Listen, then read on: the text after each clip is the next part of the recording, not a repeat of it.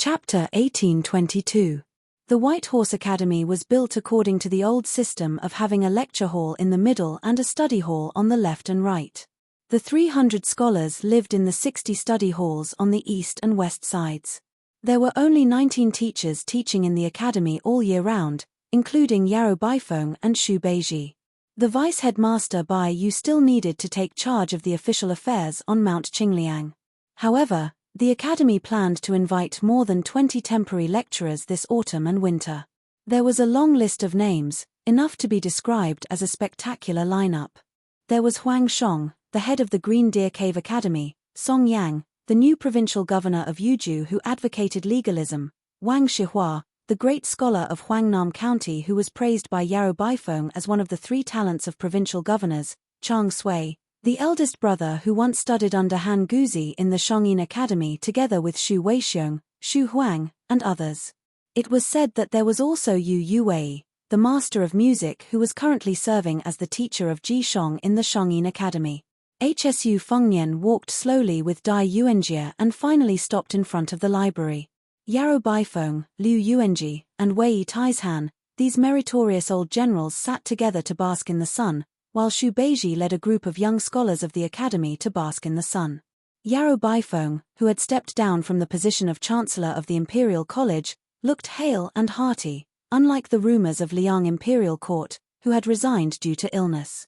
In fact, even HSU Fengnian didn't know why Yarrow Baifeng would take the initiative to leave Grayton City, and why he didn't spend the rest of his life in the capital, but instead returned to Beiliang. It should be known that the Yarrow Family Academy was reputed to be able to compete with the entire Imperial College. Although this was an exaggeration, no one doubted Yarrow Baifeng's lofty reputation in the literary circles of Liang. In fact, in the past few years in Grayton City, Yarrow Baifeng was almost the only one who was willing to speak up for Beiliang's military and political affairs in the Imperial Court. HSU Fengnian believed that if he hadn't disobeyed the emperor of the Zhao family, then with Yarrow Baifeng's reputation and knowledge, he would have long been able to rise to the center of power in Liang, standing shoulder to shoulder with Huan Wen, Zhao Yuling, and Yin Mao Chun, instead of staying in the Imperial College that had a clear reputation but no real power.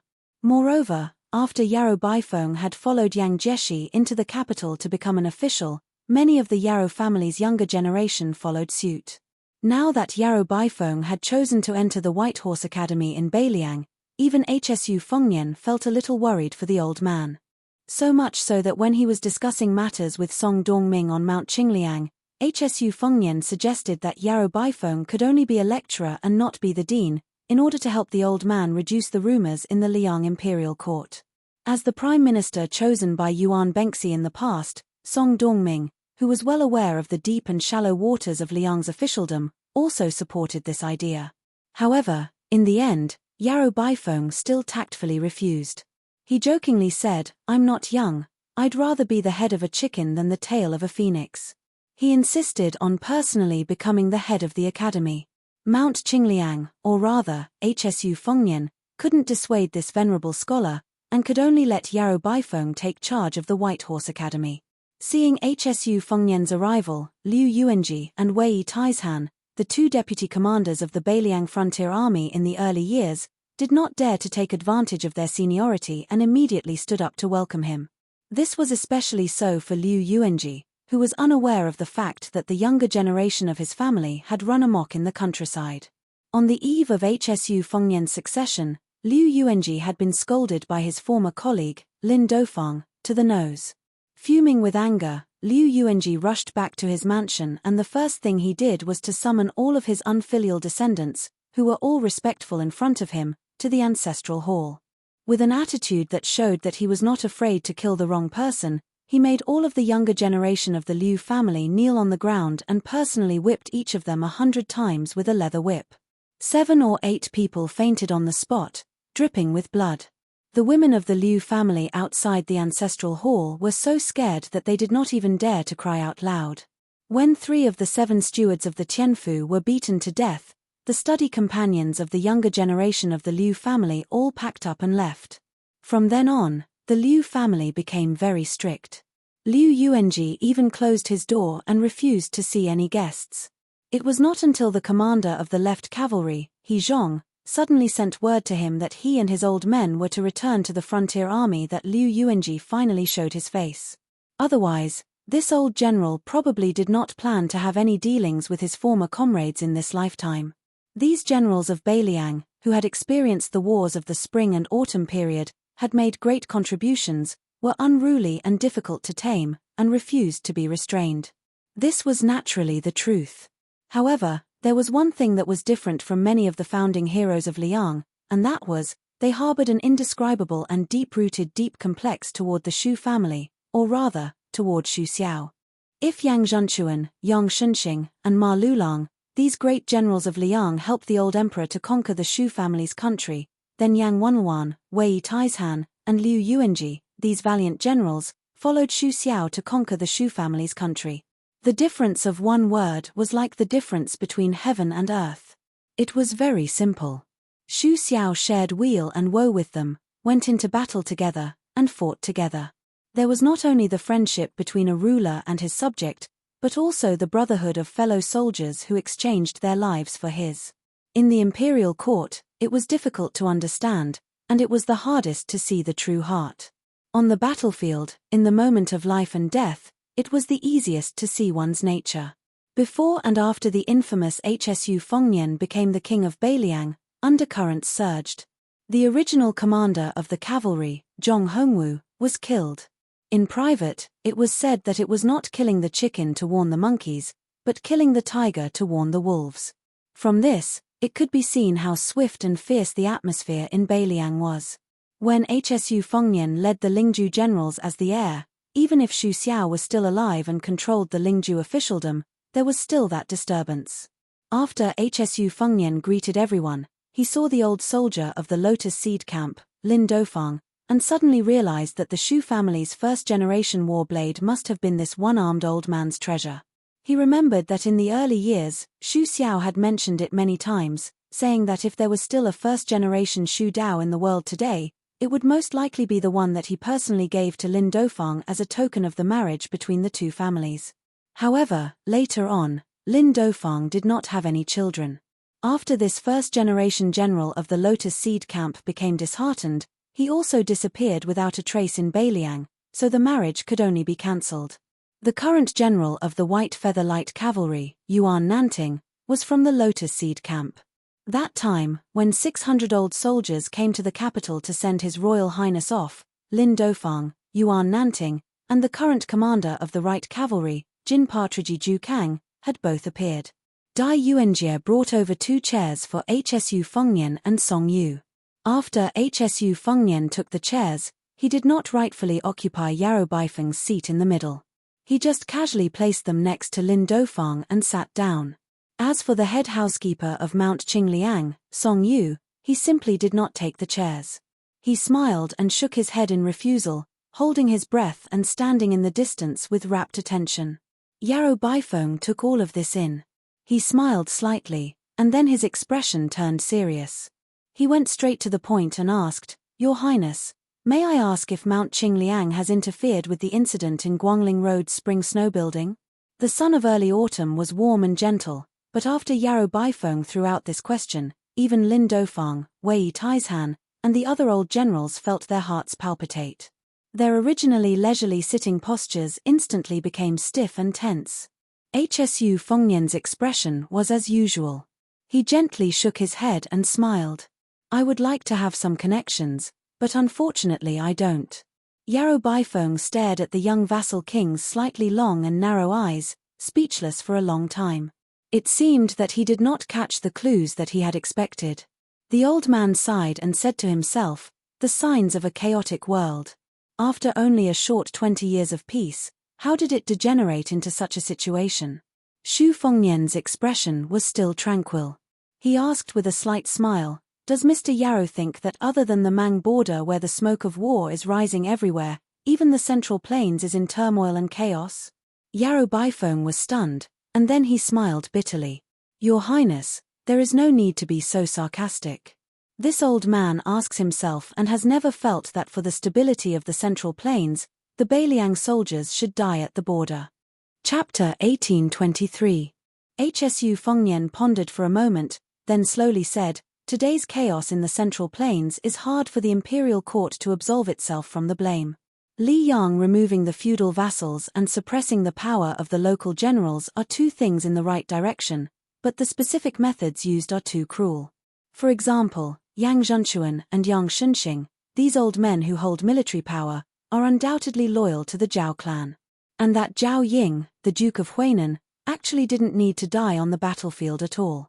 On the contrary, these people are the source of Li Yang's vitality. Letting them die of old age and illness, although sloppy, is far better than using a deliberate Guangling war to cleanly seize power from the dead. Also, the civil and military officials of Li Yang are not fools. If my father's evil title is still within the acceptable range, then the old Grand Secretary Zhong Julu's failing in his old age is especially bitterly disappointed. The current son of heaven can't be called a fatuous ruler, he should be called a ruler of resurgence. All kinds of measures, such as building a new pavilion, making an exception to promote Yang Zhunchuan, and so on, can be considered to have greatly comforted the civil and military officials of the imperial court. Unfortunately, there are some things that as a subject, Zhong Julu can do well, but as a ruler, Zhao Zhuan may not be able to do well. At the very least, he doesn't have enough time. HSU Fengnian calmly said, "Now the chaos in the Central Plains, where is the chaos? It's just the chaos in the people's hearts. Zhao Ying, the Duke of Huainan, died with a grudge, Zhao Sui, the Duke of Jiaodong, retreated gloomily, the King of Jing'an, Zhao Zun, trembling with fear, took my Taiyan city, the Duke of Guangling, Zhao Yi, tarnished his own reputation to seek hereditary succession. Then the Duke of Yangkai, Zhao Bing, marching north is also within reason. The military generals of Li Yang, not to mention those old men like Yang Yang, among the younger generation, Lu Shengxiang, Cai Nan, Tang Taizhuang, and so on, I believe these people also have some indescribable hidden pain. If Zhong Julu hadn't died, even if he had already left the imperial court and retreated far away from Jianghu, or even if he didn't end up losing his reputation, the Central Plains definitely wouldn't be in chaos today." Yarrow Baifeng's face was filled with pain as he said with a trembling voice, "No matter what, the people are innocent." Wei Taizhan shook his head slightly while Liu Yuanji rolled his eyes.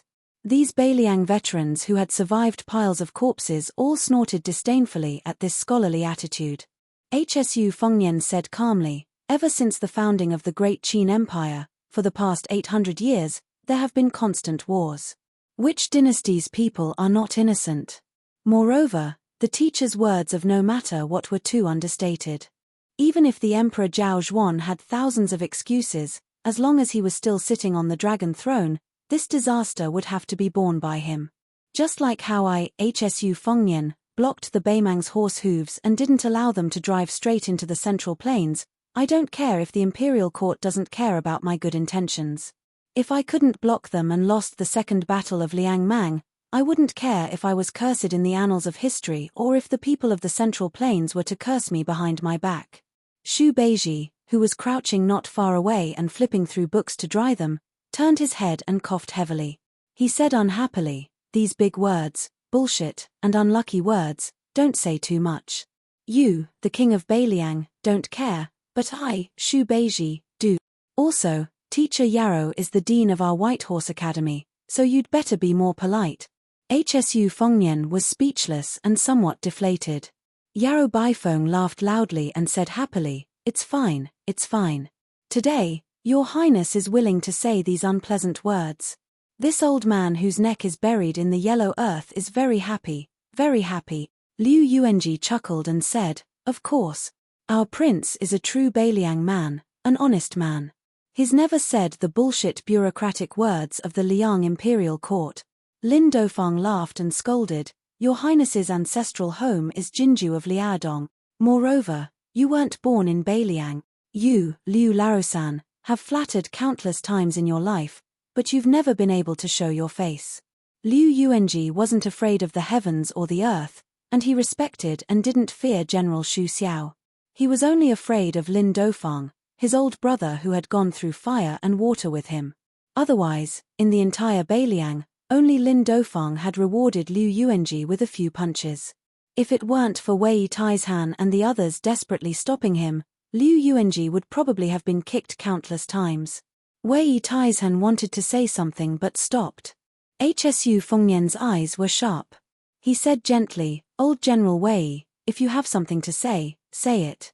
Wei Taizhan gritted his teeth and asked in a low voice, "Your Highness, is our Beiliang really going to rely on those young people?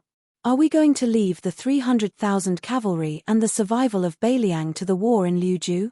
This time, it was Yarrow Baifeng's turn to cough. He secretly threw a glance at Xu Beiji. After all, the scholars of the academy who were drying books nearby were all crooks and honest folk.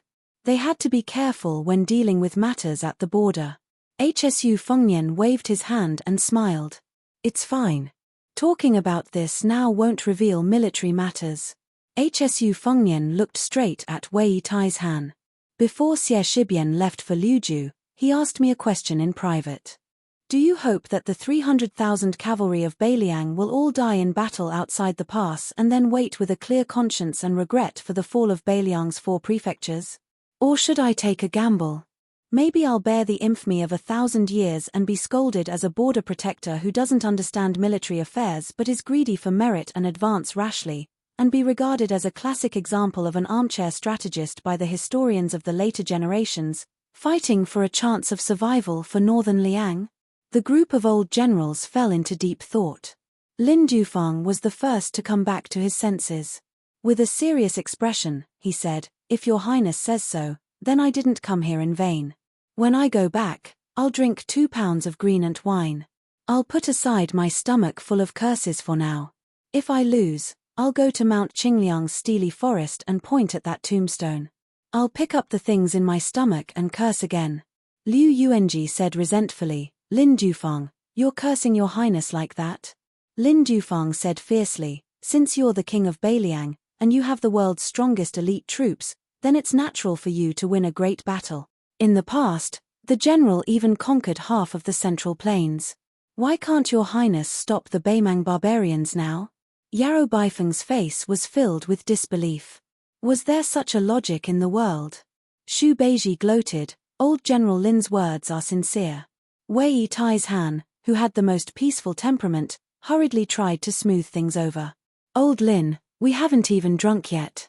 Why are you already talking about drunken talk? Your Highness, don't lower yourself to the same level as this stubborn bull. Old Lin has a sharp tongue but a soft heart. In fact, among us old fellows, when we're not in front of your Highness, he's the one who protects your Highness the most." Lin Dufang, who was exposed, glared at Wei Taizhan. Hsu Fengnian narrowed his eyes and smiled sincerely. He joked, "Old General Wei, I know. After all, old General Lin almost became my father-in-law. It would be strange if he doesn't side with me." Liu Yuanji said, "Your Highness is so handsome. Look at old Lin's ugly appearance. Even if he has a daughter, she's definitely not good enough for your Highness." Lin Dofang, who had long been accustomed to punching and kicking Liu Yuanji in his military life, almost wanted to kick Liu Laosan, who had nothing good to say. However, the young lord and Yarrow Baifeng were present, so he managed to hold himself back. Hsu Fengnian suddenly said softly, "Mr. Yarrow, I have a suggestion. Can the White Horse Academy arrange for some scholars to go to the private schools in the villages outside Liangju City regularly to give lectures to the poor children? The content of the lectures doesn't need to be too detailed. First, it won't delay the scholars' studies in the academy. Second, the children won't understand the profound content. Because I hope that the future scholars in Beiliang can understand the local customs of the Central Plains as early as possible. I hope that they will know that there are many strange things in the world outside their hometown of Beiliang. I hope that they will have the ambition to read thousands of books and travel thousands of miles. Therefore, the scholars of the academy can give lectures at will. Even if it's just casually telling the children about the local food of the Central Plains, it will be fine." Hsu Fengnian was silent for a moment and said tentatively, "Maybe it's a little overkill. If the scholars of the academy are not willing to do it, I can give the Tide Listening Pavilion's collection of books as a reward for the lectures." As soon as the words came out, Yarrow Baifeng was in a daze and didn't say anything for a long time. In the open space in front of the library, The young scholars helping to dry the books in the autumn sunshine might not be able to hear the content of the conversation, but everyone could see the scene. An old scholar sat at the head of the table with a clear conscience.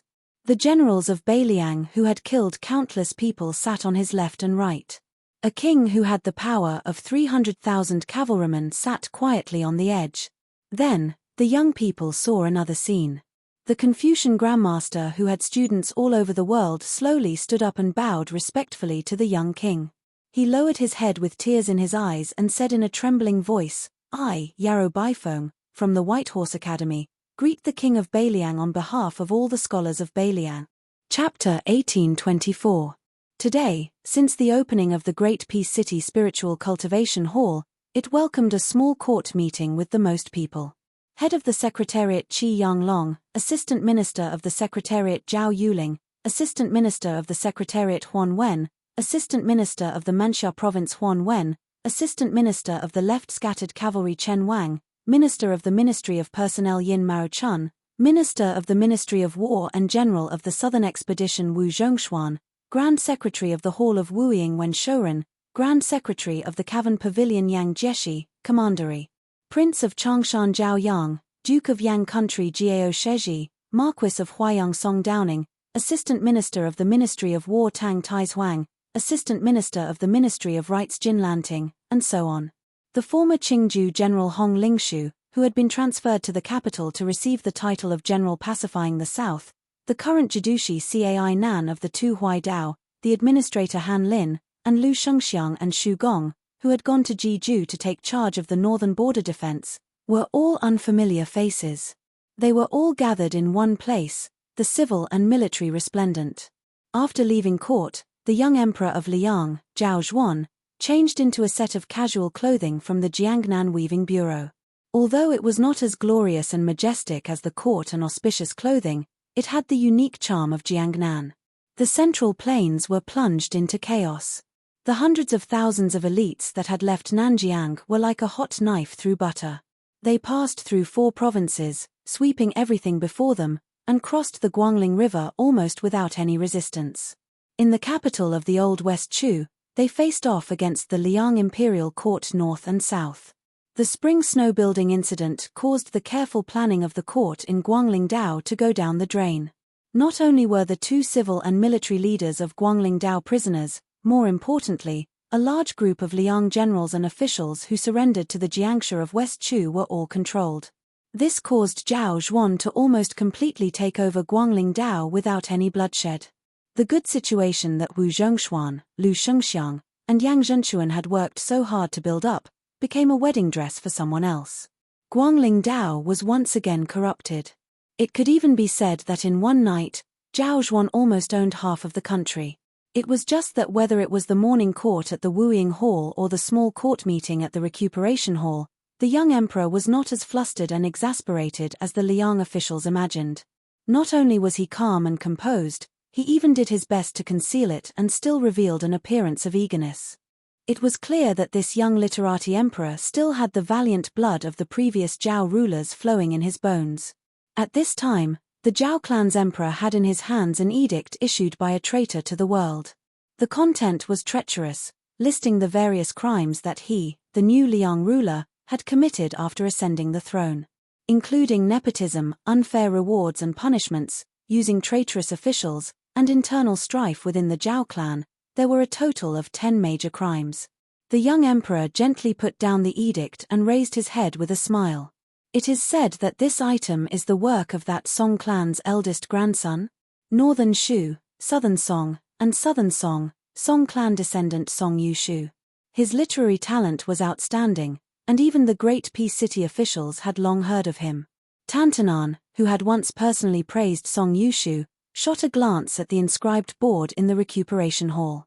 Then, he opened his mouth and said with a smile, "This kid can only write this kind of article full of hostility in the hands of an ordinary man like Zhao Bing. It is a pity that he is an unpolished piece of jade. If he had taken up a post in the Liang Imperial Academy or one of the newly established 6 pavilions, he would definitely be able to write an article that would be immortalized for generations to come. Not only would he be able to help the people, but he would also be able to secure a place in the literary world. The young emperor nodded. It is a bit of a pity. Not long ago, I promised Attendant Yang that I would definitely recommend this Song Clan Jade Treeborn in Jiangnan's scholarly circles. I reckon it will be delayed for a while. The Attendant Yang that the emperor spoke of was, of course, the new noble of the Imperial Academy, Yang Chiji. Currently, the Imperial Academy had recently built 6 new offices in the 6 departments of the Shangshu province. Servants of all ages were assigned to different classes to prevent the most noble officials of Liang, who were regarded as the prime minister, from becoming a chatterbox. Yang Chiji was temporarily in charge of the affairs of the 6 departments. Although he did not have the title of an official, his path of advancement was already very clear. Compared to the first 3 who had taken up posts in the 6 departments, Li Jifu, Jiao Tingshu, and Wu Tsungxian, Yang Chiji was already showing signs of gaining the upper hand after striking. And the words of the young emperor revealed too many things that were worth thinking about. Other than the obvious intimacy he showed to his brother-in-law, Yang Chiji, the fate of the Guangling Path Song clan seemed to have been decided at this moment. Since it was only delayed, then the Song clan, who had first joined the remnants of the Jiang clan and then joined the rebel lords, would still be able to escape after the rebellion was quelled due to the presence of Song Yushu, a young talent in the emperor's heart. Their path to promotion in Liang's officialdom would not be blocked and cut off. It was believed that after today's small court meeting, the Song clan thousands of miles away would be able to quickly hear of the thunderstorm from the palace and would most likely be relieved of a heavy burden. The young emperor looked at the assistant minister of the Ministry of War, Tang Taizhuang, who was seated at the back and asked gently, Tang Taizhuang, when will the pillar state leave Liaodong and enter the capital? Does the Ministry of War have any definite news? Tang Taizhuang was somewhat anxious and answered carefully, I only know that the pillar state has replied to the Ministry of War that the 2 Liao borders are urgent. Beimang's Eastern Front Commander-in-Chief, Wang Sui, has been making a lot of movements recently and seems to have the intention of mobilizing troops. The pillar state must make proper arrangements before leaving. The young emperor made a sound of agreement and comforted him. Order Jiao Tingshu of the Ministry of War to draft a document and inform the pillar state that there is no need to rush to the south. The 2 Liao borders have always been the most important matter in our dynasty. We must not lose the big picture for the small. Tang Taizhuang accepted the order in a deep voice, but his heart became heavier. The more amiable His Majesty was, the less confident he, the assistant minister of the Ministry of War who had the word party-oriented plastered on his forehead, felt. There was a saying in the great peace city officialdom called, after Jiyu Jiantang, the Ministry of War had no luck. This was referring to the important people in charge of the Ministry of War after Jiyu Jiantang. Almost none of them had a smooth career. Minister Liu Baijie was first transferred to Guangling and then became a captive of the King of Yang in the spring snow building. Assistant Minister Xu Gong was first sent to Liaodong. In name, he was helping the emperor patrol the northern pass, but in reality, he was excluded from the officialdom of the capital, especially the center of the court.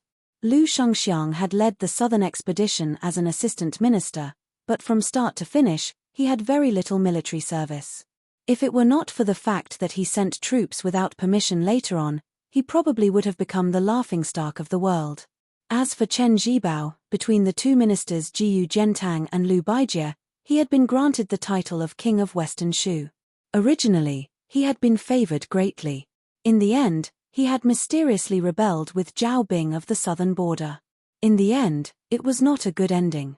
It was not easy to live in the capital, and it was not easy to be an official in the capital. Tang Taizhuang glanced casually at Cai Nan, who was standing slightly in front of him. All sorts of feelings welled up in his heart. Last time, Wei Dong, Dong Gong, Huang Gong, and the other old subordinates of General Ji Yu had come to the capital and parted on bad terms. This time, Cai Nan had no intention of visiting Tang Taizhuang. She stayed at the Lianhui road station in the capital and lived in seclusion. The young emperor turned his head and smiled at the Minister of Rights, Sima Puhua. In the 3rd year of Xiangfu, the Ministry of Rights had been raised to the same level as the 2 ministries of civil service and military affairs. It was higher than the 3 ministries of civil service, and labor. Sima Puhua naturally enjoyed many of the benefits of Lu Daolin and Yuan Guo, the two former ministers. It was not without reason that the current emperor was viewed as a literati emperor by the Central Plains. Although he did not necessarily look down on military officials, it was clear that he valued civil officials. The relocation of the Hanlin Academy and the elevation of the Ministry of Rites were clear evidence. The young emperor looked at the high official of the Ministry of Rites and said earnestly, "The examination will be held at the beginning of spring next year. The Ministry of Rites has an unshirkable responsibility. Have you decided on the candidates for the position of president and vice president?" This time, the scale of the spring imperial examination has expanded greatly. The number of scholars is unprecedentedly large. Minister Sima, you still need to provide a detailed constitution as soon as possible. Other than the fact that I will personally look through it, the Ministry of Rites might as well hand the constitution over to Tantanan, Minister Yin, and the other seniors who have presided over the spring imperial examination many times. The old man, who was probably the most hopeless among all the ministers of the Ministry of Rites in Liang, said in fear and trepidation, "Your Majesty, the spring imperial examination that is held once every 3 years is related to the continuation of our dynasty's cultural heritage. Although I have been in the Ministry of Rites for many years, I have never had the experience of presiding over the spring imperial examination. Moreover, in terms of experience, I admit that I am far inferior to Tantanan and Minister Yin in terms of familiarity with the operation of the spring imperial examination. In terms of knowledge, I am even inferior to the head of the Hall of Governmental Affairs and Grand Secretary Wen. In terms of ability, I am also inferior to Chen Xiaobao and Minister Yang, who are young talents in their prime. Your Majesty, I do not know how to choose the president and vice president together with my colleagues in the Ministry of Rites. It is not that Liang is a talented person, but it is just like hanging a large bead curtain at the door of a small house. It is a dazzling lineup that is truly too much for the eyes to take in. I do not know how to choose. Therefore, I dare to say that Your Majesty has personally selected the candidates for the spring imperial examination." Tantanan listened to the heartfelt words of the Minister of Rites behind him. He could not help but turn his head and look over, giving him a thumbs up. This flattery had flattered many people in an instant. Chapter 1825. In response to Tantanan's gesture, Sima Puhua smiled foolishly. His eyes were sincere and impeccable.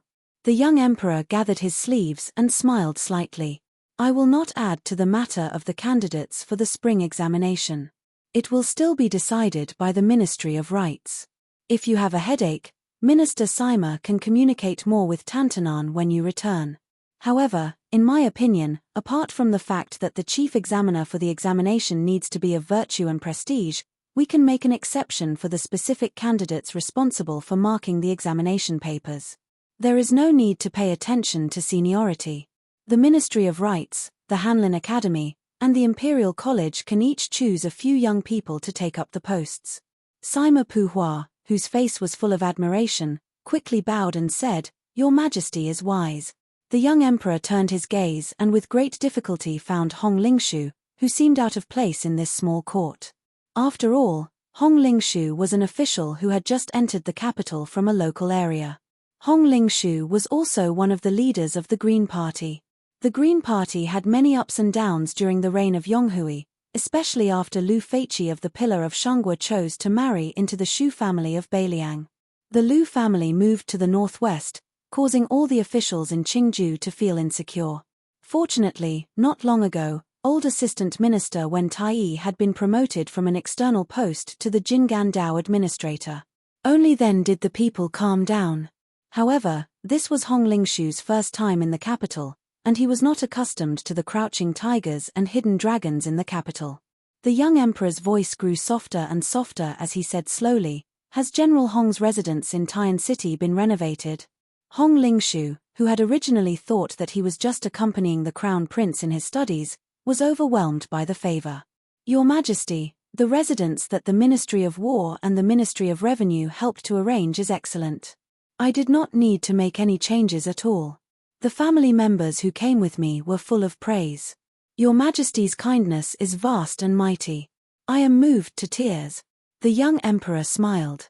Assistant Minister Tang put in a lot of thought into this matter. If you want to thank someone, thank him. Hearing this, Hong Lingshu immediately cupped his fists in thanks to Tang Taizhuang beside him. The latter only cupped his fists in return and did not speak politely.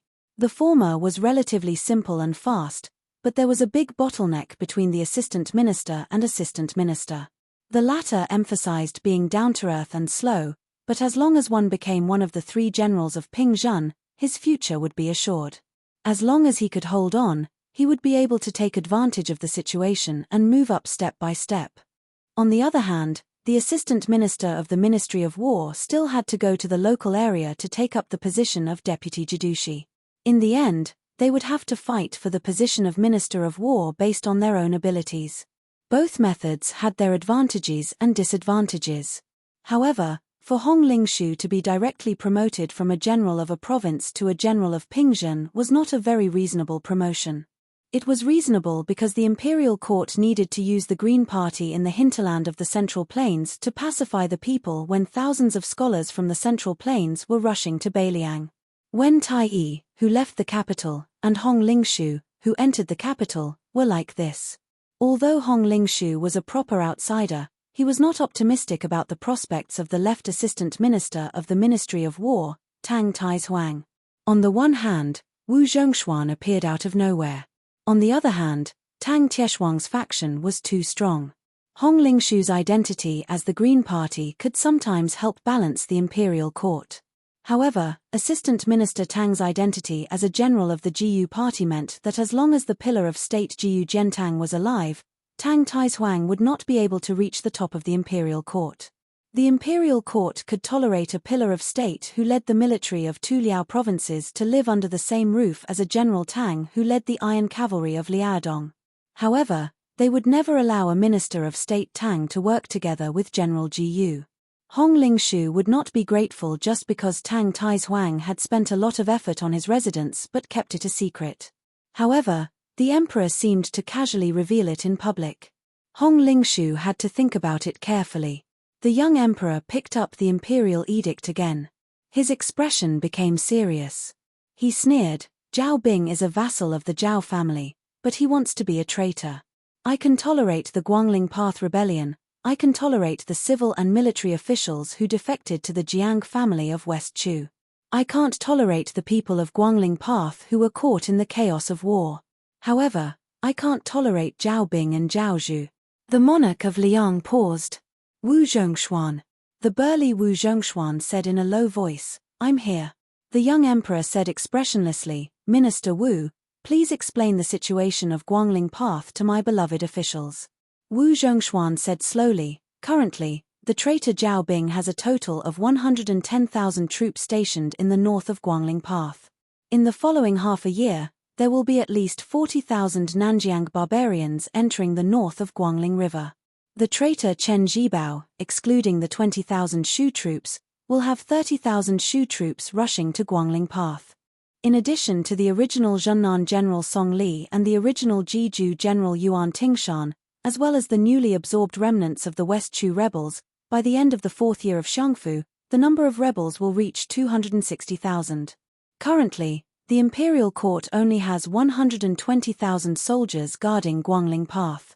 Although the rebellion of the two kings had already made Great Peace City feel uneasy, when Wu Zhongshuan directly stated the number of troops on both sides, even when Shouren, an important official in the central government, felt fear. Furthermore, the older officials all knew the ability of the Yang King Zhao Bing. He was a martial artist who had once fought side by side with a certain cripple Runtu. There was also another matter that was understood. Beside the Yang King Zhao Bing stood a Chen Zhibao, a white-robed war saint who controlled all the soldiers of West Shu. Changshan Commandery Prince Zhao Yang, Yang Country Duke Jiao Sheji, and Huayang Marquis Song Downing, these three martial artists who had also experienced the fires of war in the spring and autumn period were all worried. Zhao Yang was one of the top 10 generals in the spring and autumn period. The more so, the more the old man understood the danger of Guangling Path. Qi Yanglong suddenly opened his mouth and said, "General Jiyu is leading an elite force south to quell the rebellion, but it is not necessary to immediately enter the battlefield. The imperial court is training soldiers at this time. At present, the heart of the army is not with the imperial court but with the rebel army. Fortunately, the hearts of the people are with the imperial court and not with Zhao Bing and Chen Zhibao. Back then, Xu Xiao's situation was even better, but he still didn't rule by drawing a river. He was unwilling and unable to do so. Now, it's only 20 years later, not 200 years later. The ambitious Zhao and Chen vassal kings are just continuing the game of chess that has already been decided 20 years ago, as long as. At this point, the head of the secretariat suddenly fell silent. Tantanan continued, as long as the Beiliang cavalry does not rebel and continue to hold back the pace of Beimang's invasion to the south, allowing Jiyu Jiantang to have time to go south to quell the rebellion, the Zhao and Chen kings will be short-lived. For some reason, this as long as caused many of the nobles and officials in the Cultivation Divine Hall to feel a strange meaning. If Beiliang was not willing to fight to the death with Beimang and abandoned the northwest, retreated 1,000 li south, and then conspired with the Yang King Zhao Bing on the Central Plains, what would the imperial court do? It should be known that after Wen Taiyi and Ma Zhongxian, the Jidushi and administrator, arrived at Jinggan Road, the matter of the grain entering the cold, as expected, was bumpy and slow. Who would have thought that 20 years of peace and prosperity would be turned upside down overnight? It turned out. Unknowingly, the length of the Liang kingdom was once again tied to a person surnamed Xu. This truth made most of the people in the Cultivation Divine Hall feel extremely humiliated. For example, the head of the 12 scholars Wen Shouren, the imperial relative Yang Jieshi, the assistant minister of the Ministry of Rites Jin Lanting, and others. There was an extremely vulgar saying in the countryside of Liang, "Without Butcher Zhong, could it be that you can't eat pork?" Now it seemed that it was really possible. Without Butcher Xu to help kill people, the official status may not be stable. Wen Shouren, the Grand Secretary of the Wuying Palace, was pale. Yang Jieshi, who looked down on His Royal Highness for many years, was gloomy. Jin Lanting was even more livid. Cai Nan quietly lowered his head, his expression dark and unclear. Administrator Han Lin, whose relationship with Cai Nan had improved greatly after the battle with the Great Snow Dragon Cavalry, had a complicated expression. At this time, the young emperor smiled. The Xu family has guarded the northwest for 2 generations. In the second year of Xiangfu, the Beiliang frontier army contributed greatly, so the imperial court should reward them. Liu Jianyu, Wang Lingbao, and other Beiliang generals have died on the battlefield. I'm prepared to write a decree to confer titles to all Beiliang generals, including these 2. I also plan to give the king of Beiliang, Hsu Fengnian, the title of Pillar of the State. The Zhao family's emperor squinted his eyes and looked over. The entire hall was stunned. Chapter 1826. Thank you all for supporting me and my work in the snow during the year-end inventory. As soon as he heard that His Majesty was going to return the title of Pillar of State to the Xu family, the Grand Secretary of the Wuying Palace, Wen Shouren, immediately looked extremely embarrassed. This old and stubborn official, who had once become famous all over the world for carrying the coffin and remonstrating Xu Xiao to death, began to tremble all over. The leader of the clear stream in the officialdom, who had always given people the impression that he was still vigorous despite his age, finally looked somewhat like a candle in the wind. In the Liang dynasty, although the Zhong and Jiyu palaces were already like passing clouds, each had its own legacy. For example, when Wang Xiongui, the former Minister of Revenue, became Zhonglu's successor, even though he was sent to the Guangling circuit, he still managed to win over a large group of civil officials from the spring of Yonghui around him. Tang Tai's Huang, Donggong, Huang, and other military generals entered the capital from the border. The same was true for the Green Party. The Assistant Minister of Personnel, Wen Taiyi, and Hong Lingshu's promotions all belonged to the same origin. In fact, apart from these 3 parties, there was another party that was even more secretive and had even more complicated origins. It was the Anti-Xu party headed by Wen Shouren, with Jin Lanting, the Assistant Minister of Rites, as his hidden successor, and Jiao Tingshu of the Ministry of War, as the backbone. These people came from all over the world, and had no friendship with their hometown or the same age. There was a great disparity in seniority, and their backgrounds were completely different. The former general of the north, Ma Lulang, was also one of the backbone who did not show his face. These people might have different opinions on many military and state matters, but they always maintained a tacit understanding on one matter, and that was to do their best to suppress the reputation of the Bailiang Shu family in the Liang imperial court and the Central Plains. Simply speaking, this group of people had a bone-deep obsession with how to squeeze out the Shu family and father. When the old Grand Secretary Zhong Julu was still alive, he still had misgivings and did not dare to put his personal interests over his official duties. After the blue-eyed woman, who had once blocked out the sky and covered the sun in the Liang imperial court, passed away, and Tantanan broke off with her early on, this group of people seemed to be able to see the clouds and see the moon, and they became more and more unscrupulous in their actions. For example, this time, the matter of the imperial court setting 1,000,000 dan of grain to cool down before autumn, it was precisely because of the spread of these deeply rooted large trees in Greaton City that they brought back a lot of solemn gossip to Jinggan Road, especially Qingzhou's Xiangfan, as well as all kinds of inside information that did not need to be said out loud. As a result, less than half of the grain had slowly made its way to Bailiang. As for when it would arrive at the granary in Lingju, the grain officials who had rested on the grain transport for 20 years naturally had all kinds of skilled excuses to deal with the imperial court's Ministry of Revenue. Moreover, the Ministry of Revenue only sent a few letters every few days that seemed to be strictly worded. How could they really investigate the officials for failing to do their duty?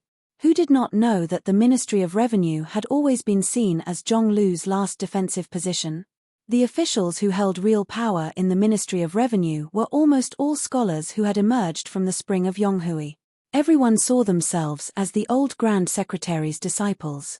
When the former minister Wang Xiongui was in the capital, even though he was not very close to the famous Wen Shouren, Wang Xiongui had always had a bad impression of the northwest border.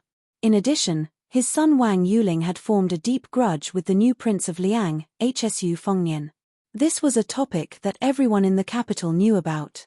Most importantly, although the matter of the grain entering the capital and suddenly changing its route to the northwest had long been independent of the Ministry of Revenue, how could the Ministry of Revenue, which was nominally in charge of taxes, not really have anything to do with it? To be precise, the entire Ministry of Revenue's hands and feet were very clean on the surface, but many of the Ministry of Revenue's high-ranking officials were not necessarily clean. Once the transportation of the grain deviated from the familiar path of the officialdom, it would inevitably lead to the loss of countless vested interests. Once the transportation of the grain from the capital to the two Liao provinces was divided into 3 provinces and 1 Bailiang, it would become a rule. This meant that the annual dividend of 1,000,000 shu of grain would go down the drain. Among the large group of meritorious families in Greaton City behind the high-ranking officials of the transportation of the grain were the Duke of Yang, Gao Shu, and the Marquis of Huaiyang, Song Downing. When the old Emperor of Liang first gave out titles to meritorious officials, according to Yuan Benx's plan, it was roughly the civil officials were given power and the military officers were given money. The Prince of Changshan, Zhao Yang, was also in this group. A large group of manors, such as Gao Shu and Song Downing, were able to get involved in the transportation of the gold rolling in.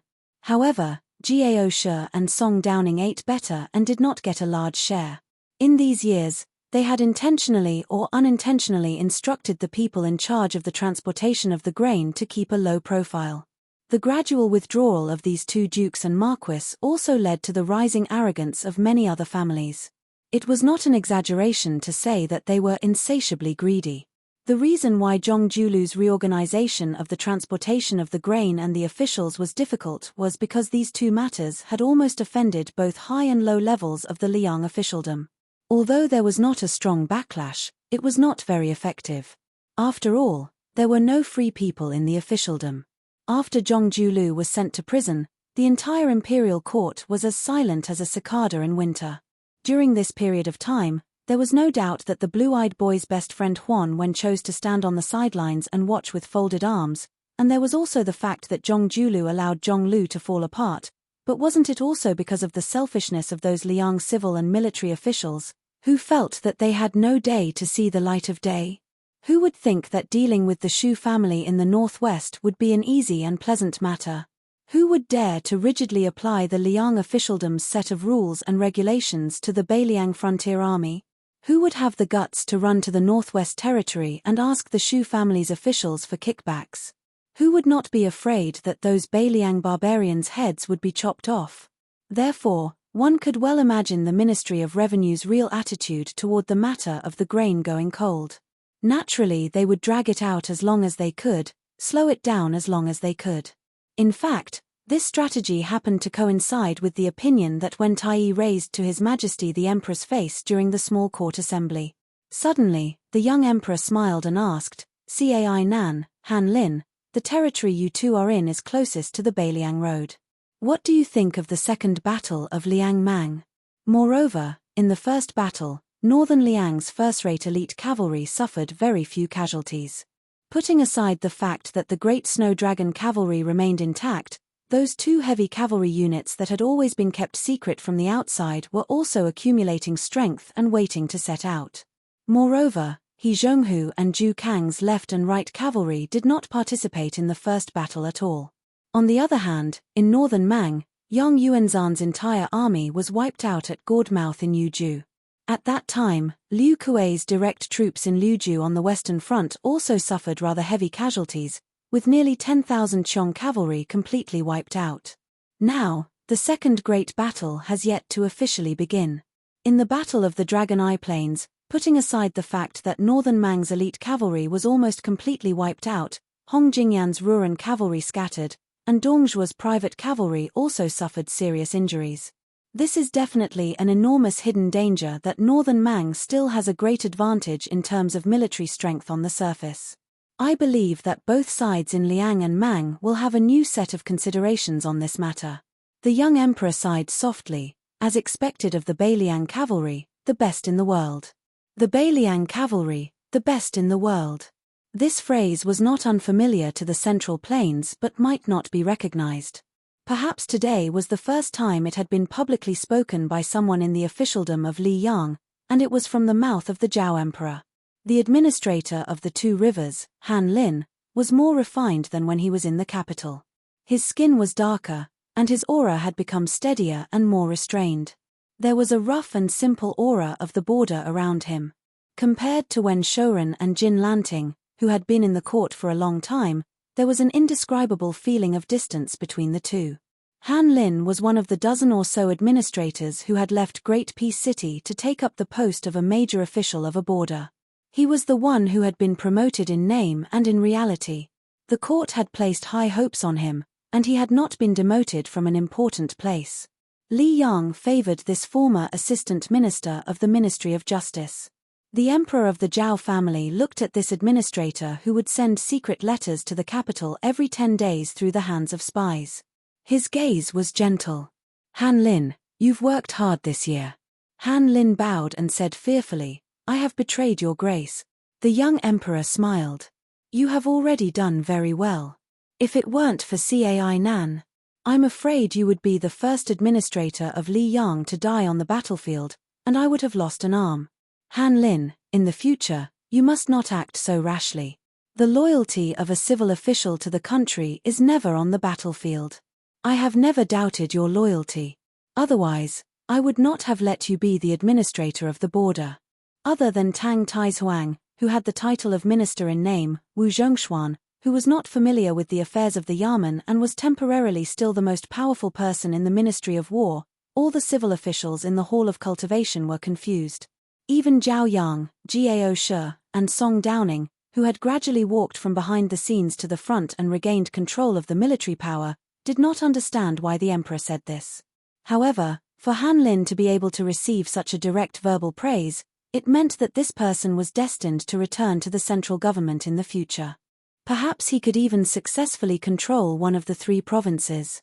This was indeed something that no one had expected. After all, Han Lin was a student of Zhonglu in his early years. However, compared to Zhao Yuling and Yin Mao Chun, he seemed to be lacking in ability. Compared to Yuan Guo, he was also inferior in terms of knowledge. Even compared to Wang Xiongui, he had many disadvantages. Perhaps this was the so-called great talent matured late. There were many examples of people in the officialdom who were proud of their achievements one day, but would be punished the next day. On the contrary, Han Lin, who was calm and steady, had more potential. After a seemingly casual discussion between the emperor and his subjects, the young emperor once again brought up the matter of awarding the young king Hsu Fengnian as the most outstanding military official of the Great Pillar State.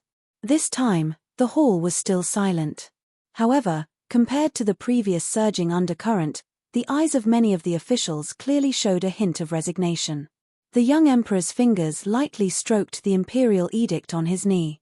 The Ministry of Revenue will draft a constitution and send it to the Hall of Cultivation. If there are some local resistance, the Ministry of Revenue can discuss with Assistant Minister Tang of the Ministry of War.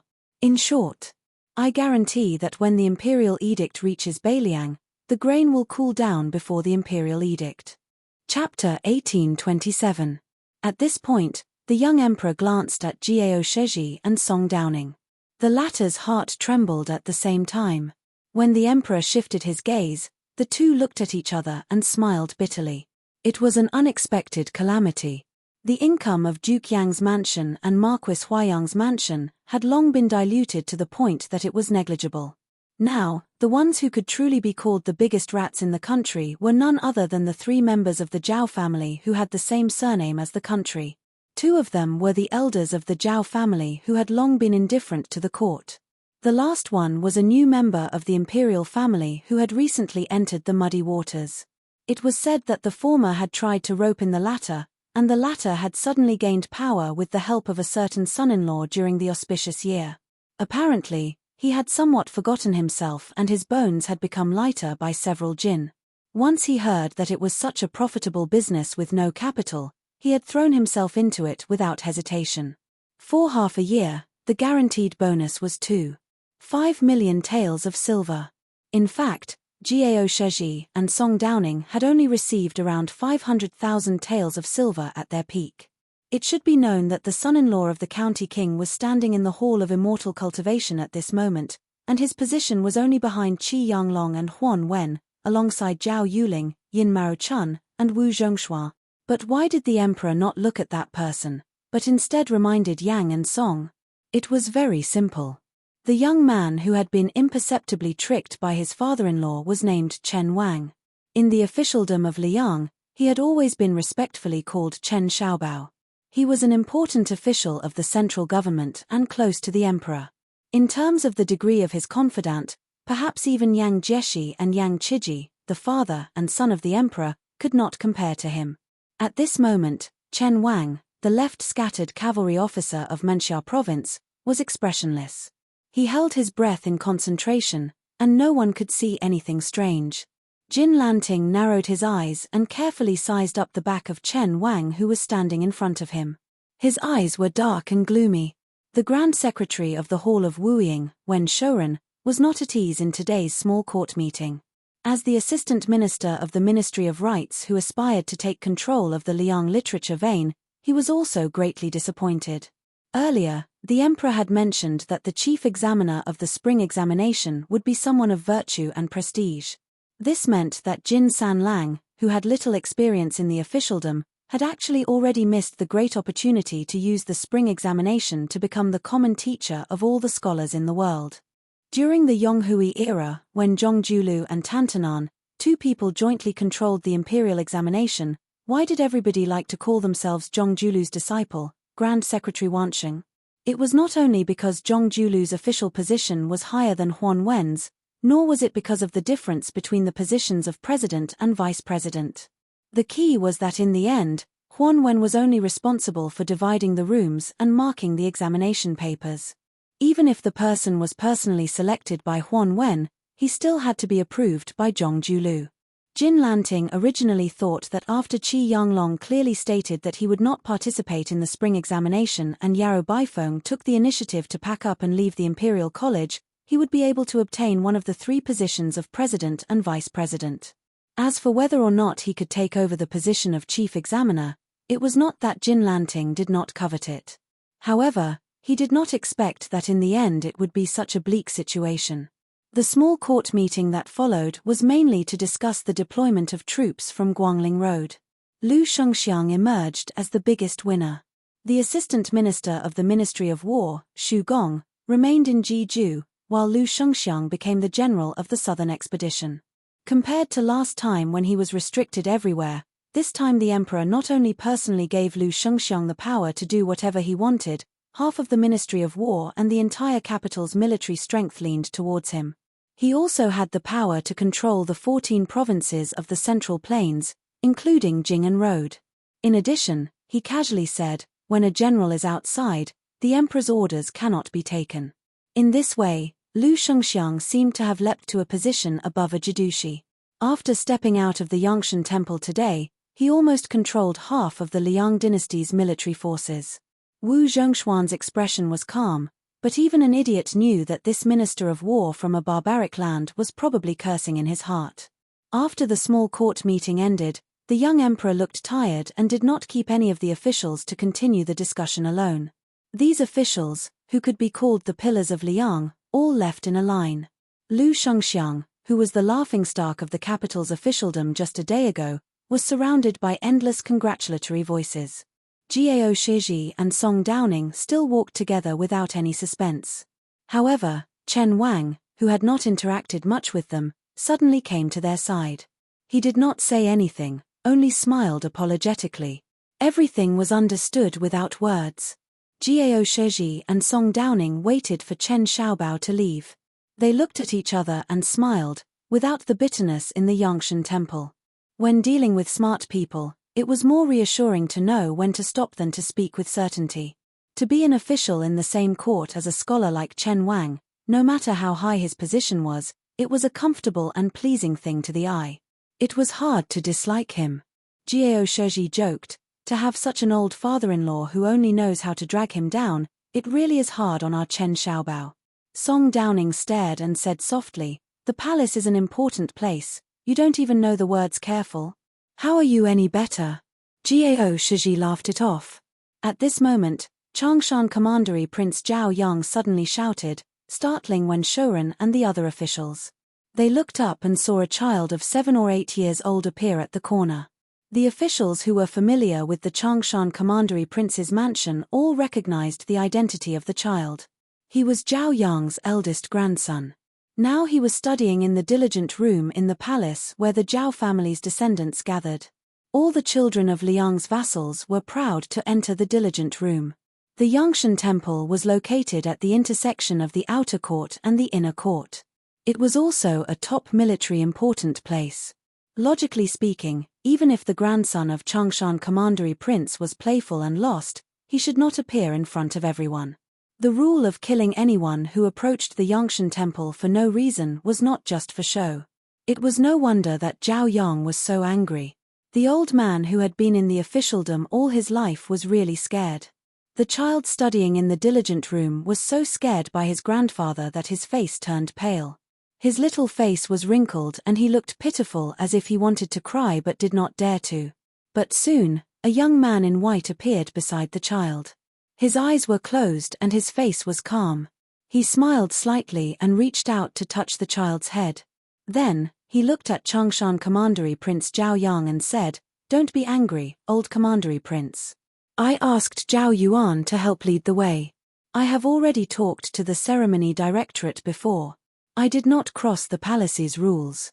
The old Commandery Prince was stunned and could not figure out the reason. After thinking for a long time, he remembered that his grandson had said not long ago that there was a blind chief teacher in the diligent room whose surname was Lu. He was very knowledgeable and knew everything about astronomy and geography. He had a very good temper and never beat people. At that time, the old Commandery Prince was puzzled that a blind man could be one of the chief teachers in the diligent room. Although Liang was not the great Feng dynasty where even officials had to be judged by their appearance, it was still not normal for a blind man to be an official. There was no harm in him being a strategist in the local area. Later, the old Commandery Prince asked around and found out that this blind scholar had once been a strategist by the side of the king of Jing'an, Zhao Zun. During the last years of Yonghui's reign, he had prepared the influential 4 digs and 13 strategies for the Jing'an palace. Later, for some reason, he had taken root in Tai'an City. Zhao Yang snorted disdainfully at this. He guessed that this blind scholar was just another scholar like Jin Lanting who swayed with the wind. After the old commandery prince heard the explanation of the young man who was the diligent room's chief teacher, he still harumphed coldly with a straight face. He said to his grandson in a bad mood, "What are you wandering around for? Go back to study." The child, who was as scared of the old commandery prince as his father, unexpectedly did not listen to the military order this time. He gritted his teeth and said in a trembling voice, "Grandfather, I still have to lead the way for Mr. Liu. Mr. told us that the last 10 miles is the most difficult to walk. The last 10 miles is the best way to see a person's innate character. I've only walked half of it."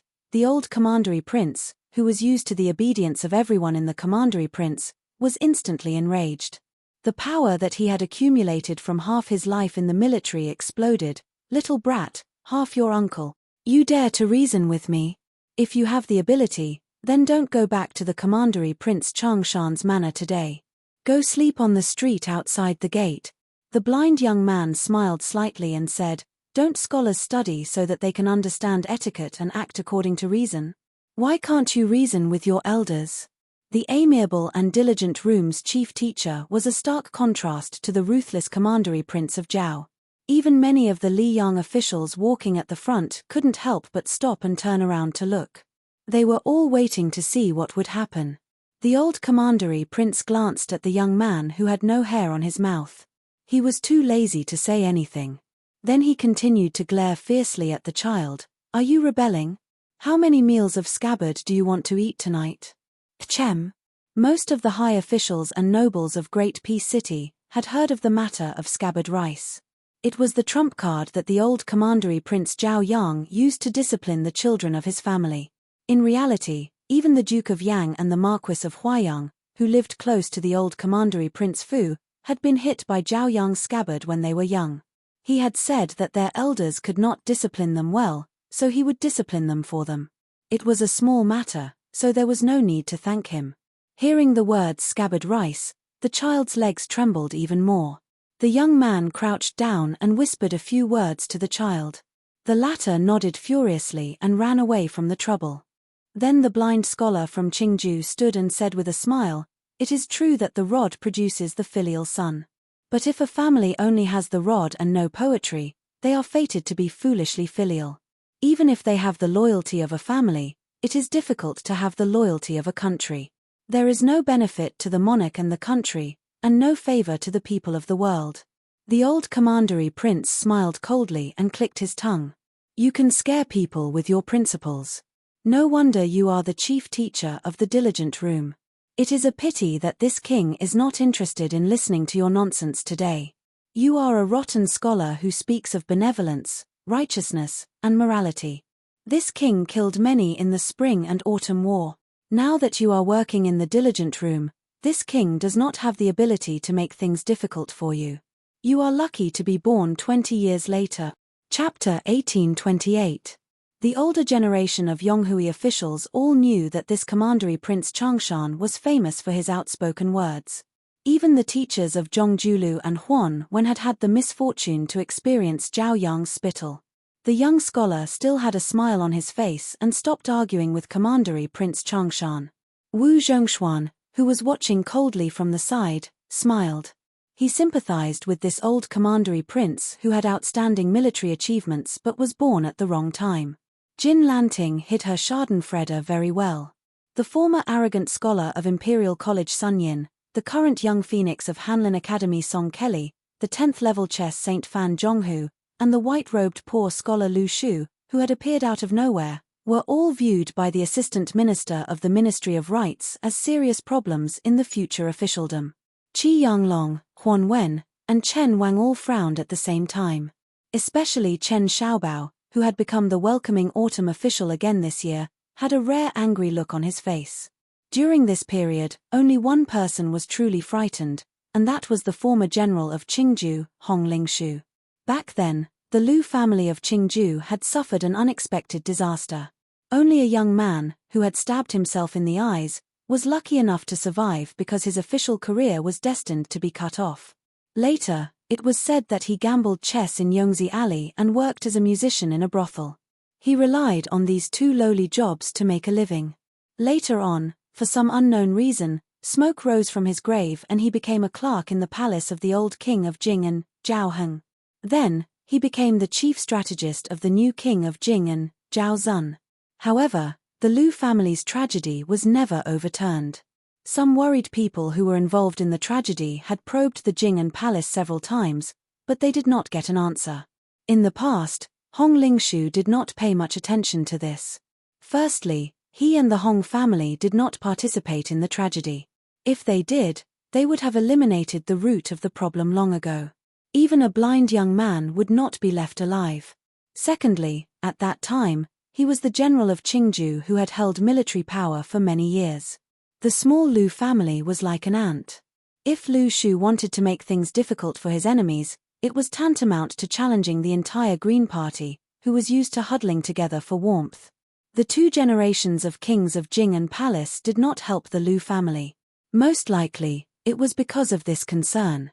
A young strategist with no roots or the entire Green Party, who was more important, compared to the entire Green Party.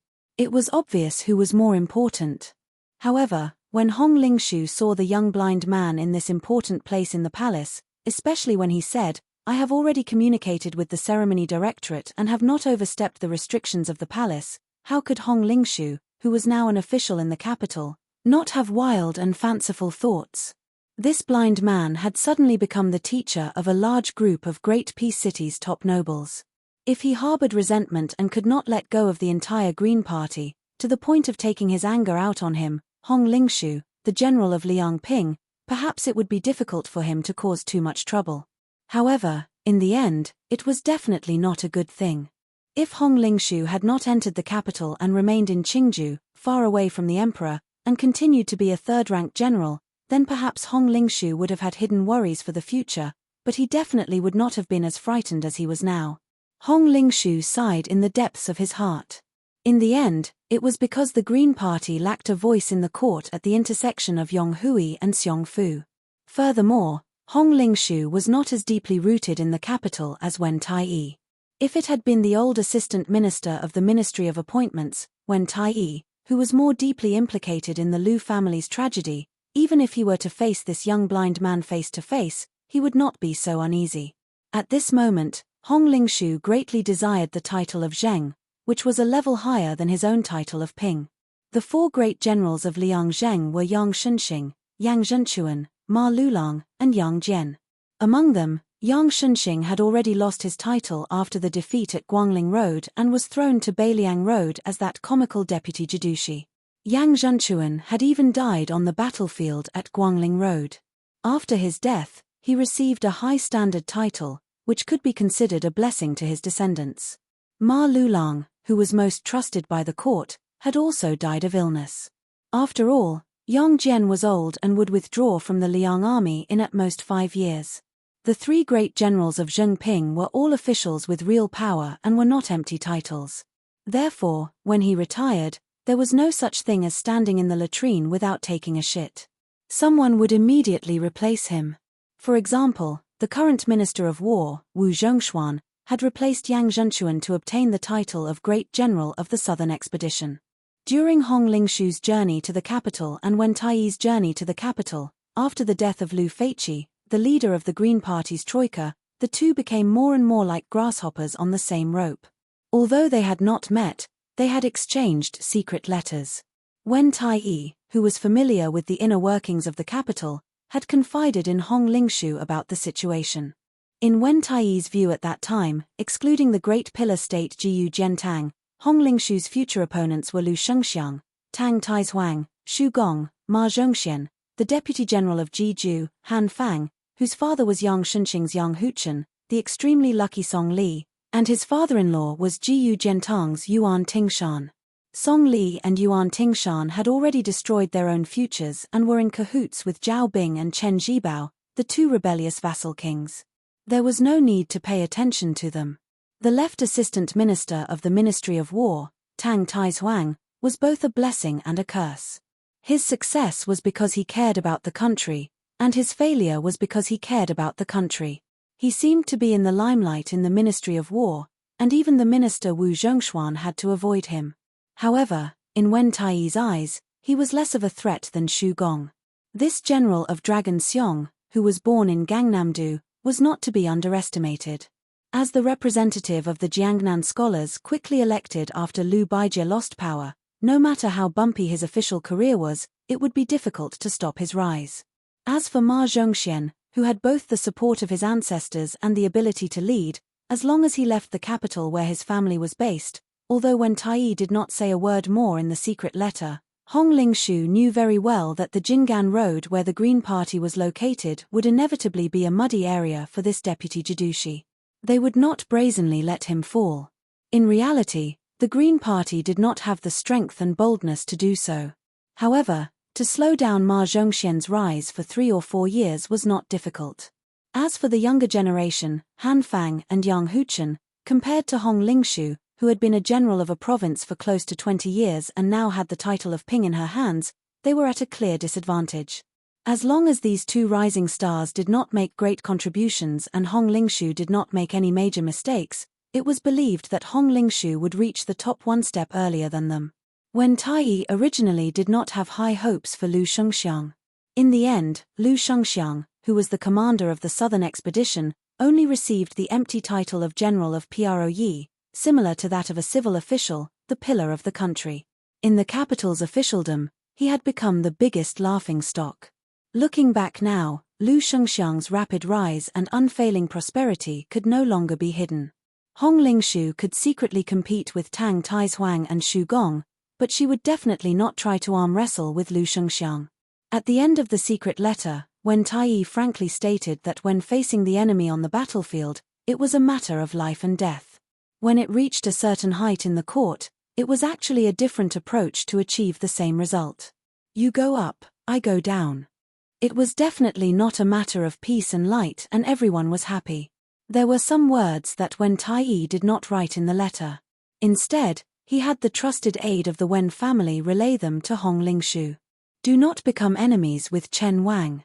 Be friends with Yang Chiji. Remember to be careful of Lu Shu. On the surface, Lu Shu's identity in the capital's officialdom was just one of the diligent teachers. At this time, he took a few steps forward and made a gesture of looking around. He asked with a smile, I heard that General Hong is also in the small court meeting today. I, Lu Shu, happen to be from Qingju. Of course, the officials in the capital did not know about the tragedy of the Lu family. They only treated it as a normal reminiscence of old friendships between people from the same hometown.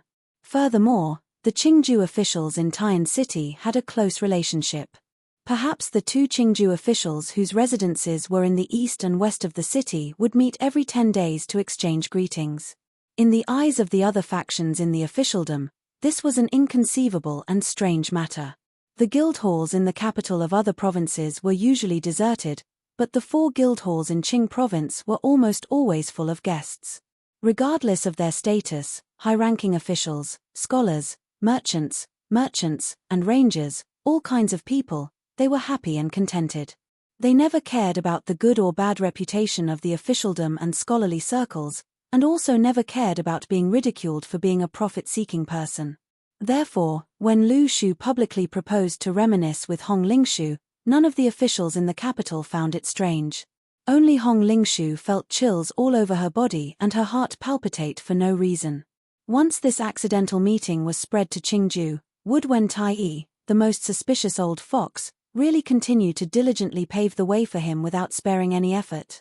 However, Lu Shu's smile did not allow Hong Lingshu to shed all pretense of cordiality and reject the invitation.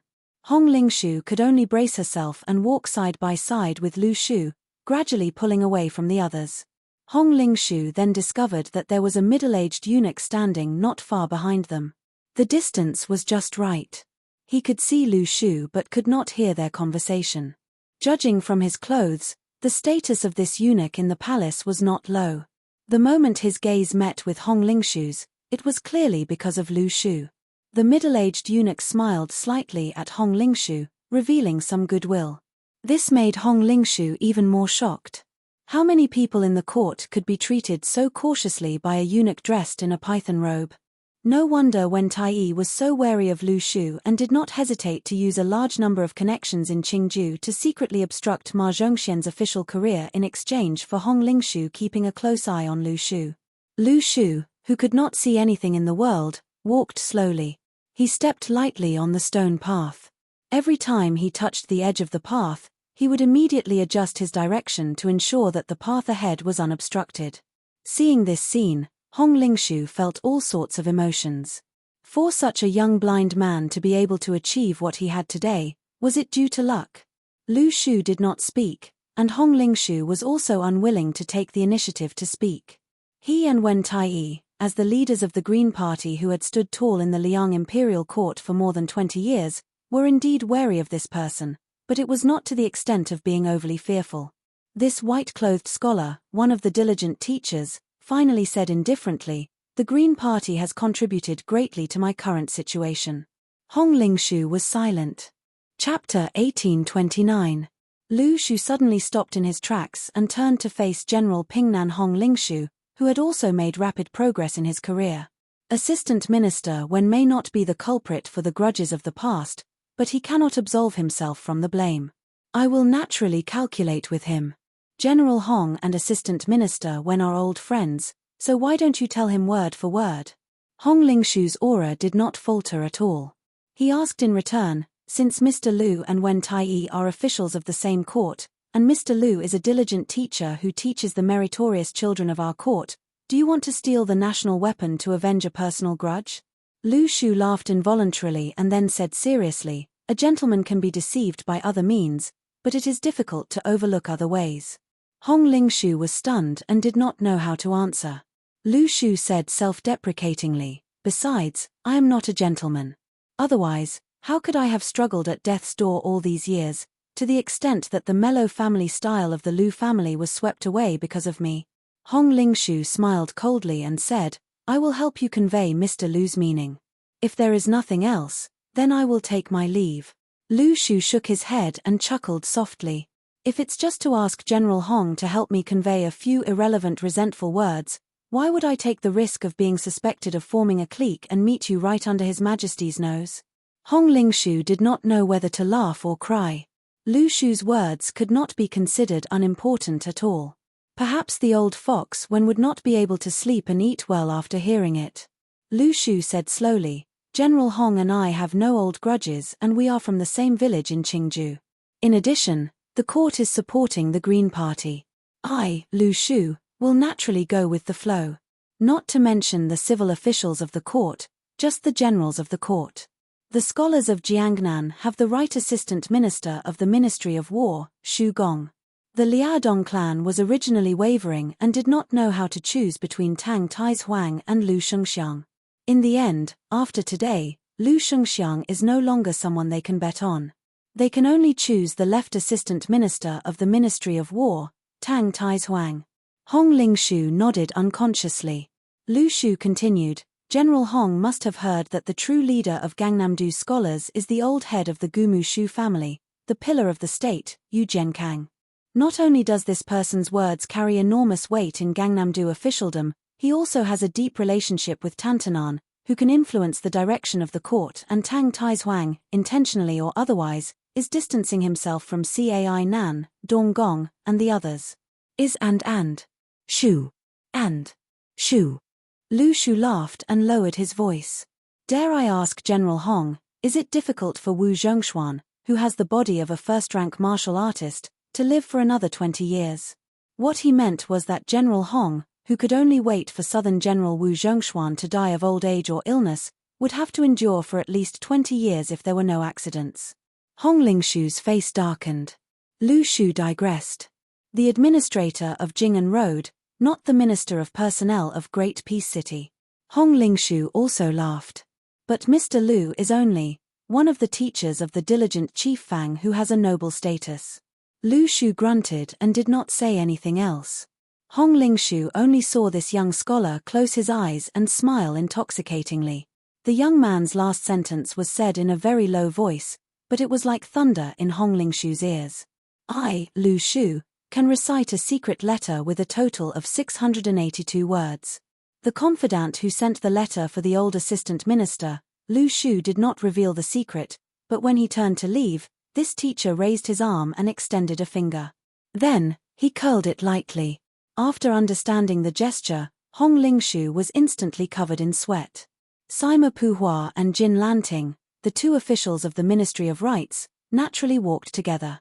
Sima Puhua did not even need to look at Jin Lanting to know that the second in command of the Yamen would not give him a good look. There was nothing he could do about it. According to the original conclusion of the people of the Ministry of Rites behind closed doors, they would strongly recommend Jin Lanting to be the chief examiner of next year's spring examination. In addition, Jin Lanting would also promise to look after his two sons. At least one of them would be able to sit in the position of Chancellor of the Imperial College or Assistant Minister of the Ministry of Rites. However, as the Ministry of Rites became more and more powerful, Sima Puhua's family's threshold was now higher, and his horizons were also higher. Not long ago, he had also established a friendship with the Minister of the Secretariat, Zhao Yuling. Since then, Sima Puhua seemed to have been enlightened. He had the intention to change the situation in the Ministry of Rites where the minister and assistant minister did not understand. The matter that truly made Sima Puhua make up his mind was that on the day of the beginning of autumn, he unexpectedly did not become the autumn announcing official. At the time, everyone thought that this special honor would be fought between Jin Lanting and Yang Chiji. However, almost no one thought that Chen Wang would once again take first place. If it was before this, Jin Lanting was only slightly inferior, then after this, no one in the Liang court felt that Jin Lanting could compete with Chen Xiaobao for the position of future Grand Secretary. Today, the emperor had personally said the words of virtue and prestige, which completely extinguished Jin Lanting's desire to take first place in the spring examination. However, no matter how he viewed Jin Lanting as a joke, Sima Puhua, who could not be the minister of the Ministry of Rites for many years, still did not dare to openly offend this person, even though he was already a person who had achieved great merit and was uninterested in the officialdom. When all was said and done, Jin Lanting had displayed such a tyrannical attitude in Beiliang over the years. When he was in power, he was praised by everyone and was praised as unyielding and unyielding. However, when he lost power, it was a different story. For a person to forget his roots, all of the officialdom in the capital could see it. Chapter 1830. Sima Puhua comforted him with a look of pity. San Lang, you have understood His Majesty's intentions. It's not that I don't want to help you, but I really don't have the strength to. Jin Lanting smiled faintly. His Majesty is naturally more insightful than us officials. If you don't mind me overstepping my authority, I do have a list of candidates. Sima Puhua was surprised. Oh! San Lang, please tell me. Jin Lanting, who no longer had a beard to show his ambition, smiled. The three candidates for the spring examination are Minister Yin, who has been a scholar of the Hanlin Academy for many years, Minister Yang of the Dongyuan Pavilion, Minister Chen of the Left Loose Cavalry, Minister Yang of the Yellow Gate, Minister Yang of the Yellow Gate, and Li Jifu, Gao Tingshu, and Wu Tsongxian, the top three in the palace examination. These young talents can all be assigned to different rooms. Sima Puhua habitually stretched out 2 fingers to twirl his beard, carefully weighing the pros and cons. Finally, he nodded. This candidate is flawless. San Lang is indeed San Lang. Jin Lanting dismissed it with a smile, as if nothing had happened. Sima Puhua secretly glanced at the man beside him. What a good retreat in order to advance. The old minister, who originally didn't think highly of Jin Lanting's prospects, suddenly gritted his teeth and said in a low voice, San Lang, don't worry. When I retire and return to my hometown, it will be time for San Lang to advance in the Ministry of Rites. Jin Lanting smiled but didn't say anything. Sima Puhua said softly, San Lang, my 2 disappointing children will be handed over to you in the future. Please take good care of them. Walking to an open area, Jin Lanting raised his head to look at the endless palace ridges in the distance. He said calmly, if I really have such a day, it's not impossible for the Sima family to have 2 ministers. Sima Puhua, who understood the deep meaning, smiled knowingly. He didn't take it seriously, but he was also full of longing. After Qi Yanglong and Huan Wen walked side by side for some distance, Qi Yanglong walked towards Zhao Yang, the commandery prince of Changshan. Tantanan also parted ways and walked towards Chen Wang. Because of the blind scholar, the old royal prince, who was in a bad mood, clearly didn't expect that the head of the secretariat would take the initiative to approach him. For a moment, he was caught off guard. In terms of military achievements, this member of the imperial clan was actually more outstanding than Yang Zhenchuan and Yang Shunxing. Facing an elder who was a generation older than Zhong Julu and Huan Wen, he still felt some respect. The saying that civil and military officials despised each other couldn't be applied to everyone. Qi Yanglong smiled and said, "Commandery Prince Changshan, you shouldn't have said those words to Lu Shu earlier." Just the mention of that young scholar made him angry. The commandery prince of Changshan said disapprovingly, "Don't tell me that brat will complain to the emperor. Besides, your majesty doesn't have the time to uphold justice for such a trivial matter, right?" Qi Yanglong pointed at his chest and sighed, "We scholars are very narrow-minded." The commandery prince of Changshan laughed loudly. "Lord Qi, what are you saying? How can there be scholars in the world who would trample on themselves like that?" Qi Yanglong joked, "Otherwise, why is there an ancient saying that it's never too late for a gentleman to take revenge?" The commandery prince of Changshan was stunned. Then, he said in realization, "Now that Lord Qi has mentioned it, I understand. You're different from us martial artists. For us, we'll settle our grudges today and never wait a night." Qi Yanglong sighed emotionally for no reason. At the beginning of each dynasty's founding, the imperial court was filled with both civil and military officials. When the dynasty finally fell, the court was filled with civil and military officials shouting without restraint while the military officials could only mutter and moan. The commandery prince of Changshan was puzzled. This king originally thought that Lord Qi was helping that brat surnamed Lu. "I'm a little confused now." Qi Yanglong smiled. "I didn't think much of it before I came to the capital. Now, I'm beginning to feel that there are too few martial artists like the commandery prince of Changshan in the imperial court." The old commandery prince restrained his expression. "Lord Qi, if you have something to say, just say it. If you continue to beat around the bush, this king won't feel at ease at all. It's better to just scold this king directly." Qi Yanglong shook his head and strode away. The two bigwigs of the Menxia province, Huan Wen and Chen Wang, walked together. Aside from official business, they did not have much of a personal relationship. Huan Wen went straight to the point. "Chen Wang, don't be angry if I tell you. Although you and that Sun Yin are both from Beiliang, this old man actually doesn't like you." Chen Wang did not seem surprised. He smiled gently and said, "Birds of a feather flock together. Tantanan is a straightforward person. Naturally, he would like to associate with Sun Yin. For someone like me who doesn't show his emotions, I'm too bureaucratic and crafty. I don't have much elegance. It's reasonable that Tantanan wouldn't want to get close to me." Huan Wen raised his eyes and looked ahead. Not far away, Yang Jieshi and Han Lin were walking together. Cai Nan was deliberately keeping a distance from Tang Tai's Huang. These small scenes were all part of the study of officialdom. Huan Wen was in a daze. Chen Wang asked, "What's Tantanan thinking about?" The old man's eyes were absent-minded. He said in a hoarse voice, "All the officials are busy. Everyone is smart and calculative." Chen Wang was speechless. The old man turned around and asked, "Is it true that every dynasty can't escape this calamity?" Chen Wang nodded, but then shook his head. The shrewd old man grunted. There was no need for Chen Wang to explain anything. The old man put his hands behind his back and said with a wry smile, "The smartest people in the world are all here. In the end, the remaining idiots all ran over there." The old man was silent for a moment. In the end, he called out Chen Wang's name. Chen Wang said softly, "Tantanan, please speak."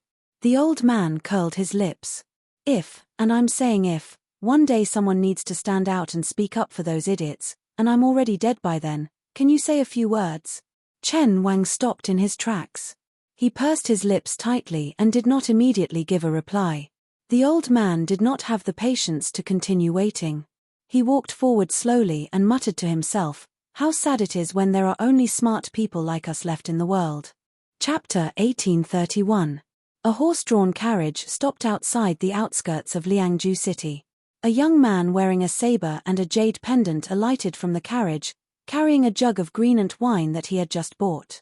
Looking around, he saw persimmon trees scattered on the plains in twos and threes. Clusters of bright yellow flowers hung on the branches, barely making the barren northwest land look like a bumper harvest. The young man walked forward slowly, from time to time looking at the familiar persimmon trees near and far. He remembered that he often slipped out of the city to wander around this place. He was bored to death, so he gave the persimmon trees many nicknames. Half a li away, the tree with a branch that seemed to be baring its fangs and brandishing its claws was called Hanging Armor. If you saw it in the twilight, it would be a little scary. The short persimmon tree that depended on it for survival had grown a little taller after not seeing it for a few years. At a glance, it seemed to be more fruitful. Its whole body was golden and very cheerful. The nickname he gave it was Little Yellow Robe. The young man continued to walk along a dried-up stream and finally came to a hut that was not surrounded by a mud wall. There were a few strange crooked elms behind the hut. The hut was empty. The young man walked in front of a tree stump and squatted down. He used his sleeves to wipe off the dust and sat on the stump. He looked around and gently placed the green wine on his robe. He shouted at the top of his voice, "Blind old shoe, I brought you some wine." If it was during the last years of Yonghui, there would definitely be a blind cripple who would run out and take the wine pot from his hand. He would skillfully open the mud seal and lower his head to take a deep sniff. Then, a big smile would bloom on that old face of his, like a persimmon tree in autumn. However, when the old man shared the wine with him, he would always take advantage of him and teach him a lesson. When he had some spare money on hand, he could not waste it casually. No matter how small the copper coins were, he had to save them one by one so that he could marry a wife. The world was big, but marrying a wife and having children was the most important thing. At that time, Old Shu always hypocritically said that there was a place called Yenji County in our northern Liangzhuju, where the women there were the most beautiful. If you, little Shu, could get a young woman from Yenji County to be your wife and send a message to me, I, Old Shu, would go to your family's wedding feast even if I had to walk for 3 days and 3 nights. He remembered that time. After the old man said these words, he carefully asked him if he would find it embarrassing to have a blind old man like him as a guest at a wedding banquet. If the elders and in-laws in your family would dislike it, then Old Shu would not join in the fun. He would just go back and buy 2 jugs of green wine at a reasonable price. At that time, the young man who often brought green wine or stolen chickens and ducks to the old man patted his chest and said that his words carried the most weight in his family. When he held the wedding banquet, if Old Shu did not go, he would get angry with him. He even said that Old Shu must sit at the main table. At that time, the old man only thought that the young man who often chatted with him was a young man commonly seen in the streets of Beiliang. When he was young, he was like him, the kind of person who never touched the ground. He always floated around and was restless. Therefore, when he heard that he would be invited to sit at the main table for the wedding banquet, he was happy but did not think too much about it. He also did not associate the arrogant young man with Mount Qingliang. There were too many people in the world with the surname Shu, weren't there? At that time, the young man always revealed his longing for a place outside of Beiliang. He wanted to be a chivalrous Jianghu wanderer who used the best sword, drank the strongest wine, and found the most beautiful woman in the Jianghu. She would definitely be the kind who was prettier than the women in Yenji County. The old man always sang a different tune to the young man. He used the tone of an experienced person to tell him that he should not be so ambitious. No matter how good the Central Plains was, it was not his home. At that time, the young man also sighed with emotion and said that he also understood this principle. His master who taught him how to read and write at home once said, "For a young man, 10 years is not considered a long time after leaving home. For an old man, leaving home with just 1 step is a long journey." After the old man heard this, he laughed and said that your family's teacher was really knowledgeable. How could he teach a half-baked disciple like you? Sometimes the 2 of them would sit together and chat. The old blind man, Old Shu, would sit on a tree stump next to them. He would lean on his walking stick with both hands and secretly doze off while basking in the sun. Perhaps many years ago, on the battlefield of the Western Fortress, there was a young soldier from the old barracks. His legs were not crippled, his eyes were not blind, but he also had a similar scene. He would also doze off under the sun. The only difference was that the walking stick in his hand had been replaced by an iron spear. Perhaps there was a large banner with the character Shu not too far away, flapping loudly in the wind. Now it was already the beginning of autumn in the 3rd year of Shangfu. The blind man, old Shu, had died long ago. Naturally, there would be no more chatter. The old man did not live long enough to drink the young man's wedding wine. The young man had once promised the old man that after the old man died, he would personally carry the coffin and send the old man off. But the young man did not do it. At that time, he was far away in Jiangnan. He did not go to old Shu's grave. He only gently poured the green and wine on the ground in front of the tree stump. When he bent down to pour the wine, he said softly, "Old Shu, I secretly bought this wine from the wine seller, Shisha. Now that the world is not peaceful and there is going to be a war soon, our Beiliang has begun to prohibit private brewing among the people. Therefore, this pot of wine is not cheap. If it wasn't someone familiar, the shop might not have dared to sell it to me. The proprietress's daughter is now full of life. A woman changes 18 times between childhood and womanhood. I heard that the girl has taken a fancy to a young scholar from outside the city. He is currently teaching at a private school near her home. When I was buying the wine earlier, the proprietress even made fun of me, saying that I was late. Her daughter has actually waited for several years. You see, I really didn't brag to you back then. I told you that the girl had good taste. Otherwise, she wouldn't have chosen me. There was some regret, like an old dog lying in the corner of the street whimpering by itself. It was slow and long, scratching at the heart and lungs. He left the wine pot on the tree stump and stood up to leave. The carriage returned to Mount Qingliang. At present, there were 2 places in Beiliang Palace that were famous throughout the world. The Wutongin Palace was jokingly called the Phoenix Pavilion, and halfway up the mountain, the residence of the deputy administrator that Song Dongming presided over was called the Dragon's Gate. Just as he returned to Mount Qingliang, an official of the Dragon's Gate rushed over in a hurry and reported to him that the deputy administrator had important matters to discuss. When he saw Song Dongming personally standing in front of the low official residence and waiting, he knew that regardless of whether the news was good or bad, it was definitely not a small matter. Otherwise, given the composure of one of the former prime ministers of Liang, he would not be so impatient. As expected, Song Dongming waited until he came closer before turning and walking into the official residence in the middle. His voice was slightly urgent as he said, "The 4 pieces of news have been gathered together. They are respectively related to Liuzhu, the Central Plains, the capital, and Beimang. They are all considered by the prince." Hsu Fengnian smiled and said, "Then let's talk about the news from Liuzhu first." Song Dongming nodded and said, "There is an urgent spy report from the military town of the Phoenix Division closest to the western regions. Cao Wei and Xie Shibian have arbitrarily changed the strategy set by the Governor-General and have chosen to take the initiative to attack. They want to take down Zhongtan's cavalry in one go at the mouth of Mount Miyun." Hsu Fengnian's expression was normal as he said, "It should be because the monk soldiers of Mount Lantuo did not move with Zhongtan's cavalry." Song Dongming said worriedly, "Even so, the difference in strength between the 2 sides is not large. Isn't it against the original intention of Liuzhu to use troops to exchange lives in a head-on clash?" Hsu Fengnian shook his head and said, "If we are unable to wipe out Zhongtan's cavalry at the mouth of Mount Miyun, then this battle will be meaningless.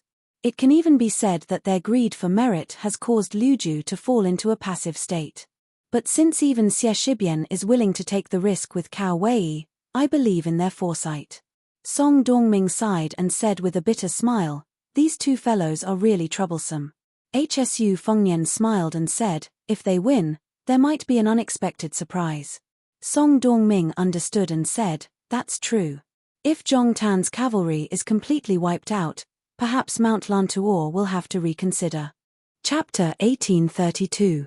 Hsu Fengnian asked, "What's the news from the Central Plains? Is it that Wen Taiyi and Ma Zhongxian are finally no longer obstructing the grain issue?"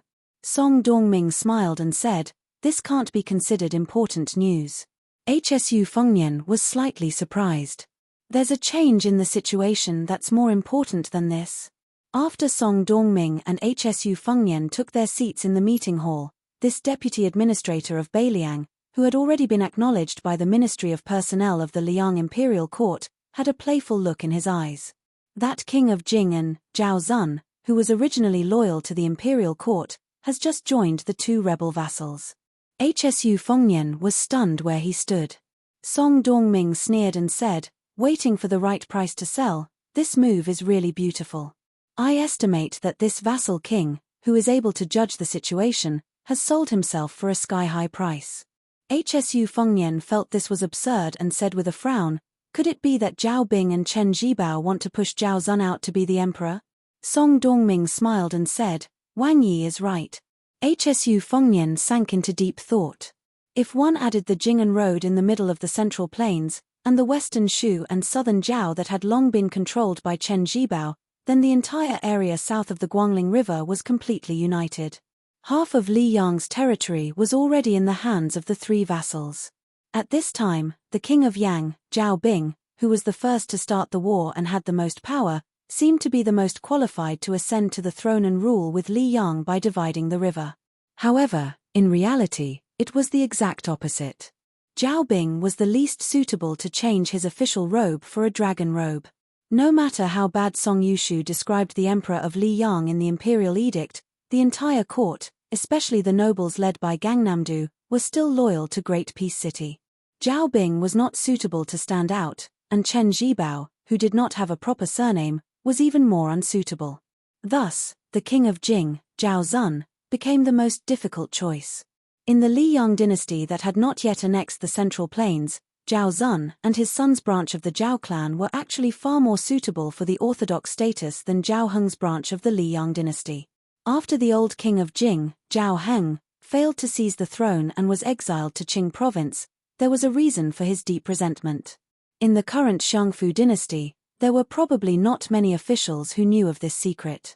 Before Zhao Zhuan's grandfather ascended the throne, because Chun Wang, who was of the same generation as him, did not have a son, the imperial clan court had proposed that Zhao Heng be adopted by Chun Wang's branch. However, the process of Zhao Zhuan's grandfather ascending the throne was even more confusing than that of his son, Zhao Zhuan. In the end, Zhao Heng's identity became a muddled matter that even the elders of the imperial clan court could not understand. However, if this old matter was brought up again now, it was better to be early than coincidental. It could be said to be just right. Hsu Fengnian did not feel any jealousy towards Zhao Zun's meteoric rise, but he could not help but laugh. He thought of that pitiful fellow who had been thrown into the spring god lake by him twice. Did he really give him a dragon robe to sit on the dragon throne? Hsu Fengnian gathered his thoughts. No matter how chaotic the Central Plains are, that's it. Oh right, is there any movement in Great Peace City? Out of habit, Song Dongming used his thumb and forefinger to rub a jade pendant hanging from his waist. He smiled and said, the eunuchs in charge of the Directorate of Credentials have all moved out. They're on their way to Beiliang with a large pile of fresh imperial edicts and decrees. Hsu Fengnian said in bewilderment, a large pile? Song Dongming couldn't help but laugh. Otherwise, why would they need 3 or 4 eunuchs from the Directorate of Credentials to go out together? The most important is your title of Pillar of the Country, and the posthumous titles for Liu Jianyu, Wang Lingbao, and the other generals of the Beiliang Frontier Army. For example, Great Peace City posthumously made Liu Jianyu a first-rank count and gave him the title of Ji Jing. Other than that, there are also the titles of noble women prepared for Lu Cheng and Yang Chudong. The eunuchs from the Directorate of Credentials have moved slowly probably because they want to wait for your marriage and hope for a good fortune. From this, it can be seen that the sincerity of Great Peace City this time is like the mud to the clouds compared to the last 2 times. Hsu Fengnian sank into deep thought. Song Dongming did not disturb this young vassal king's thoughts. Song Dongming looked calmly outside the room, his thoughts flowing. The greatest feeling of this Beiliang civil official was the rise of Lu Shengxiong in the imperial court of Liang. This person was able to be made a marquis and become a minister, not because this old man of the spring snow building was skilled in the officialdom, but because he was too talented and had great military achievements. But the timing of Lu Shengxiong's rise was worth considering. He believed that Lu Shengxiong himself might not be as full of himself as the officialdom of Jingdo imagined. He might even be walking on thin ice compared to when he was the commander-in-chief of the southern expedition. Being in a high position under the general trend, what would happen when the general trend was gone? Would he be able to retire after succeeding? The old prince of Liang Shu Xiao's evil title, and the old Grand Secretary Zhong Julu's family extermination, were they not examples of what happened before?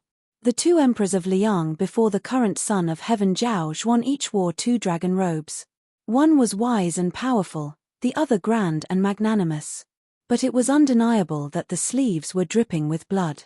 The two emperors were not incapable rulers who would willfully kill the innocent, but when they wanted to kill someone, the person they killed was always the person with the greatest merit.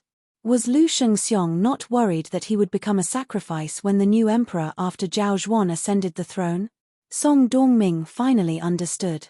It was not difficult to make a living in the officialdom of Liang. Great Peace City could accommodate scholars like Qi Yanglong and Huan Wen, who were both talented and virtuous. It could also accommodate scholars like Wen Shouren and Jin Lanting, who were angling for fame. It could also accommodate scholars like Sima Puhua, who only cultivated through official means. But it could not accommodate those scholars who insisted that the people were important and the monarch was not important. Similarly, it could not accommodate people who had no merit. In Liang and the Central Plains, it was easy to become an official for the Zhao family, but it was not so easy to work for the common people. There were many things that even the emperor would be constrained in every way. In the early years, Bai Yang managed the transport of grain and officials. Perhaps this was what the late Emperor Zhao Dun wanted to do. But the complex power that had accumulated around the Zhao family for hundreds of years, or the new nobles who had recently ascended to power in the imperial court, each had their own desires, each had their own selfish motives. It was like a deeply entangled net, covering the sky and the earth, covering the territory of the Central Plains. On this large net, there were all kinds of unimaginably complex situations mixed in. The struggle for imperial power, the struggle for power, the struggle for political parties, the struggle for civil and military power, the struggle for noble clans and cold clans, the struggle for the northern and southern regions, the struggle for the capital, the struggle for the position of nobleman and villain, the struggle for the position of superior and inferior within each government office, and the internal and external struggles between government offices. Therefore, Song Dongming recognized Beiliang more and more. Here, doing things was relatively simple. But at the same time, Song Dongming also knew that this kind of precious simplicity would quickly deteriorate if the Beiliang Shu family was no longer limited to the 4 provinces of Beiliang in the future. For example, between him and Bai Yu, between the relatives of the Lu and Wang families, between the young people like Xu Beiji and Chen Shiliang and the old generals of the border army, between the outstanding people like Huang Shong and the notorious people like Huang Fujin and Li Mofen, between the cavalry and the infantry of Beiliang, between the elite border army, and so on. There might even be a day when a conflict would arise between Hsu Fengnian and the people. At this moment, Song Dongming had mixed feelings. A voice rang by his ear. "Sir Song, what's going on in Beimang?" Song Dongming came back to his senses and smiled. That Beimang princess, who goes by the pseudonym Fan Bainu, entered the pass from Ji province and came to our Yuju. She reported her name to Huang Fujin, and finally, under the escort of the cavalry at Tong Pass, she will arrive at Mount Qingliang in about 2 days. Hsu Fengnian asked in surprise, "What is she doing here?" Song Dongming shook his head. "I can't guess. But she brought a few retainers with her. They are all Qieshui guards from the Beiting King's tent." Hsu Fengnian said self-deprecatingly, "When did Beiliang become so lively?" Song Dongming was in high spirits, showing off his ability. He spread out his palms and then clenched them. "The ownership of the world is in the hands of Beiliang." Hsu Fengnian laughed for no reason. Xu Xiao loved to hear these words when he was alive. Song Dongming laughed and asked, "Does your highness not like it?" Hsu Fengnian smiled and said frankly, "There is no one in the world who doesn't like to be flattered." After saying this, Hsu Fengnian's expression became somewhat lonely. After Xu Xiao became successful and famous, as he gradually grew old, Perhaps the only regret of that old man's life was that he had never heard his son say a single good word about him. Not a single word. Chapter 1833. A group of 500 elite cavalrymen from Tongguan escorted a carriage to the outskirts of Liangju City. Captain Xin Yinma, who was personally leading the team, did not meet with the local garrison. Instead, two leaders of the Fushirai Fang in Liangju City took over and led the carriage quietly into the city. They went straight to the mansion of the deputy Jidushi, where Yang Shunxing, the veteran general of the spring and autumn period, was in charge. A graceful woman wearing a curtained hat walked down from the carriage. However, compared to the women's clothes in the Central Plains, which were called shallow dew by the scholars, the woman's bamboo curtained hat looked coarse and unbearable. She was followed by 3 strong retainers. They looked calm and confident, like tigers and wolves. Their hair accessories were strange, and they did not look like Beiliang people. Fortunately, the street outside the mansion of the deputy Jidushi of Beiliang Road was empty at this time. Otherwise, it would be hard to avoid wild and fanciful thoughts. The middle-aged man closest to the woman looked at the style of the mansion and asked her a few questions in a whisper. After getting the answer, his face was full of anger. The woman with the special identity immediately reprimanded him in a low voice. The burly man was obviously still a little dissatisfied. He muttered and didn't stop. Under the curtained hat, the woman seemed to be helpless.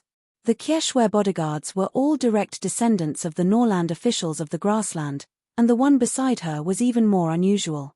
She was actually curious about the young lord's choice of meeting here.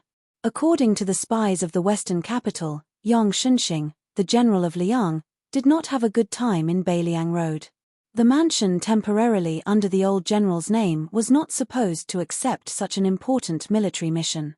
However, since Mount Qingliang had made such an arrangement, as a guest from afar, she had no choice but to accept. In fact, the worst situation she expected was that she would not even see the outline of Liangju City and the 4 of them would quietly die on the way. Now that the young vassal king was willing to show herself, it could already be considered a good result. Her familiarity with Qingliang Mountain and the northern Liang Iron Cavalry was far from what the 3 proud and arrogant Kieshwe guards beside her could compare to. In their entire lives, these 3 people had probably only interacted with the remnants of the southern dynasty, and their knowledge of the northern Liang border army was only limited to some rough military intelligence reports. The person leading the way for them was a middle-aged man with an amiable demeanor. His clothes were decent, not extravagant, but exquisitely ironed. Beside the middle-aged man who looked like the steward of the mansion, there was a young maidservant. Her face was delicate, but she had a voluptuous breasts, a thin waist, a plump buttocks, and long legs. If she were lying on the bed, perhaps she would look very much like a rouge horse. Even the woman in the curtained hat could not help but look at the maidservant, not to mention the Kieshwe bodyguard beside her. He did not hide the passion in his eyes. He swallowed and suddenly laughed. He sped up and reached out to touch the maidservant's slender waist. The woman in the curtained hat did not have time to stop him. However, the burly Kieshwe bodyguard did not succeed either. His arm was gently held by the middle-aged manager who had turned around and stopped walking. The burly Kieshwe bodyguard struggled hard, but he could not move. He suddenly felt that he was facing a great enemy. There was no longer any contempt in his eyes. However, no matter how hard he tried, he could not break free from the manager's white fingers. The middle-aged manager did not look at the Kieshwe bodyguard at all. Instead, he looked at the woman in the curtained hat and said with a smile, "This is not your Beimang. There has never been a custom of giving beautiful concubines and maidservants. If you have the ability to make a woman fall in love with you at first sight, then that is true ability. If you don't, this lady, you should obediently restrain the people around you. Otherwise, I believe you are familiar with how Beiliang treats its guests in the past 20 years. After saying these words, the middle-aged man calmly loosened his 5 fingers. The burly Kieshwe bodyguard was caught off guard and staggered backward. The other young Kieshwe bodyguard quietly stepped forward and reached out to support him. Only then did he stand firm. The Beimang bodyguard, who had lost face, was furious. He reached out to grab the white rainbow saber at his waist that only members of the royal tent could wear. He was about to draw the saber in anger. The middle-aged man remained indifferent towards this. His face was still that calm and amiable expression. He shot a glance at the muscular northern Mang man who seemed to only have muscles but not brains, and said with a smile, "If you want to use this to test our prince's bottom line, then as a servant, I can't help but give you a word of advice. This action is meaningless and meaningless." The burly Kye Shui bodyguard immediately restrained his irritable expression. However, he still held the beautiful saber and stared at the hidden martial arts master in front of him. At the same time, the bruise on the wrist holding the saber instantly disappeared. It was obvious that the middle-aged manager's skills were not ordinary, and this Kye Shui bodyguard who had purposely made himself look wretched was definitely not someone easy to deal with. The woman in the curtained hat asked indifferently, "Sir, you shouldn't be the manager of this deputy provincial governor's mansion, right?" The middle-aged man did not hide anything. He nodded and said, "I am a servant at Mount Qingliang.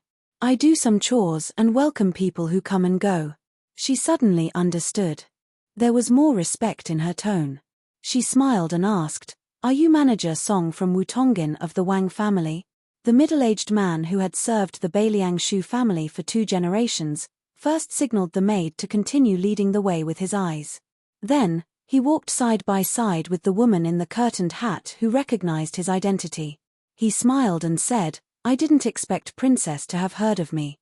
The woman in the curtained hat was Beimang's Qinghuan commandery princess who used the alias of Fan Bainu. She had the reputation of being the best in the grassland on horseback. The story of Fan Bainu and the former Beiliang protector General Chen Zhibao, a hero and a beauty, had also been widely spread in Beiliang. She said softly, "The King of Shu has mentioned Sir Song's father many times in casual conversation." Song Yu, the head manager of Mount Qingliang, frowned and did not reply. In Beiliang, perhaps even many of the spies and men of sacrifice who had entered the whisk room later did not know that the old manager, who had been coughing all year round, was actually the same as Tide Listening Pavilion's Li Yishan and the current Chu Lushan, the founder of the whisk room. The reason why the old man at the bottom of the lake had been imprisoned at the bottom of the Tide Listening Lake was because he was no match for Jian Zhouhuang. However, the reason why Jian Zhouhuang had remained at Mount Qingliang as a horsekeeper was another secret that had long been buried in the depths of the whisk room's secret files. After Xu Xiao had been conferred the title of king and taken over Beiliang, countless remnants of the Central Plains and Jianghu people had rushed to Mount Qingliang to take revenge on the Xu family. If it could be said that they had not been able to kill the old cripple butcher even after exhausting all means at their disposal, it was because Xu Xiao had Xu Yanbing and Han Laoshan, Wang Xiu's junior brothers, serving as his personal retainers. Then, at that time, His Royal Highness Hsu Fengnian, who often roamed the 3 prefectures of Beiliang, had servants and retainers at his side. If it could be said that the servants and retainers at his side could be said to be able to compete with the other Beiliang's junior brothers who also did not engage in proper work, then it could be said that they were not enough when faced with a true Jianghu expert or top assassin. How could Hsu Fengnian still be alive and kicking? At that time, Song Yu, the steward of Wutongin, who was an inconspicuous person with a gentle voice and a mild temper, seemed to have been busy paying for His Royal Highness's drinks and wine in his early years, and giving gold and silver plaques to the wanderers who caught his master's attention. He seemed to be a harmless guy who only knew how to clean up after His Royal Highness's mess. This was the truth of everything. Before White Fox's face read through all the secret manuals in the Tide Listening Lake Martial Library, there was actually another person who had accomplished this feat first. This person was Song Yu. Although he had been seriously injured when he was young and had an incurable disease, resulting in his body being only at the level of Level 2 Master, regardless of whether it was his high vision or the various Finger Mystery Realm secret skills that he had learned from others, Song Yu could be said to be worthy of the title. He was the second person after Hsu Fengnian of Mount Liang. When Fan Bainu was led by Song Yu to a lakeside pavilion, he recognized the young king almost at first glance. Chapter 1834. There was no distinction between the host and the guest in the pavilion. The young king was surrounded by a graceful scholar in white, a tall and majestic old man, and a middle-aged man who looked 60 to 70% similar to the old man. After seeing Fan Bainu and the others, the young lord slowly got up and walked to the top of the stairs. With a smile on his face, he welcomed the princess of the enemy country who had quietly sneaked into Liangju. Fan Bainu didn't know why, but she didn't feel relieved after seeing this scene. Instead, she hated this young man even more. She didn't know why. Maybe it was because this person forced Chen Zhibao to leave Beiliang. Maybe it was because this person was the eldest son of Xu Xiao. Maybe it was because the tragic battle at the Calabash Gate spread to Beimang. Maybe it was because she had just heard the news of Hong Jingyan's death not long ago. Fan Bainu quickly suppressed the disgust in her heart and tried to keep herself calm. After all, in front of Hsu Fengnian, a master of martial arts evaluation, if she showed a little bit of abnormality, she would be caught. Although the four men were originally drinking wine, there was a small and exquisite table of yellow rosewood in the pavilion. A whole set of tea sets was available. This was probably the way Beiliang treated their guests. They treated women who were not on the battlefield. Sure enough, the beautiful servant girl with the enchanting figure followed Fan Bainu up the stairs. Her eyes were gentle and her steps were light. She sat on one side of the table and skillfully began to make tea. Following the conclusion of Hong Jia's journey to the north, there was no lack of remnant citizens of the spring and autumn period who brought the northern Mang nobility the atmosphere of the Central Plains culture and elegance. Drinking tea was one of them.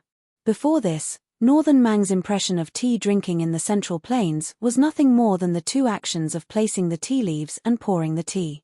Now, even the 7 prohibitions and 12 amenities, which were even more elaborate than during the Great Feng dynasty, had become a set of rules, and they even looked like they were being followed.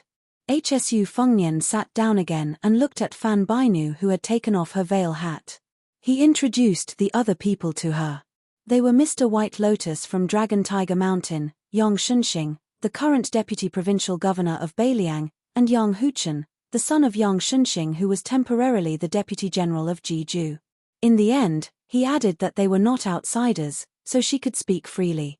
When Fan Bainu was carefully considering her words, Hsu Fengnian suddenly looked at the 3 Beimang guards outside the pavilion. He retracted his gaze and slowly said to her, "If this king did not remember wrongly, the white rainbow saber with the golden peach leather sheath was produced by the Yelu royal family 30 years ago. There were only 16 sabers in total. Excluding the few in the king's tent, there were only 9 sabers in the whole Beimang. Huang Songpu, Liu Gui, and Yang Yuanzan had all received them. The last 2 sabers seemed to be from Dong Zhuo, who became the king of the South Courtyard, and Zhong Tan, who was promoted to Xia Gemo. This king can carry this saber on his waist, and it seems to be an old item that has been hung for many years. This king's status is not lower than that of Commandery Princess. Why don't we go into the pavilion to drink and taste our Beiliang's green ant?" A trace of surprise flashed through Fan Bainu's eyes. She was about to speak, but the young king's next words almost made her stand up in anger. "The reason why I know the origin of this saber has nothing to do with encyclopedic knowledge. Tide Listening Pavilion has long known the real appearance of this saber. It seems that Xu Xiao personally took it from the waist of a Yelu prince on the grassland in the early years. Last year, Yang Yuanzan left another one at the mouth of the gourd. She sneered and said, 'Of course the prince has outstanding military achievements and is not inferior to his father's generation. But he doesn't need to use this saber to remind others.'" Hsu Fengnian shook his head and smiled. "Commandery Princess, you think too much. If this king wanted to show off his strength to you, he wouldn't be here to meet you for. Since you came from Yuju, wouldn't it be easier for me to let you go straight to the mouth of the gourd?" Fan Bainu suddenly stood up. Hsu Fengnian ignored her. When he reached for the wine cup, he said calmly, "You came all the way to Liangju City. It won't be so easy for you to sit down after you leave." She smiled and turned to Xue Wei, who was carrying a saber and hiding his identity, and said something in Beimang language. Xue Wei strode to the pavilion, and she sat down calmly again. Hsu Fengnian asked directly, "This king is very curious. Who is the big shot who made Commandery Princess come to the south?" She also answered directly, "It's His Highness the Crown Prince." Hsu Fengnian was not too surprised. He grunted and said, "Then how much did he offer to buy the throne of Beimang?" Fan Bainu shook his head and said, "Your Highness' words are a bit biased. who will sit on the Northern Mang Dragon throne in the future, Your Highness' decision today will indeed have quite a bit of influence. However, it still hasn't reached the level where Your Highness is implying. Hsu Fengnian smiled and said, It won't be? Then why did Commandery Princess come to Beimang at the risk of being beheaded? To eat the northwest wind? Fan Bainu wanted to say something but stopped. The servant girl, who had been concentrating on brewing tea, had finished distributing the teapots. She should have served the tea, but she did not dare to disturb the two sides. She seemed to be in a difficult position. Hsu Fengnian came to her rescue and said, Commandery Princess, this is this year's new tea from the Spring Deity Lake. Try it. However, Liangju is not like Lingju. There is not much water in the well, not to mention the sweet spring in the forest. So, Commandery Princess, please make do with it. Fan Bainu extended 3 fingers and took the teacup that was 70% full. She lowered her head and took a sip. Her waist was straight the entire time. Of course, she was a moving beauty. She had a cold and inviolable aura around her. This aura that could keep ordinary people at a distance was exactly what a certain type of person wanted. It was believed that almost all men, if they had to choose between this Commandery Princess and that servant girl, would choose the former. However, Hsu Fengnian's eyes were clear the entire time. He did not pay any attention to the cowardly servant standing behind Commandery Princess Qingwan, who was sizing him up with his hand on his blade. After she gently put down the teacup, Hsu Fengnian said, This king originally believed that it was Yelu Dongchuang's idea. After all, before this person returned to Beimang, he had specially gone to Mount Wudang to meet with me under the accompaniment of Deng Mao. At the time, he had also made a price. Back then, Hong Jingyan's Ruran cavalry was able to leave the mouth of the gourd intact. Firstly, it was because he had tactfully avoided battle. Secondly, it was because the matter of the Ruran cavalry was mentioned in the transaction. In addition, our main target was Yang Yuanzhan's main army, so we were not willing to waste our forces on the Ruran cavalry. This king has met with such sincerity, and behind Commandery Princess stands His Highness the Crown Prince of Beimang, who has an even greater background than Yelu Dongchuang. This king feels that the following price should not be lower than Yelu Dongchuang's. In the ears of Commandery Princess Beimang, this news was earth-shattering. It was not strange that Yelu Dongchuang was ambitious, but he was lawless. Before the dust of the first great battle of Liang Mang had even settled, he had already made a deal with the king of Beimang. If this was confirmed by the king's tent of the grassland, the two surnames that appeared to be in harmony but were actually at odds with each other would inevitably set off an unprecedented storm of blood. As a result, Hsu Fengnian's following joke did not make her feel the slightest bit funny. Instead, she felt a chill all over her body. For example, this king was still the idol His Royal Highness. When he met those rangers who mistakenly thought he was a master of Jianghu, he admired them very much. If they received less money, this king would not only not be happy, but also be angry. He would feel that they looked down on the identity of His Royal Highness. So this time, when His Highness the Crown Prince sent Commandery Princess to Beimang, you must bring enough money. She gently exhaled, staring at the young king for the first time, or it could be said that it was the first time she looked at the young man, but she was not in a hurry to speak. Suddenly, Hsu Fengnian looked up at the two expressionless ordinary guards outside the pavilion. Huh? There's a murderous aura. Commandery Princess Qingluan was stunned at first, then her expression changed dramatically, and she immediately turned her head to look.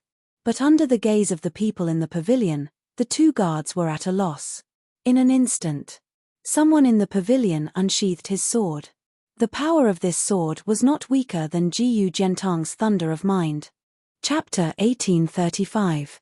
Because of Xu Fengnian's line of sight, both inside and outside the pavilion by the lake were also staring at those two cowardly Shui guards, so much so that when the tall and sturdy man with the golden blade in the pavilion suddenly attacked, even Fan Bainu, who was sitting behind him, didn't have time to show the slightest expression of alarm. The situation changed too quickly.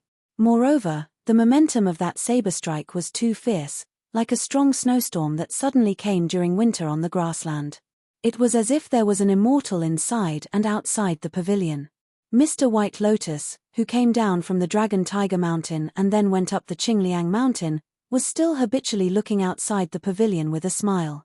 Bai Yu was still holding a cup of greenant wine in his hand, and the ripples in the white porcelain cup were light. Yang Shunxing and Yang Huchen, who were leaning forward slightly, also put their attention on the two cowardly guards outside the pavilion. This pair of fierce generals on the battlefield were really eyeing them covetously, and they even had the unique majesty of fierce generals on the battlefield. And Princess Qingluan of Beimang maintained the posture of looking back with her back straight. Her slanted shoulders were round and attractive. The maidservant who was cooking tea was still paying attention to the charcoal fire with her head down, fearing that it would spoil the fire. The flickering light of the fire shone on her delicate face, imperceptibly adding a bit of radiance to her. In fact, the cowardly guard in the pavilion who attacked silently from the moment he unsheathed his blade to the moment he chopped down, so this blade shouldn't have instantly released such a powerful aura when it was close to the young lord's head. Just like when two armies collided, naturally, the horse hooves would already be as loud as thunder before the battle. How could it be like a spring breeze drizzle? However, this saber strike had done it. Therefore, everyone was caught off guard. Even Song Yu, who was the gatekeeper of the Qingliang Mountain, who had all kinds of mysterious finger techniques and naturally had sharp senses, was a step slower to react. A burst of fine dust splashed up from where he stood, and this martial arts master who might be the number 1 level 2 master in the world was about to jump into the pavilion. But the next moment, for some reason, Song Yu landed on the ground again, and his body didn't move at all. He no longer cared about the situation in the pavilion, and his gloomy eyes slowly moved around the two cowardly guards like a snake looking at a mouse. Logically speaking, as the local tyrant of Northern Liang, this private meeting was supposed to be a show of strength to these Northern Mang characters who had something to ask of them. For example, in historical novels, throwing a cup was often used as a signal. Hundreds of executioners would swarm over from behind the screen, or a pot of boiling oil would be set up in an open space, with the owner holding chopsticks. Unexpectedly, the young lord from the beginning to the end, Beimang was the first to attack. This group of Bei immortals knew that they were facing one of the 4 masters of the Beimang Wushu, and in the territory of the Shu family's territory of the Shu's family of the of the Beiliang cavalry of the Shu of the southern of Beimang of the southern of the families of the ofs. Mr. White Lotus's eyes were still looking outside the pavilion. The wine in his cup rippled violently, and he sighed softly. When Princess Qingluan looked back again, she didn't see the scene of heads falling to the ground and blood splattering everywhere. She only saw the deputy commander of the Beiliang Shui guards, who had the same surname as her, still holding the sword in his hand. His whole body was full of power, like an eagle that had just swooped down from the clouds, his claws suddenly hooked onto the wooden frame. In contrast, the leisurely young lord was holding the cup with 2 fingers on his right hand, slowly raising it, and then smiling at her after raising the cup. It was very ordinary, like a friendly toast between 2 friends. But the young lord's left hand was raised high, and his 4 fingers were naturally bent. Only his index finger just happened to be pressed against the blade of the white rainbow sword in the golden peach skin scabbard. This unstoppable blade, after touching the young lord's finger, couldn't move forward even a little bit. Perhaps what could prove that the previous blade was indeed unstoppable was the black hair of the maidservant next to the young lord. The slightly undulating black hair was like a lotus in a pond. After waving the blade with the most true meaning of martial arts in his life, the deputy commander of the Beiliang Shui guards was pale, his eyes were desperate, and his lips were slightly trembling. Hsu Fengnian's finger that blocked the Beimang royal family's sword gently shook, and the white rainbow sword with the golden peach skin scabbard flew out of his hand, and with a bang, it was quickly nailed into a pillar of the pavilion by the lake. The Beiliang Shui guards, who was determined to die, but also thought that the chance of success was very high, didn't care whether the young lord understood the Beimang language or not, and said in a trembling voice, "Weren't you successfully injured by Tuoba? And then in Huayang Pass, you fought with Chen Zhibao, why are you not injured at all?" Fan Bainu's hands were tightly clenched on his legs, and blue veins appeared on his white skin. He raised his head and shouted angrily, "Yelu Tsanglang, are you crazy? Why did you assassinate the king of Beiliang without permission?" The burly dainty Shui guard was in a daze. He turned a deaf ear to the commandery princess's exasperated reprimand. He muttered to himself, "This is impossible," over and over again. He was confident that he had crossed the threshold of the celestial state. If he was facing Hsu Fengnian, who was at the peak of martial arts, of course, it would be a joke. But the spy report clearly showed that the current young lord was in a bleak situation. Even if it couldn't be said that his life was hanging by a thread, his celestial body was almost shattered. Purely speaking of his body, he was even weaker than the ordinary Jianghu warriors who had reached the finger Shen state, let alone the great Vajra of Buddhism who had cast an invincible golden body. It was just like those Taoist immortals who had taken the shortcut to the sky. They seemed to have endless mysterious secret techniques, but in fact, they were vulnerable in front of the pure martial artists who were down to earth on the road of martial arts. After the deputy commander of the Beiliang Shui Guards was exposed, one of the young Beiliang Shui Guards outside the pavilion finally couldn't bear the torment in his heart. Suddenly, his eyes turned red, and he roared, and then he blatantly pulled out his sword. Not only did he not look imposing, but he also gave people a feeling of sadness. However, before the young Beimang guard could take 4 or 5 steps forward, he was kicked in the waist by Songyu from the side. The corpse that was killed on the spot flew out, giving the onlookers a feeling of fluttering willow catkins. Next, everyone present looked at the remaining Beiliang Shui Guard in unison. Songyu's eyes were cold, Yang Shunxing and Yang Huchen's eyes were sharp, and Mr. White Lotus, who had been reading too much, seemed to know his own limits. He didn't look outside the pavilion in vain. Instead, he put down the empty wine cup and smiled at the frightened maidservant who was cooking tea, as if he wanted to ask her for a cup of tea. The young Beiliang Shui Guard had a pitiful look on his face. A strange scene appeared. It was still not outside the pavilion, but inside the pavilion, very close to the young lord. Hsu Fengnian leaned back, barely dodging an extremely ruthless hand knife. The arm that was exposed from the shoe-embroidered sleeve was slender and beautiful, full of ivory gloss. But when her hand was used as a knife, it was full of murderous intent. Chapter 1836. If he was stabbed in the neck by this seemingly ordinary hand knife, he believed that it would be even easier than being chopped in half by the white rainbow sword. Princess Qing Luan, who was at a loss, stared blankly at the harmless maidservant who was brewing tea. The corners of her mouth held a faint smile, and the lingering charm between her graceful brows even remained the faint fear that she had deliberately faked after the previous unforeseen event. She twisted her wrist. The hand knife swept horizontally towards the young king's throat. The next moment, Hsu Fengnian held 2 arms with both hands and blocked 2 hand knives at the same time. One hand knife was from the mysterious maidservant who was cooking tea. And the owner of the other arm, even Song Yu, who knew everything about the Qingliang mountain, probably didn't expect it. Princess Beimang widened her eyes and couldn't help but have a look of disbelief on her face. She didn't know when a girl was standing next to her. She stepped on the table with 1 foot, and her hand knife was probably only a thin line away from the temple of the maidservant who was sitting sideways. Hsu Fengnian didn't look at the maidservant who was cooking tea, but raised his head and smiled helplessly at the little girl who still had the childishness of a girl's body.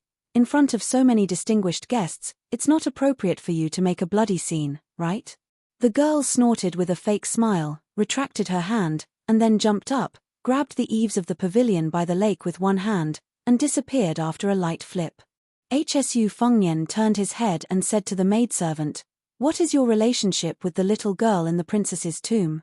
The eyes of this young maidservant, who was actually very good-looking, were still gentle, without the slightest ruthlessness of ordinary Jianghu killers. She turned her eyes and saw that the young king was holding her hand, and there were drops of black blood oozing out from his fingertips.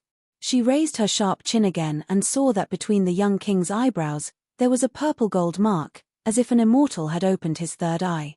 She used the most mellow Gangnam-do voice and said softly with a smile, "Your Highness, you have a good method." Hsu Fengnian laughed it off. Blood that was as black as Hsu Fengnian's fingertips seeped out of the corner of her mouth. Her face was filled with relief as she slowly closed her eyes. After Hsu Fengnian let go of her arm, he held her shoulder and let her lie on the yellow rosewood table. She was just like an ordinary servant girl, slacking off and falling asleep. Hsu Fengnian replaced the maidservant and handed Bai Yu a cup of fragrant spring spirit lake tea. Mr. White Lotus took the teacup, sighed again, and drank it in one gulp. Drinking tea was like drinking wine. The vice-commander of the Kieshwe Guards watched all of this with cold eyes. It was very likely that her real identity was the maid of the Princess Tomb female death warrior. When she attacked, he didn't have the intention to take advantage of the situation.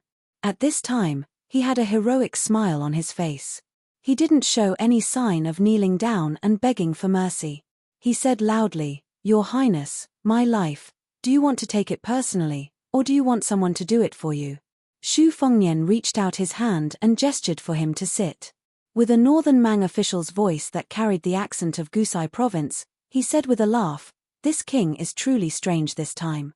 The family that you, Yelu Tsanglang, belong to has always considered themselves to be the orthodox Yelu surname.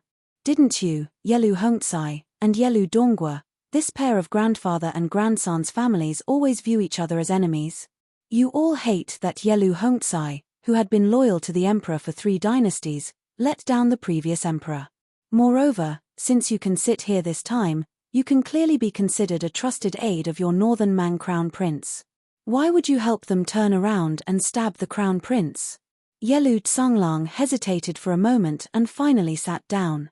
He was puzzled. "Why does your highness think that I am allied with Yelu Hongtsai? The assassination of your highness came from the Baimang's crown prince. Isn't it more reasonable?" Hsu Fengnian didn't answer his question and asked, "Before you unsheathed your sword today, have you not used it for at least 2 years?" Yelu Tsanglang nodded. Hsu Fengnian's mouth curved up. This king also knows this kind of unorthodox sword training method that emphasizes the mind and not the strength. Tuoba Chun's son must have secretly told you. Yelu Tsanglang's mouth was slightly agape. Obviously, this young vassal king who could calculate was right again. Hsu Fengnian explained with a smile, when this king was traveling around Liang Lake, he often became a fortune teller. He didn't cheat every time. Yelu Tsanglang's mouth twitched. Hsu Fengnian raised his cup and took a sip of green ant wine. He narrowed his phoenix eyes and asked with a smile, "You don't believe me?" This famous deputy commander of the Kieshwe Guards didn't say anything. He was still skeptical. Hsu Fengnian laughed and pointed at himself. "It's actually very simple. The ancestor of your sword technique is far away but right in front of you.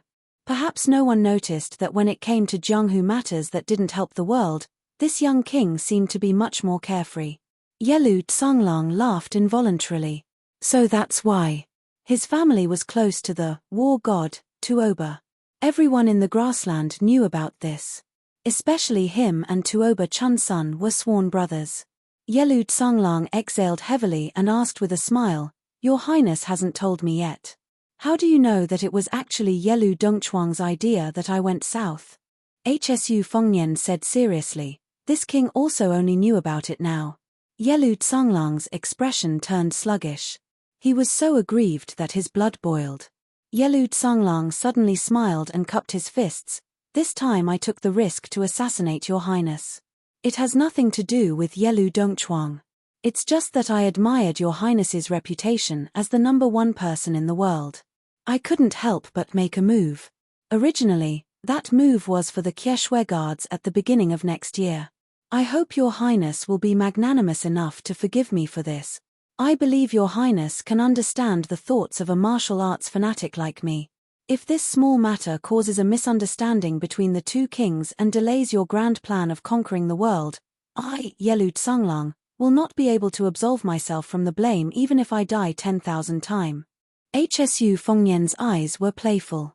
Just as Yelu Tsanglang was about to instinctively think about the deeper meaning of the young king's words, this burly man suddenly turned his head with difficulty and looked at the insignificant woman in his eyes. What Fan Bai Nu, what Baimang's first commander? Originally, as long as he completed this business, there would no longer be Princess Qingluan in this world. She would only become a plaything on his bed. Could it be that the good-for-nothing crown prince had the guts to say no? If he, Yelu Tsanglang, was really annoyed, when the Baimang imperial court was turned upside down in the future, Even the crown princess who won the title of Han Jiyu in the chess and sword music school would also be snatched into his pocket. But at this moment, the Kieshwe Guard's vice commander Yelu Tsanglang was clearly a dying man. A dagger pierced through his thick neck. And the Beimang princess who was holding the dagger with both hands quickly pulled it out after her successful attack.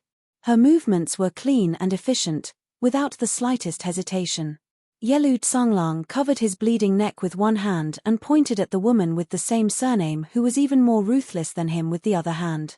Fan Bai Nu gently put down the dagger and didn't look at Yelu Tsanglang at all. She stared at the young king across the table. "Your Highness, now you and I can continue the original topic. I will still do the business for His Highness the Crown Prince.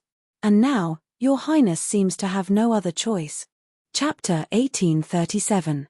Hsu Fengnian expressionlessly pointed at Yelu Tsanglang's corpse lying in a pool of blood.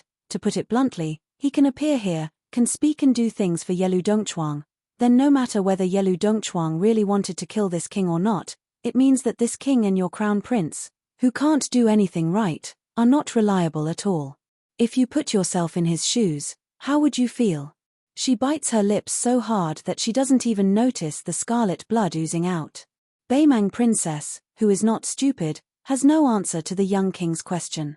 No one here is a fool. She doesn't want to and disdains to say those words that go against her heart. Even if Yelu Dongchuang did have the sinister idea of killing two birds with one stone from the beginning, but compared to Beimang's fatuous crown prince, whose confidant was successfully instigated by his mortal enemy, the former is still a more suitable business partner. After all, this business is not as simple as tens of millions of gold and silver, not hundreds of officials' hats, and not even the military power of 200,000 or 300,000 people. It is related to Beiliang, Beimang, and Liang, these two countries. In a real sense, the whole world. If you are not the kind of ambitious and ruthless person who lacks temperament, real power, skill, and even destiny, you can only be a joke. Throughout history, only the ambitious wolves are qualified to fight for the world. In fact, she is sitting here now, is already a big joke. Yelu Tsanglang's knife, and the tea maid's assassination. Isn't it Yelu Dongchuang, the ambitious young man, showing his monstrous power in the grassland to the whole Beiliang and Hsu Fengnian? As for her, a chess piece played by the big people, how can she be on equal footing with the young man surnamed Shu in front of her? She pulls the corner of her mouth, smiling bitterly. These years, she has always believed that the Beiliang cavalry that made the whole Beimang suffer was given to this young man by Chen Zhibao with both hands. It was the white-clothed war saint's charity. Now looking at this young man, who has been talking and laughing from the beginning to the end, this hidden thought in her heart is not as firm as before. At this moment, a poor guy, who is in a more awkward situation than Beimang princess in the pavilion, moved. Song Yu suddenly appeared next to the only timid Shui guard who was still standing. The latter raised his hands high and tried to move away from the sword at his waist as far as possible to show that he was an honest man. When he met the eyes of the king of Beiliang, the young guard swallowed his saliva and said in a trembling voice, "His Highness asked me to send a message to your Highness." Nodded his head a little bit. Then the cowardly Shui Wei said something inexplicable. Mr. White Lotus, who was in the pavilion, tilted his head and smiled at the young lord. As for the other peoples, they are. That sentence is of the of Baimes of Beiman. His Highness wants to ask your Highness, in your Highness's Wutonghan, are there more parasol trees or more purple bamboos? Even though many people in northern Mang, whether it was the northern court or the southern court, were curious about Shu Fengnian, the new prince of Liang, the crown prince, who was at least the second most important person in northern Mang, being so interested in a small Wutong courtyard was still very boring. Princess Beimang princess didn't know whether to laugh or cry, but she also felt disheartened. The reason why she became the leader of this trip to the south, in addition to her familiarity with Beiliang, is that her family has high hopes for the crown prince, or it is because she sees him as a rare commodity. After plucking up the courage to say this, the young cowardly Shui Wei felt as if he had been fighting for a day and a night. His legs felt weak, and his entire body felt weak. Hsu Fengnian is stunned, and then said with a smile, "Tell your crown prince that if there is a chance, this king invites him to come to Wutonghan to count. He feels that if he can return to Beimang alive, He must tell all his acquaintances. The young king of the Shu family, like his father Butcher, is too powerful. He is worthy of being a Wu Dao master who is as famous as Tuoba, the grassland's god of war. He is worthy of being the king of Beiliang who killed General Yang Yuanzhan. The grassland men have never been merciful to weak enemies, but they are never stingy with their respect for the strong. His family elders once told him that the biggest difference between the grassland and the central plains of Liang is that the scholars there, as long as they are rivals in their hearts, they will never respect them, but it doesn't stop them from wagging their tails and begging for mercy when they are living under someone else's roof. But we grassland men are different. No matter how many generations of our ancestors were displaced, no matter how powerful the enemy was behind us, we will travel thousands of miles like wolf. This young man of Beimang who worships martial arts in his bones is in awe, but also a little excited. In the grassland's most honorable timid guard, who doesn't have a relationship with the royal family. Everyone is arrogant, but who has seen this legendary figure with their own eyes like me? If it weren't for the fear of being killed on the spot, the timid guard would have taken a few steps forward. In the lakeside pavilion, Princess Beimang had already given up, but her eyes lit up, and she can't suppress the excitement in her voice. Your Highness? Hsu Fengnian nodded and then shook his head. This king didn't agree to form an alliance with your crown prince, but I can give him another chance. The premise is that he must take out something more sincere than Yelu Dongchuang. Her eyes were shining, and she said confidently, no problem. As for the thing in my hand, Your Highness, please take a look at it first. I believe Your Highness won't be disappointed. Hsu Fengnian joked, this king is already not disappointed today. Princess, don't worry, let Steward Song take you to General Yang's mansion and find a quiet and elegant courtyard to stay for the time being. Some things can't be thoroughly explained in a few words, not to mention that this king also needs to weigh the pros and cons repeatedly. She put away the dagger, stood up, and put on the curtain hat again, leaving this small pavilion that may leave a strong mark in the history books in the future. In less than an hour, she walked side by side with Song Yu, who also looks gentle and elegant. This time, Princess Qinghuan of Beimang has a completely different mentality. Chapter 1838. Song Yu still didn't exchange any pleasantries, and her expression was still warm. After leading the princess to a small courtyard, Song Yu turned around and left. She gently pushed open the door. The young Kieshue guard was standing at the bottom of the stairs, about to move to the side room. She suddenly asked, what does His Highness mean by that sentence? The Kieshue guard, who was the only one left alive, hesitated for a moment. He probably regarded this princess as a friend in adversity from the bottom of his heart, so he went beyond the rules and answered, Princess, I don't know what His Highness means. This is not an excuse.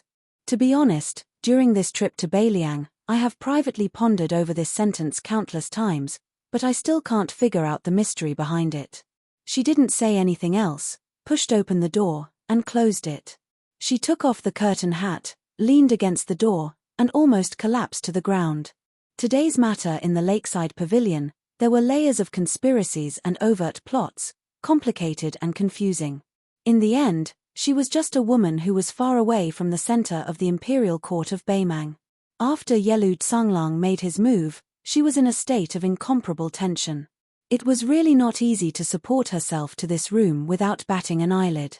For some reason, at this moment, faces appeared in Princess Qinghuan's mind. First, it was the grandfather and grandson. The skinny Yelu Dongbei's dark face that revealed a mouth full of white teeth when he spoke. There was also his grandfather Yelu Hongtsai's smiling face. The old man liked to smile at everyone, and when he smiled, he would reveal his sparse yellow teeth. Then, it was a handsome face that she couldn't forget. It was the man in white who was silent no matter when and where in her memory. Finally, it was the pale face full of excitement and fighting spirit when the Crown Prince of Beimang told her to be careful before leaving. She breathed rapidly, gasping for breath. She closed her eyes in pain. Unconsciously, she vaguely remembered the face in the lakeside pavilion.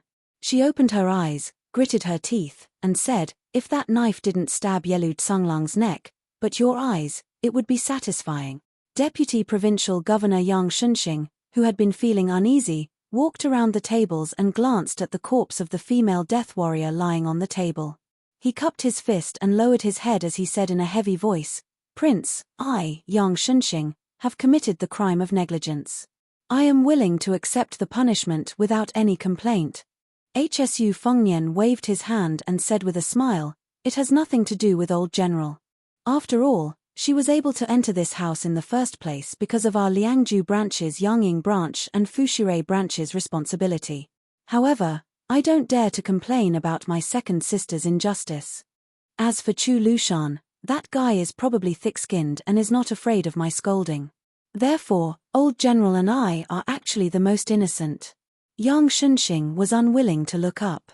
Yang Huchen first patrolled the western area of the territory as the Deputy General of Ji Province. Then, he secretly entered Liangju with the help of Beiliang's Yangying branch's spies.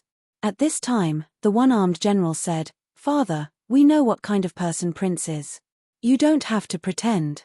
General Chuanqiu, who was called pretentious by his son, immediately raised his head and glared at Yang Huchen. His face was full of anger. Yang Huchen naturally avoided the sharp edge.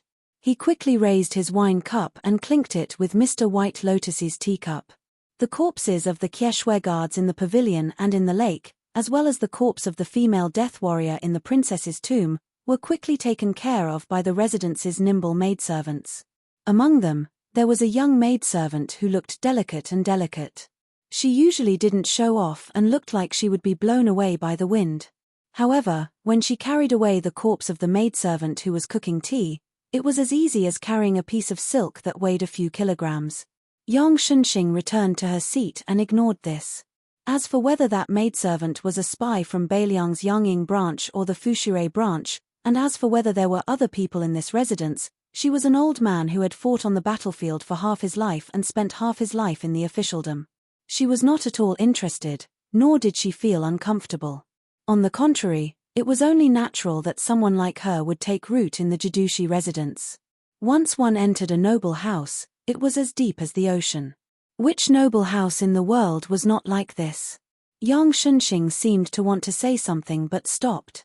There was no more green and wine left, so Hsu Fengnian directly began to cook tea. He was actually not inferior to the female death warrior of unknown origin. This made Yang Huchen click his tongue in wonder. When Hsu Fengnian served tea to Yang Shunxing, he said with a smile, "Old General, if you have something to say it directly. The Shu and Yang families are now allies who share honor and disgrace. Mr. White Lotus can be considered as a witness." Yang Shunxing smiled knowingly, "Then I'll say it directly. Based on today's situation, the Crown Prince of Beimang, who has been mediocre for so many years, does not seem like a person who can be supported. The officials around him who support the Crown Prince of Beimang will probably be hard-pressed for many days." Hsu Fengnian said self-deprecatingly, "In my early years, I was not even as good as this Crown Prince. At that time, I, His Royal Highness, did not even have a single official who sincerely supported the Crown Prince by my side." Yang Shunxing's expression inevitably became somewhat awkward.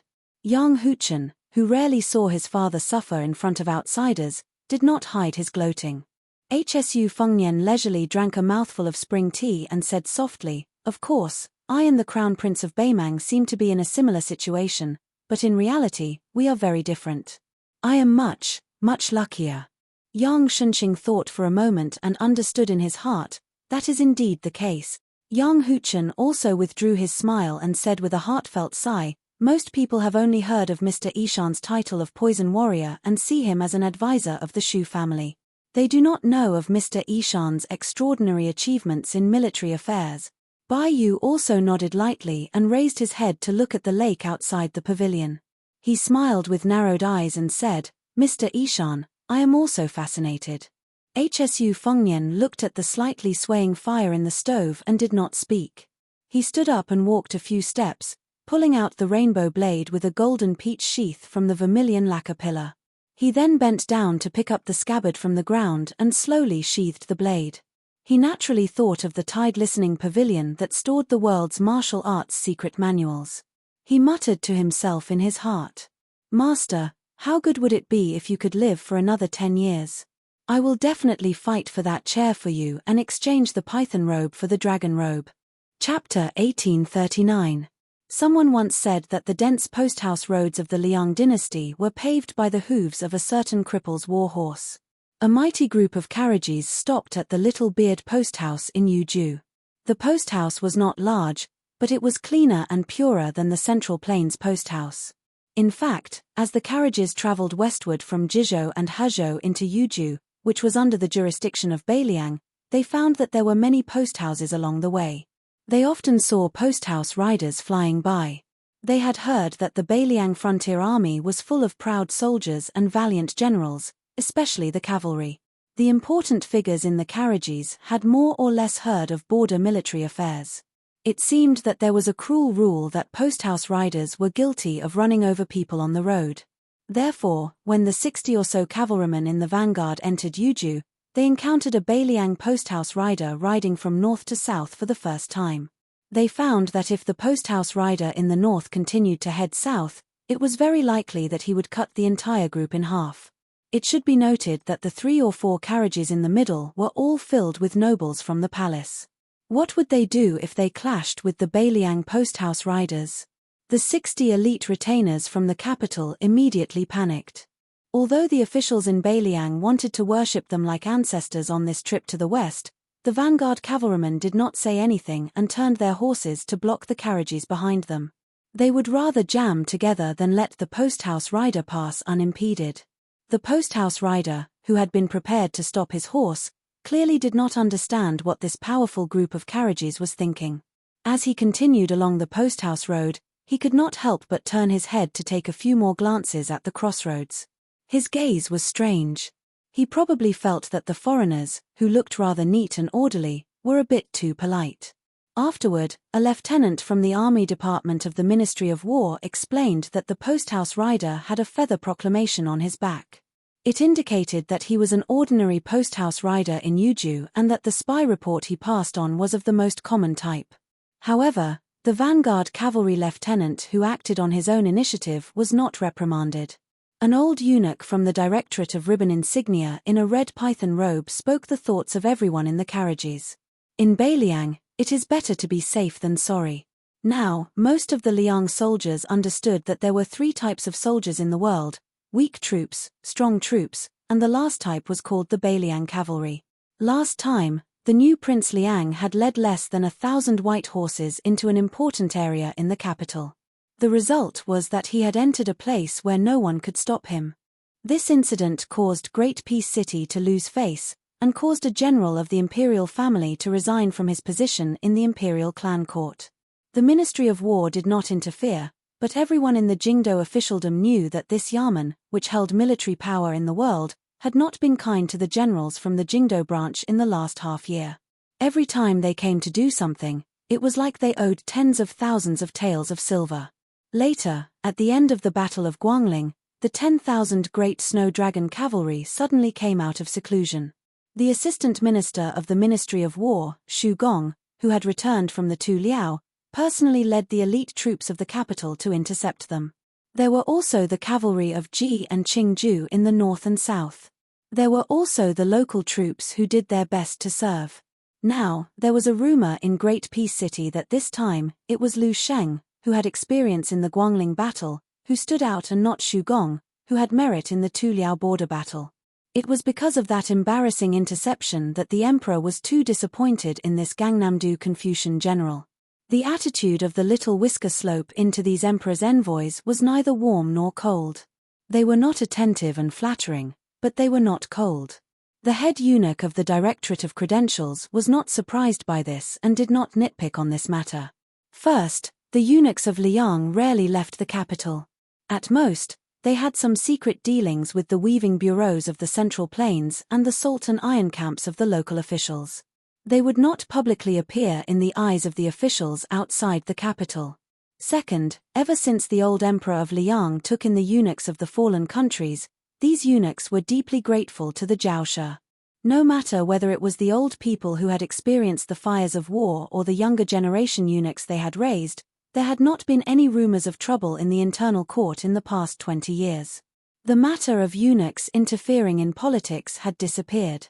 Even the powerful Cat Han Shengxian, the head of the ceremony directorate, was only known as one of the three great devils of the spring and autumn period. The Zhao Shu of Liang had no doubts about his loyalty to the head of the eunuchs in the world.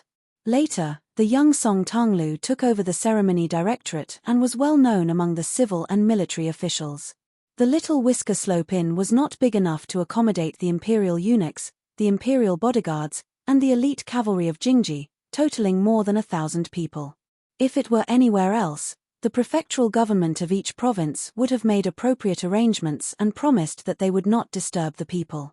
As for whether they really did not disturb the people, the head eunuchs of the Directorate of Credentials would naturally turn a blind eye. However, after arriving in Yuju, there were many inns but not many. It was common for most of the imperial edicts to hide their meals and sleep in the open.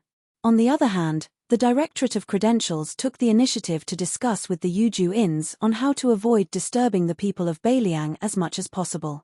After the three eunuchs entered the inn, they gathered in the hall to discuss matters as usual.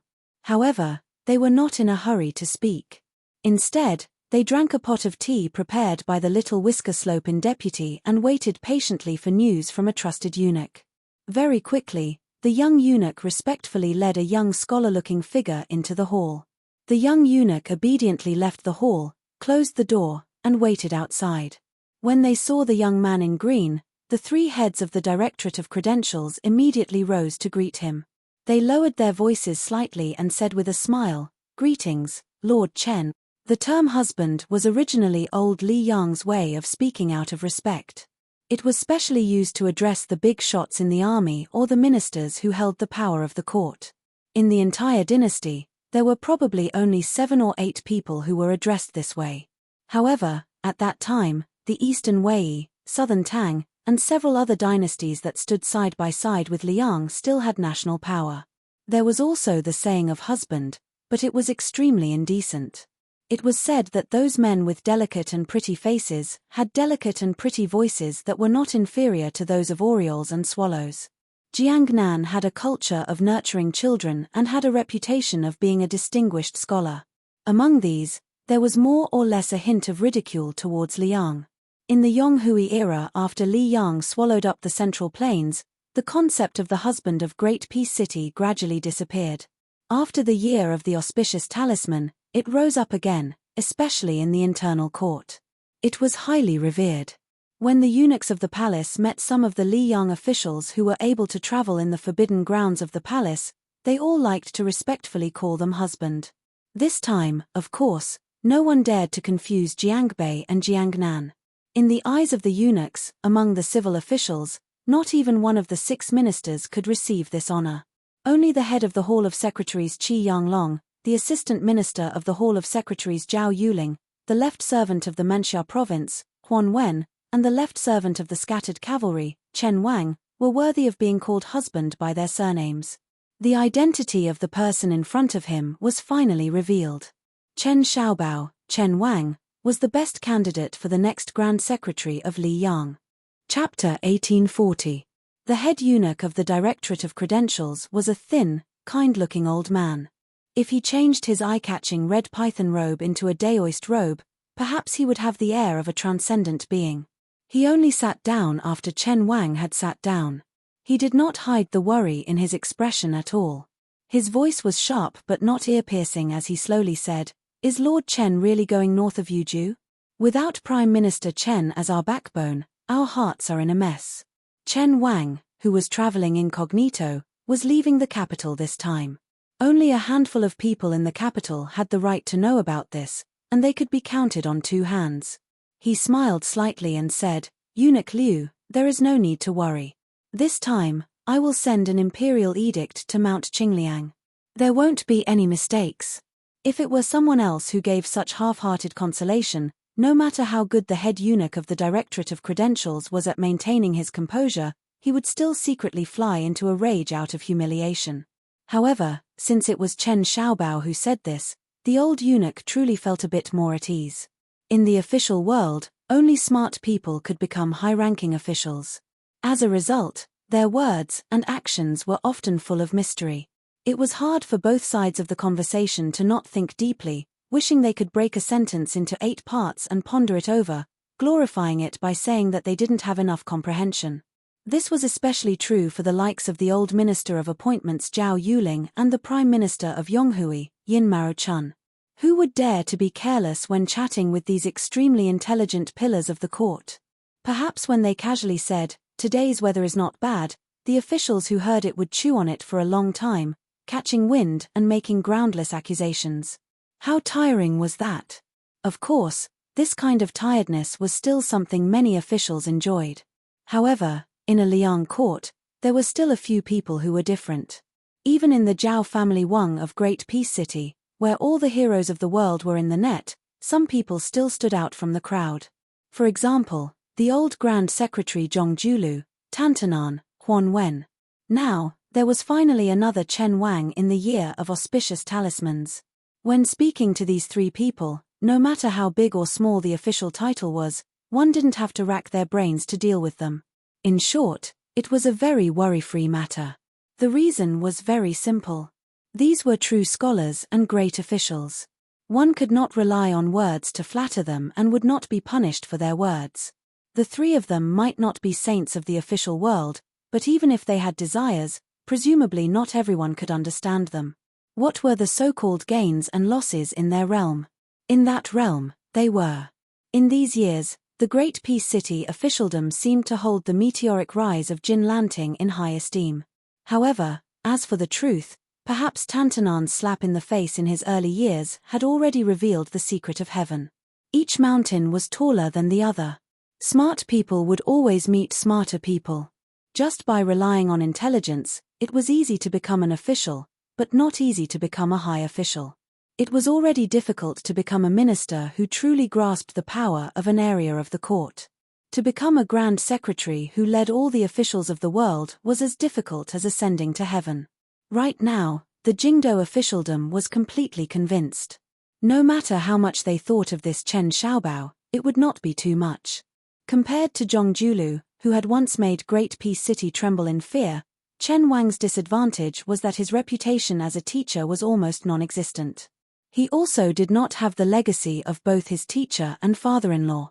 After all, Chen Wang came from a humble background. Although his father-in-law was also a relative of the imperial family, in reality, he did not have much help. His advantage was that Chen Wang was fully deserving of being a close official of the Son of Heaven, a trusted aide that the current emperor had single-handedly supported. Most importantly, regardless of whether it was helping Yin Mao-chun manage the Beijing and local reviews, serving as their imperial tutor in the diligent room, or finally being promoted to the minister of the secretariat, Chen Wang's conduct and nature were all seen by the entire Great Peace City. Compared to the old Grand Secretary Zhongjulu, who immediately showed off his ability after shocking the world with a single brilliant feat, Chen Wang always gave people the impression that he was as gentle and kind as jade. Deep down, he was not a person filled with aggression. To the civil officials of the court, this was undoubtedly great news. This meant that once Chen Wang became the head of the Minister of the Secretariat, the entire Liang officialdom would welcome a period of relatively stable peace. Even though there would still be conflicts in the officialdom, there would only be promotions and demotions.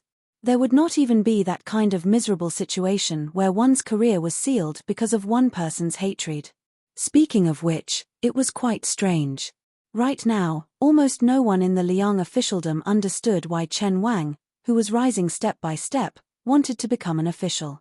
Chen Wang had never personally said it, nor had he ever revealed such emotions. This time, when Chen Wang appeared in the carriages, the head eunuch of the Ribbon Insignia Directorate, Eunuch Liu, only realized it when he saw this left-scattered cavalry personal attendant. As for why Chen Xiaobao would secretly join the carriages, Eunuch Liu and the others all kept it a secret, not even daring to make wild guesses. That was why when Chen Wang said that he wanted to immediately leave the carriages and go their separate ways north, the 3 eunuchs looked at each other in dismay. Chen Wang's expression revealed a hint of absent-mindedness.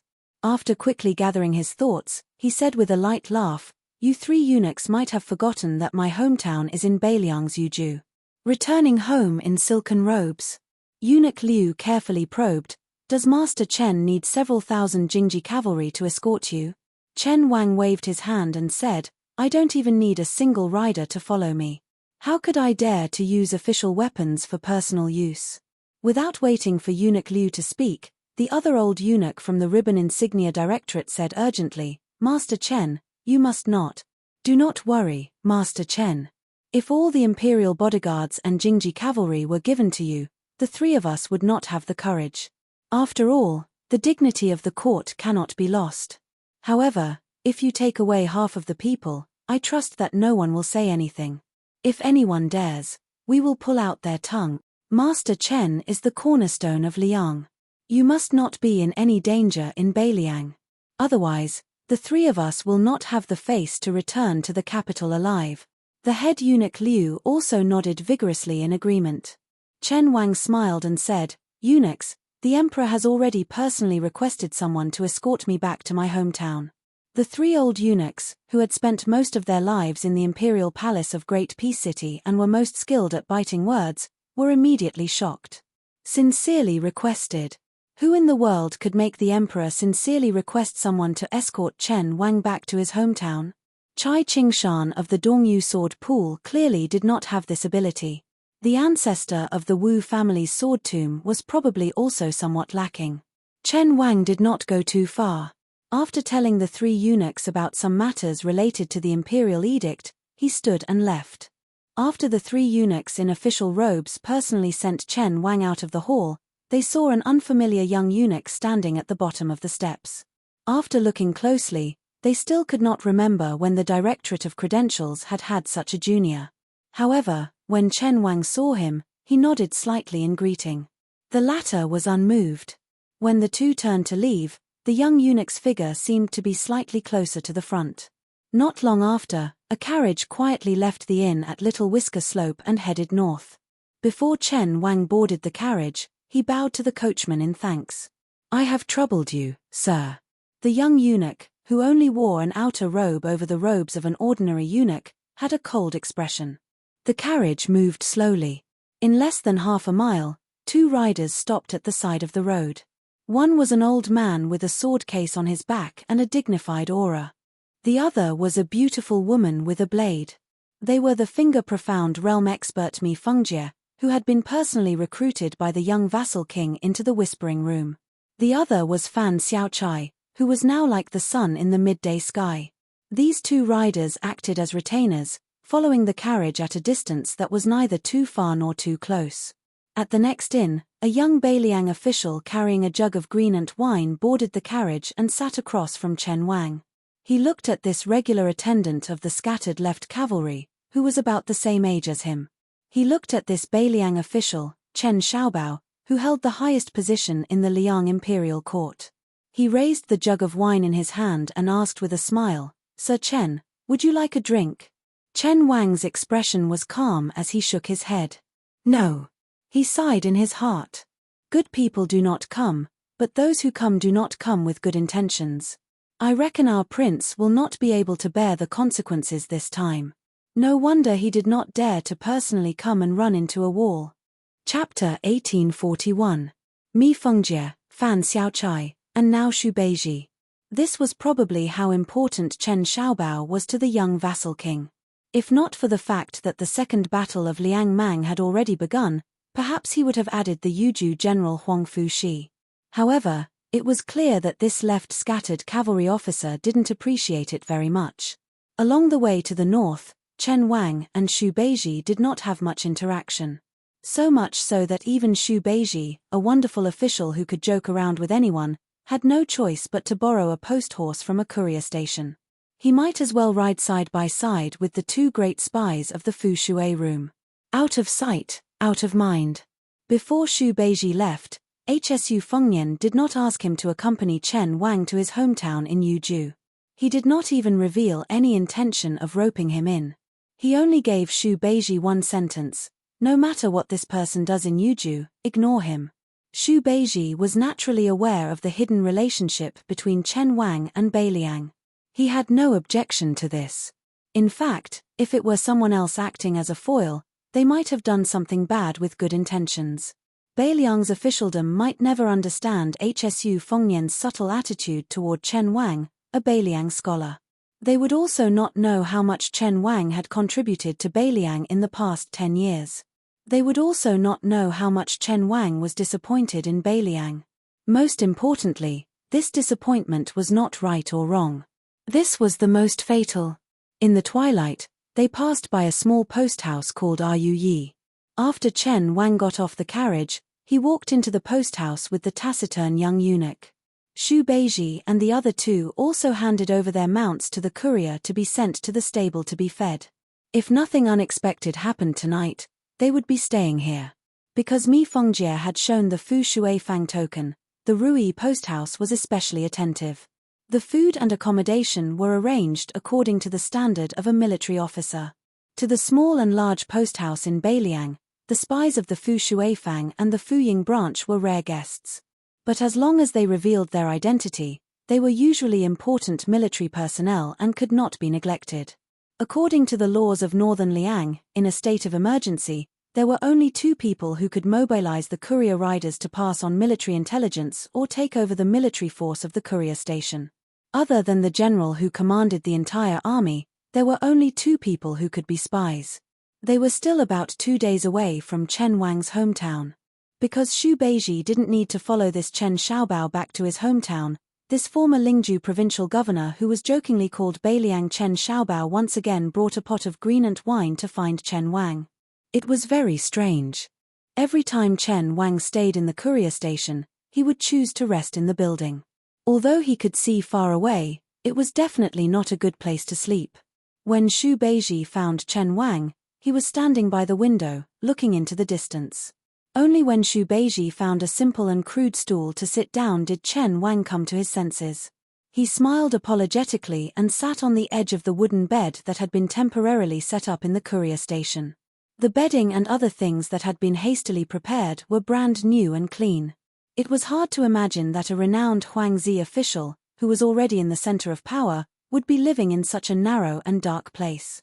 At this time, Chen Wang was not some criminal who had been banished to the cold border by the court.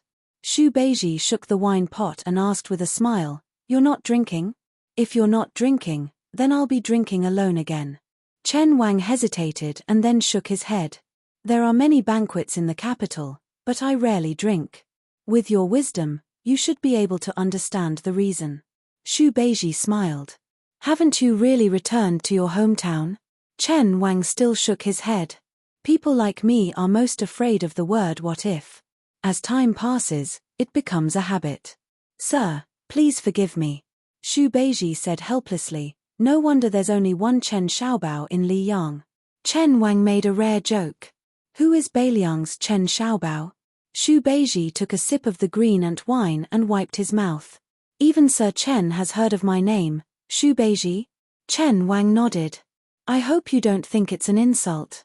Xu Beiji said with a smile, "Although I don't feel honored, I don't think it's an insult to me, Xu Beiji. I've only taken a sip of the wine, so it's not drunken talk. It's from the bottom of my heart." Chen Wang looked at this young Beiliang outsider who had experienced many hardships and laughed softly. "Sir, you have a lot of secret records in the Ministry of Personnel and the Ministry of Revenue. I've read them many times. Since you say this is your hometown, then I'll make an exception and say some drunken words while you're drunk. Ever since Xiangfu, there's a new custom in the official circles of the capital. It's to arrange seats for the civil officials of Beiliang according to knowledge, ability, reputation, and family background. It's a local evaluation that the Ministry of Personnel can never interfere with. Sir is at the top of the list, followed by Deputy Administrator Song Dongming, Administrator Li Gongda, Chen Shiliang of Liuju, Governor Song Yang of Yuju, Mountain Master Huang Shong of Green Deer Cave Academy, Wang Shihua who was praised by Yarrow Baifeng as one of the 3 talented governors. Of course, there's an additional Sir White Lotus in the top ranks, but he's still behind you." Chen Wang paused for a moment and stared at the grandson of the king of Beimang's north courtyard who was slowly drinking the green ant wine. He slowly said, "So Sir's name in Great Peace City is far more well known than you imagine. I once calculated that in the court meeting of the Cultivation Temple, the emperor personally mentioned Beiliang's civil officials more than anyone else. You once joked with the Minister of Personnel, Yin Mao-chun, that if you could be recruited into the capital in the third year of Xiangfu, then Yin Mao-chun wouldn't have to be on duty in the Ministry of Personnel for half a year in the fourth year of Xiangfu. Xu Beiji used a finger to wipe the wine at the corner of his mouth and said, "HSU Fengnian is not honest. The Fu Shui room must have records of this, but he never mentioned it to me." Chen Wang smiled and asked, "Are you not going to ask why I am telling you this?" Xu Beiji heroically said, "There's no need to ask. I know that Lord Chen isn't the type to persuade others. Presumably, Lord Chen also knows that I, Xu Beiji, can't be a servant of 3 surnames. Working for that fellow surnamed Xu from Mount Qingliang, it would be best if I could become the Northern Liang Dao administrator while I'm still alive. That would already be the last bit of hope I have left." Chen Wang shook his head and said, "Sir is wrong. I, Chen Wang, hope that you can go to Great Peace City." Xu Beiji had just raised the wine pot and put it down. His eyes immediately became cold and sharp.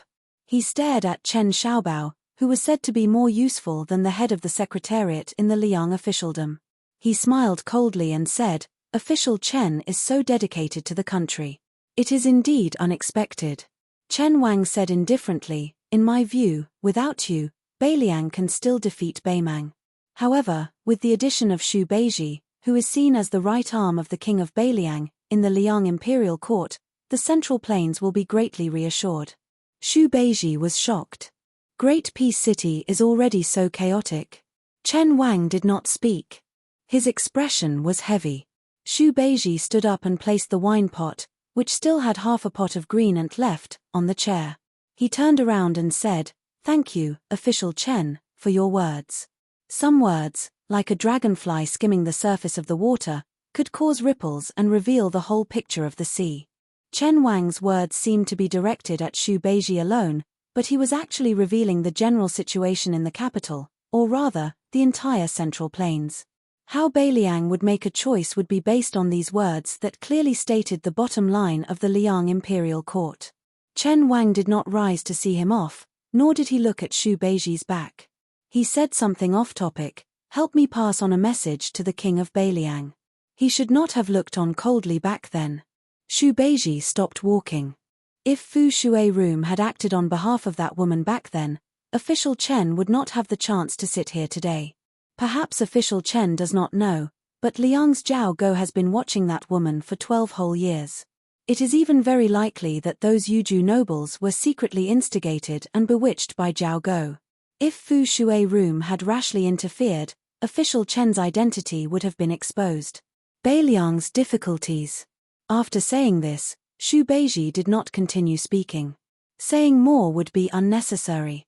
Chen Wang stood up and stood by the window, silent. Even after Xu Beiji had left for a long time, Chen Wang continued to stare into the distance. He looked at this village with 1 eye, 2 eyes, 3 eyes, 100 eyes, 1,000 eyes, 10,000 eyes. He could not see her anymore.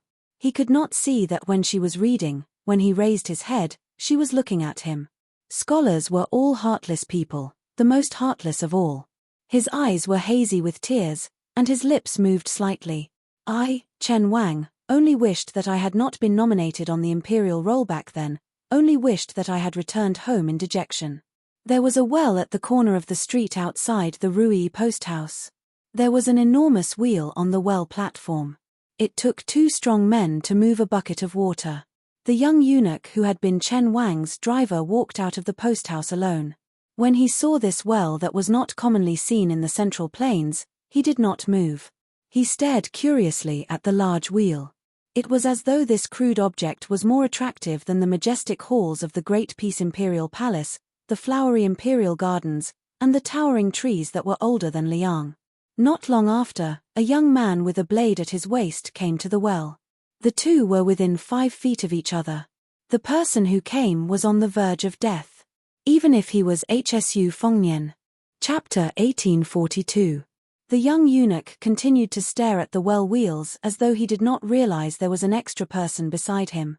An old man in cotton-padded clothes stepped out of a carriage that stopped at the end of the street. He looked into the distance, and then his footsteps became faster and faster. When the old man with blurred vision could vaguely make out the young eunuch's face, he actually started running. The old man, who was close to 70 years old, obviously did not run often, and his body was also very old. When he approached the well, he fell hard on his face, splashing up a cloud of dust. The old man with snow-white hair and eyebrows as white as frost did not get up, but crawled on the ground. When he raised his head to confirm the young eunuch's identity, he immediately burst into tears and kowtowed with all his might, choking and sobbing, "Father." The young eunuch only glanced down at the pitiful old man. He frowned as though he was trying to remember who the old man was. When he remembered, his brows slowly relaxed, but he did not speak in the end. After he frowned, and before his brows relaxed, the young eunuch standing casually by the well gave Fan Xiaochai and Mi Fengjie, who were standing far away, an invisible pressure that made their souls tremble uncontrollably. Their faces were pale, and it was difficult for them to hold on. As the young eunuch's brows relaxed, the two seemed to be bathed in the spring breeze, as though a heavy burden had been lifted from their shoulders. The two grandmasters of the Whispering Room, who had always thought of the young eunuch as an ordinary palace expert, finally saw through the secrets of the heavens. The young eunuch who acted as Great Peace City's driver for Chen Xiaobao was definitely a first-rate person in the world, and very likely to be among the immortals of the land. Otherwise, he would not have returned to his natural state, and his physical body was one with the world. The old man kneeling on the ground had an extraordinary identity. He was the chief eunuch of the capital who had escorted Jiao Shulu to Guangling Road to deal with Cao Chongqing. Zhao Saiku, a remnant of Dong Yu. He had once been a pawn Zhao Chongling had placed in Liang. After the important hidden pawn became a pawn that no one cared about, Zhao Saiku focused on climbing up the ranks of the 24 bureaus of the Great Peace City Imperial Palace. He had never done anything wrong in his life and was favored by the Zhao family. He had been in charge of the Directorate of Credentials and the Directorate of Treasures. He was good friends with the master of the current Directorate of Ceremonies, Song Tonglu. After Song Tonglu became the leading eunuch in the world, he did not care for his master, and only treated Zhao Saiku with respect. Zhao Saiku had been in charge of the Directorate of Credentials for 8 years. In his decades of service, he had never made a mistake. Therefore, he was deeply trusted by the 3 generations of Zhao emperors. Otherwise, Liang would not have given him full authority to take over Jiao Shulu, who had a celestial body but had been sealed in the mountains for 400 years. The martial divisions of the Jianghu in the past 400 years, especially the 4 realms, were all Jiao Shulu's handiwork.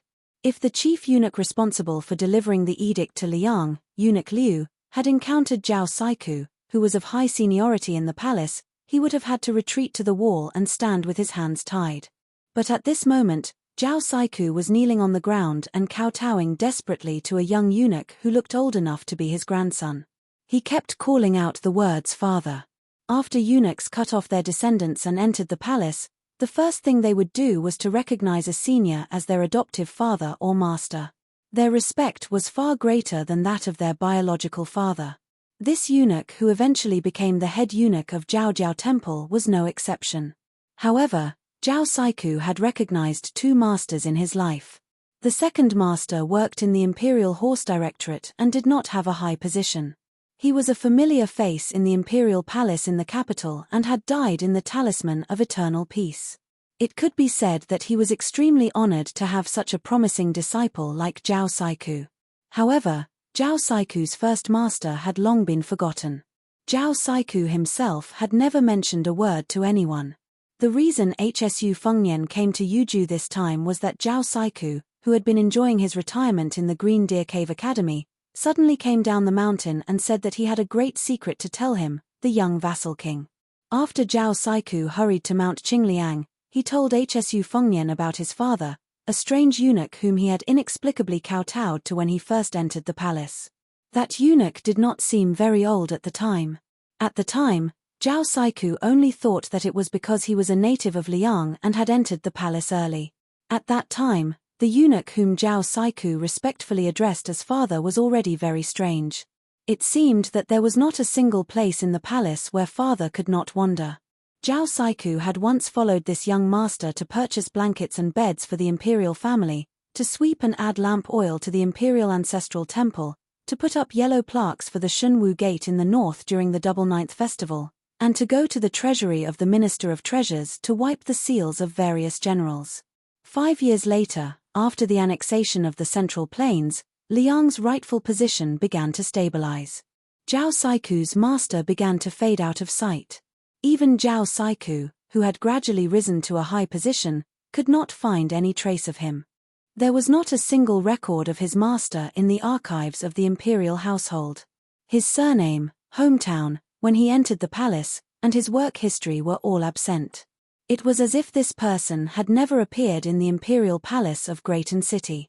The last time Zhao Saiku saw father was the night before he left the palace, when he returned to his residence from the forbidden grounds of the palace where Jiao Shulu's body was sealed. In the moonlight, he saw a blurry figure flash by. But the old Martin Temple was incomparably certain that this figure was his first master, the true guide of the imperial palace of Greaton City, a eunuch whose surname he did not even know. But Zhao Saiku only had the simplest of feelings for this father of his, this master who he could not find any clues about even after painstakingly flipping through the secret archives of the imperial palace of Greaton City. That was to repay the kindness of a drop of water with a gushing spring. Perhaps in the eyes of the young eunuch, the white-haired Zhao Saiku was just an insignificant passerby in his gloomy and heavy life. But Zhao Saiku's howls as he lay on the ground were sincere and genuine. Chapter 1843. Hsu Fengnian did not know the true background of this eunuch, but compared to the old eunuch Zhao Siku, who was more of an official, Hsu Fengnian's status as a grandmaster of martial arts evaluation helped him grasp some key points. Therefore, his first question was very shocking. Back then, were you the one who persuaded the invincible Wang Xianji to retreat to a corner of the Eastern Sea and not leave Wu Wu City easily? The young and elegant eunuch, who looked like a young man, turned a deaf ear to him. He bent down slightly and turned the wheel. The creaking sound was particularly obvious in the quiet evening street, where only the occasional sound of chickens crowing and dogs barking could be heard in the distance. Hsu Fengnian said to himself, I was very curious before. Why didn't the half-inch tongue Ben Shi, who knew that the rabbit was already dead, make a mad counterattack before his death? If the officials of West Chu, who had passed through the palace 3 times, were unable to kill the late Emperor Zhao Zhuan because Great Peace City still had Cat Manhan Shengxian on the surface, Liu Haoshe in the dark, Jiyu Jiantang in the Ministry of War, and the group of immortals from Mount Longhu worshipped in the imperial astronomer, then why did Cao Changqing, who had changed from Confucianism to tyranny, not directly enter the city to kill the current emperor, Zhao Zhuan, when he faced only the defeated Chai Qingshan and Shenyuan Qingfeng? I couldn't figure it out. The last time I entered the capital, I didn't feel any trace of your aura. However, after Huyen Daguan, who had broken into Great Peace City, arrived in Beiliang, he said something similar to Hong Shixiang, reminding me that the Zhao family of Liang might still have a hidden trump card. So this time, when Zhao Siku found me and mentioned you to me, I began to understand the reason. After seeing you with my own eyes, my guess was confirmed. Hsu Fengnian waved his hand, indicating for my Fengjie and Fan Xiaochai to retreat as far away as possible. He looked at the young eunuch who fit the vision of proving the true meaning and returning to youth in the Taoist scriptures and smiled. Do you know how I feel when I see you? Xu Fengnian asked and answered his own question. If one day you were in a small place outside of Great Peace City, you might suddenly see a child happily eating candied haws on the side of the road and discover that person was the strongest person at the time. This would probably be the feeling, slightly absurd and also slightly depressing. The young eunuch straightened his back and twitched the corner of his mouth. He seemed to find the young king's words interesting. The young eunuch did not move. He, who was lying on the ground, on his back. He was like riding a cloud. And then he flew up to the end of the street. Could be said to have reached perfection. Facing this person, Hsu Fengnian felt like facing Wudang's chief Wang Zhonglo before he started practicing martial arts. It was like facing the aggressive Han Shengxian outside Shunwu City. It was also like facing Wang Xianji when he was at the peak of his power and entering Beiliang. Hsu Fengnian knew that if he had not been severely injured by Tuoba on the Dragon Eye Plain, the two of them would have had a 50-50 chance of winning. But now, if the two of them were to fight to the death, he would lose without a doubt and die without a doubt. Of course, his opponent would also die. Because this was Beiliang, not Great Peace City in Liang. Hsu Fengnian said slowly, Lone Yin does not last long. In this world, only the qi of the dragon is strong and young. That is why you are able to do something unprecedented and achieve immortality in the human world. The young eunuch did not speak, but a sound came from the bottom of the well. It was very pleasing to the ear. It was like someone was tapping the surface of the water with their fingers and playing a piece of heavenly music that lingered endlessly. Since you have already seen through the mystery, then you should know that I am the one with immortality in Suiyan City.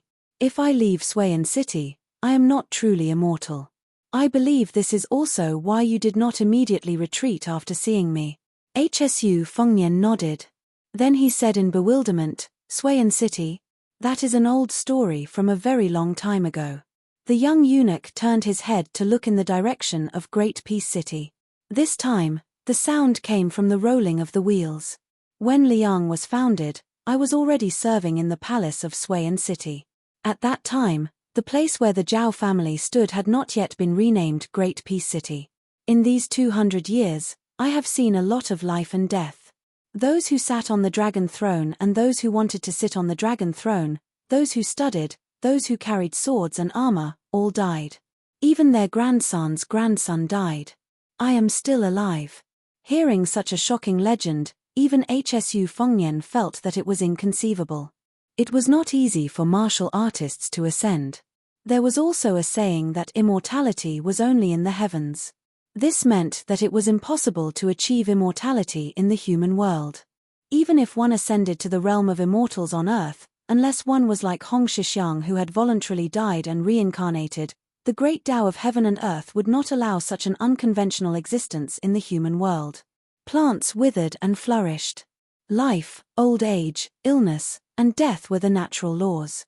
For this reason, Buddhists abandoned their physical bodies and went to the Western Pure Land of Buddha. Taoists did not practice and naturally only wanted to become a person on the mountain. Tracing back to the origin, there were gains and losses. It was not easy for the long-lived people in the world, like Wudang Mountain's immortal Song Jiming, to live for 200 years. The reason why Liu Songtao was able to live longer than Song Jiming was because he had drawn a prison on Mount Lantuo and was no different from a living dead. Compared to the person in front of him, who was of the same age as the country, they could not be mentioned in the same breath. Seeing through Hsu Fengnian's doubts, the young eunuch closed his mouth and said, I am not a cultivator. I have never thought about ascending. Life and death are only in this world. Hsu Fengnian asked directly, then did the ancestors of the Zhao family make an oath with you? They want you to protect the descendants of the Zhao family and the throne of Liang? The young eunuch shook his head. His voice rose in the autumn wind. The emperors of the Zhao family know of my existence, but they may not be able to see me.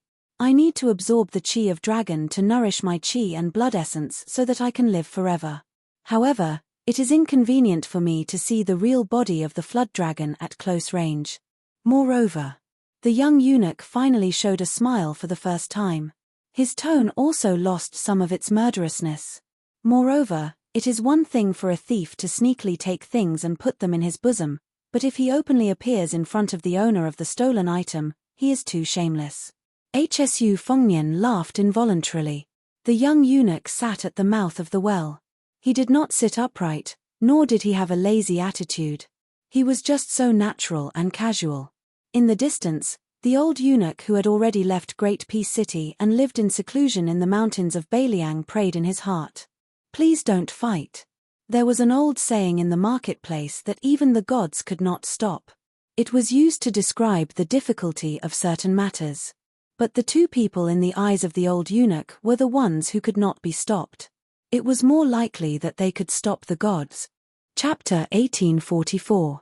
Ever since I entered the palace, I've never left Suiyan City. I've only shown my face once in a while. I haven't fought many people, and even fewer people remember me. In recent decades, that scholar Cao Changqing has been very. The young eunuch suddenly fell silent, as if he didn't know how to describe the spirited scholar from West Chu in his memory. In the end, The young eunuch didn't make a final conclusion for Cao Changqing from West Chu. He just brushed it off and raised his head to look at Hsu Fengnian. For the first time, he truly asked, "Will you usurp the throne and become the emperor?" Hsu Fengnian said frankly, "Because of Xu Xiao, I won't be the emperor. But if my master can live another 10 years after Xu Xiao leaves, I will fight for him."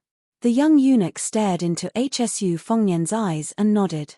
"You and I are both sincere." Hsu Fengnian, the king of Beiliang, was sincere in speaking frankly. The eunuch's sincerity was to leave the capital and come to Beiliang of his own accord. At the time, Hsu Fengnian was slaughtering people both inside and outside the imperial astronomer. The young eunuch probably didn't do anything because the situation in the Central Plains at the time wasn't enough for Beiliang to decide the fate of the world. As expected, the young eunuch smiled. "If I had known earlier, I wouldn't have let you leave when I was in the capital." Hsu Fengnian smiled. "It wasn't easy for you to keep me at the time." The young eunuch thought for a moment. "At the time, Hong Shixiang's remnant soul was by your side, and Ng Tai was watching the battle. It really wasn't easy." The young eunuch extended a hand. Hsu Fengnian also took the opportunity to sit at the mouth of the well. The young eunuch sighed. "There are fewer and fewer people who can sit down and reason things out peacefully. I've seen many people with my own eyes. The higher the official position, the greater the military power, the harder it is for them to control their hearts. Almost all the emperors of Liang are like this." Hsu Fengnian smiled. "When you say these words, there is no killing intent, but killing intent. That's not very appropriate, is it?" The young eunuch said with a composed expression, "Am I not talking about myself?" Hsu Fengnian said helplessly, "Putting aside martial strength, you and I have met our match." The young eunuch raised his head. In the twilight, he saw dark clouds hanging low, as if a storm was coming. He turned his head and looked at Hsu Fengnian. "In Great Peace City, in the past few decades, I have seen the young Xu Xiao and Zhong Julu. I didn't like them very much." Xu Xiao, who had entered the palace for the first time, was still a surplus general at that time. From head to toe, he exuded a sharp aura of killing gods and Buddhas.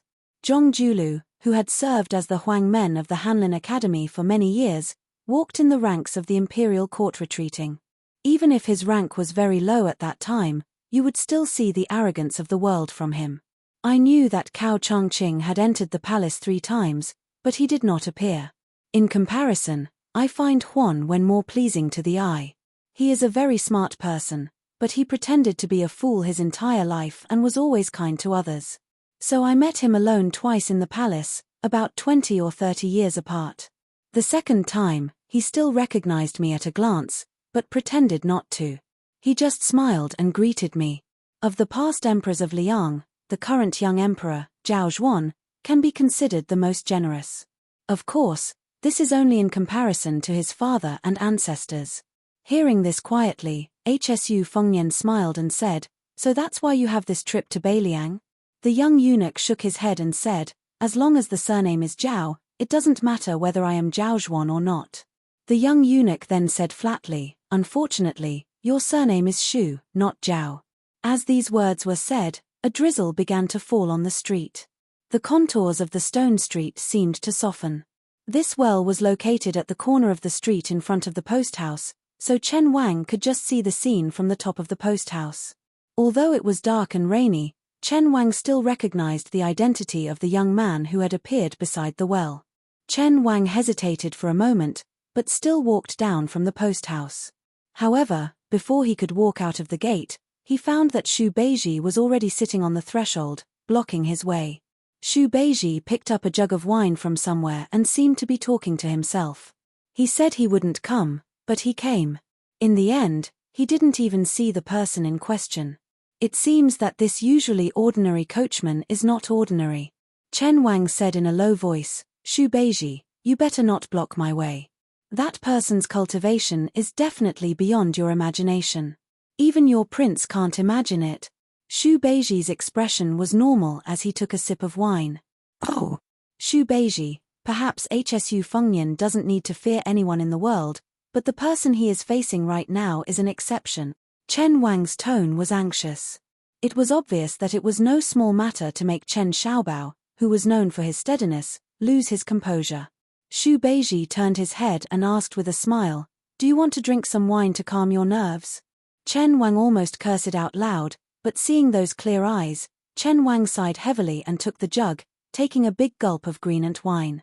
Chapter 1845. Xu Beiji didn't take the wine pot that Chen Wang handed back to him.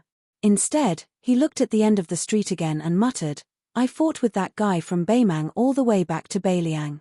During that time, I narrowly escaped death many times. For example, I was blocked by the 5th raccoon of Bubing Mountain, but I never doubted that I could make it to Beiliang alive. Deep in my heart, I always felt that as long as I was by that guy's side, even if the sky fell, he would be the first to go up. In short, he would die first, then we would die." Xu Beiji grinned.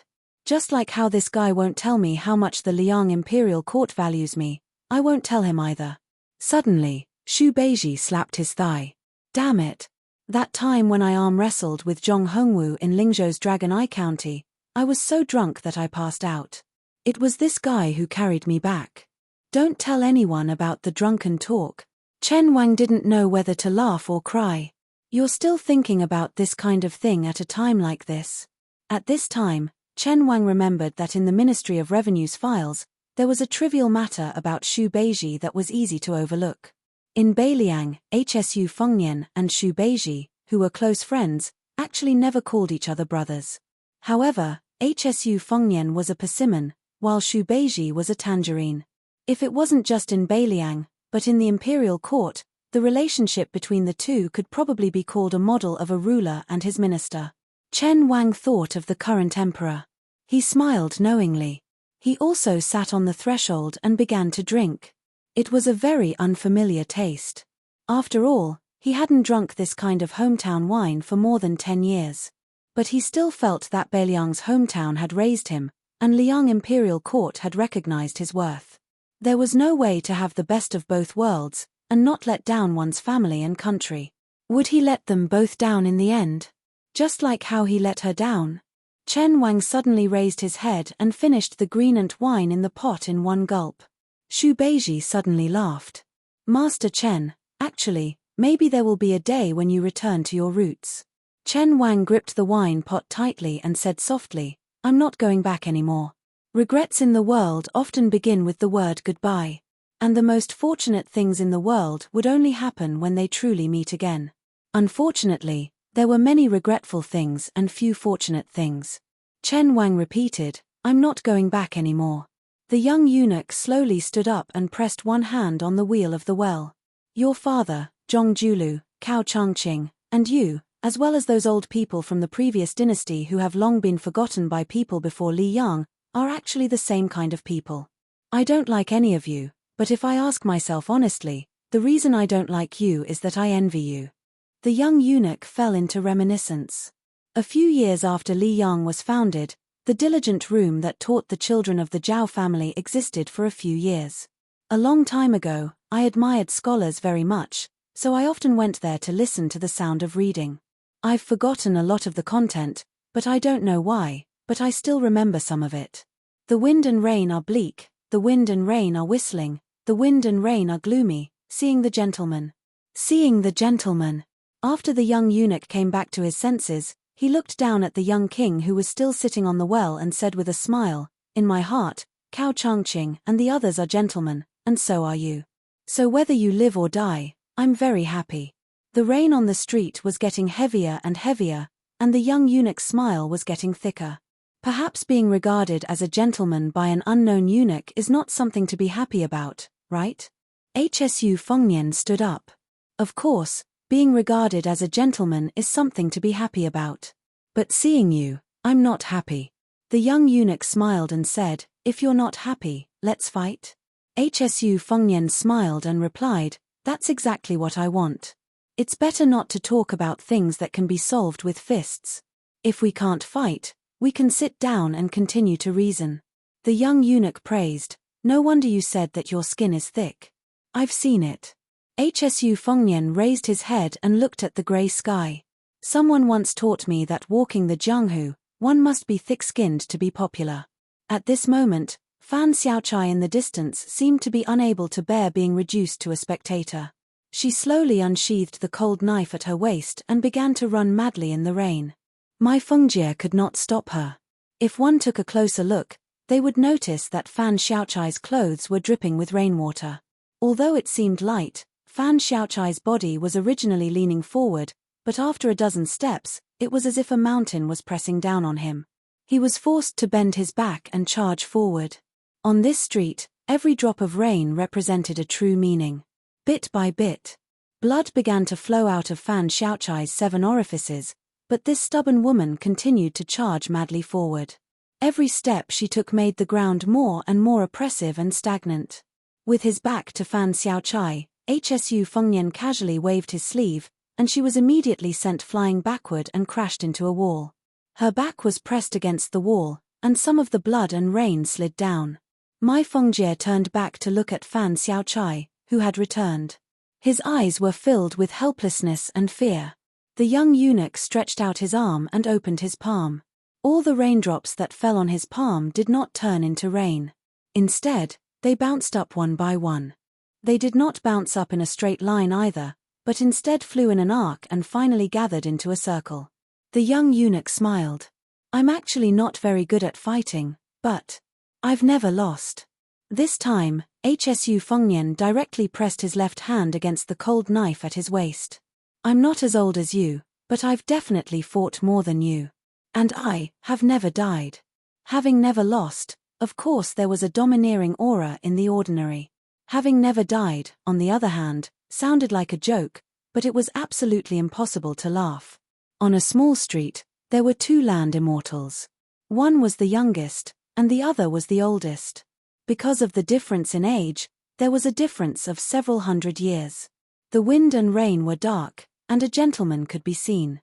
But they still had to fight. The old eunuch could not help but have the urge to curse. Didn't they say that gentlemen use their words and not their fists?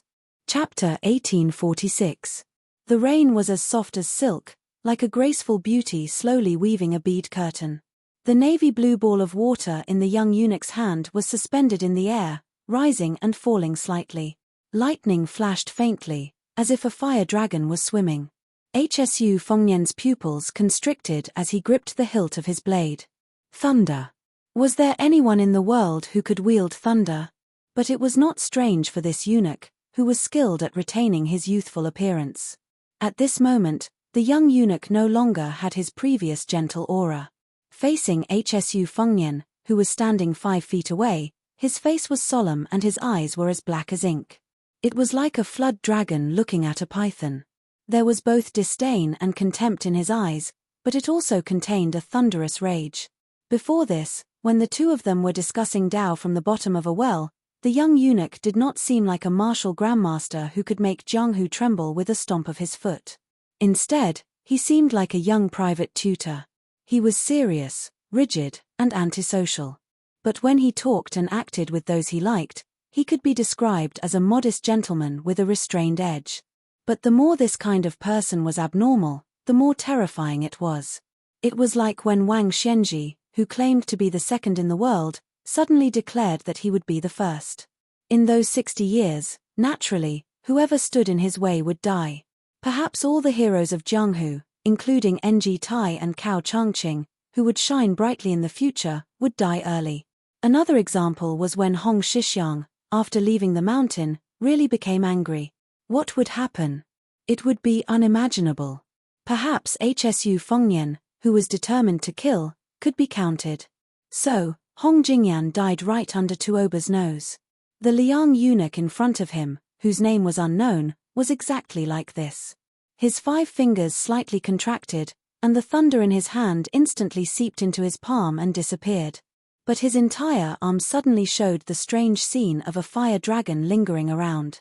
The young eunuch breathed slowly. 7 thin white breaths faintly came in and out of his 7 orifices. On his white jade-like face, it was like 7 white snakes were hanging upside down.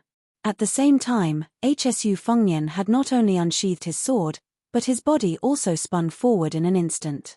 His feet left the ground, his sleeves fluttering, he simply chopped at the young eunuch. The latter only raised the arm that had swallowed a heavenly thunder and clamped the cold saber that contained Hsu Fengnian's abundant divine will between 2 fingers. 2 fingers pinched the white rainbow. Between his fingers, sparks of electricity sputtered wildly, illuminating the young eunuch's face.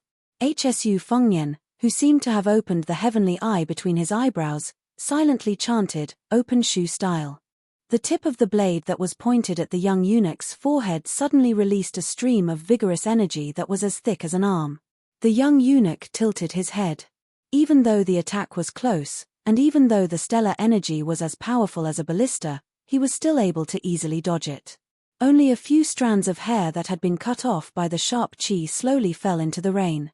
As the young eunuch tilted his head, his free left hand moved as fast as lightning towards Hsu Fengnian's chest.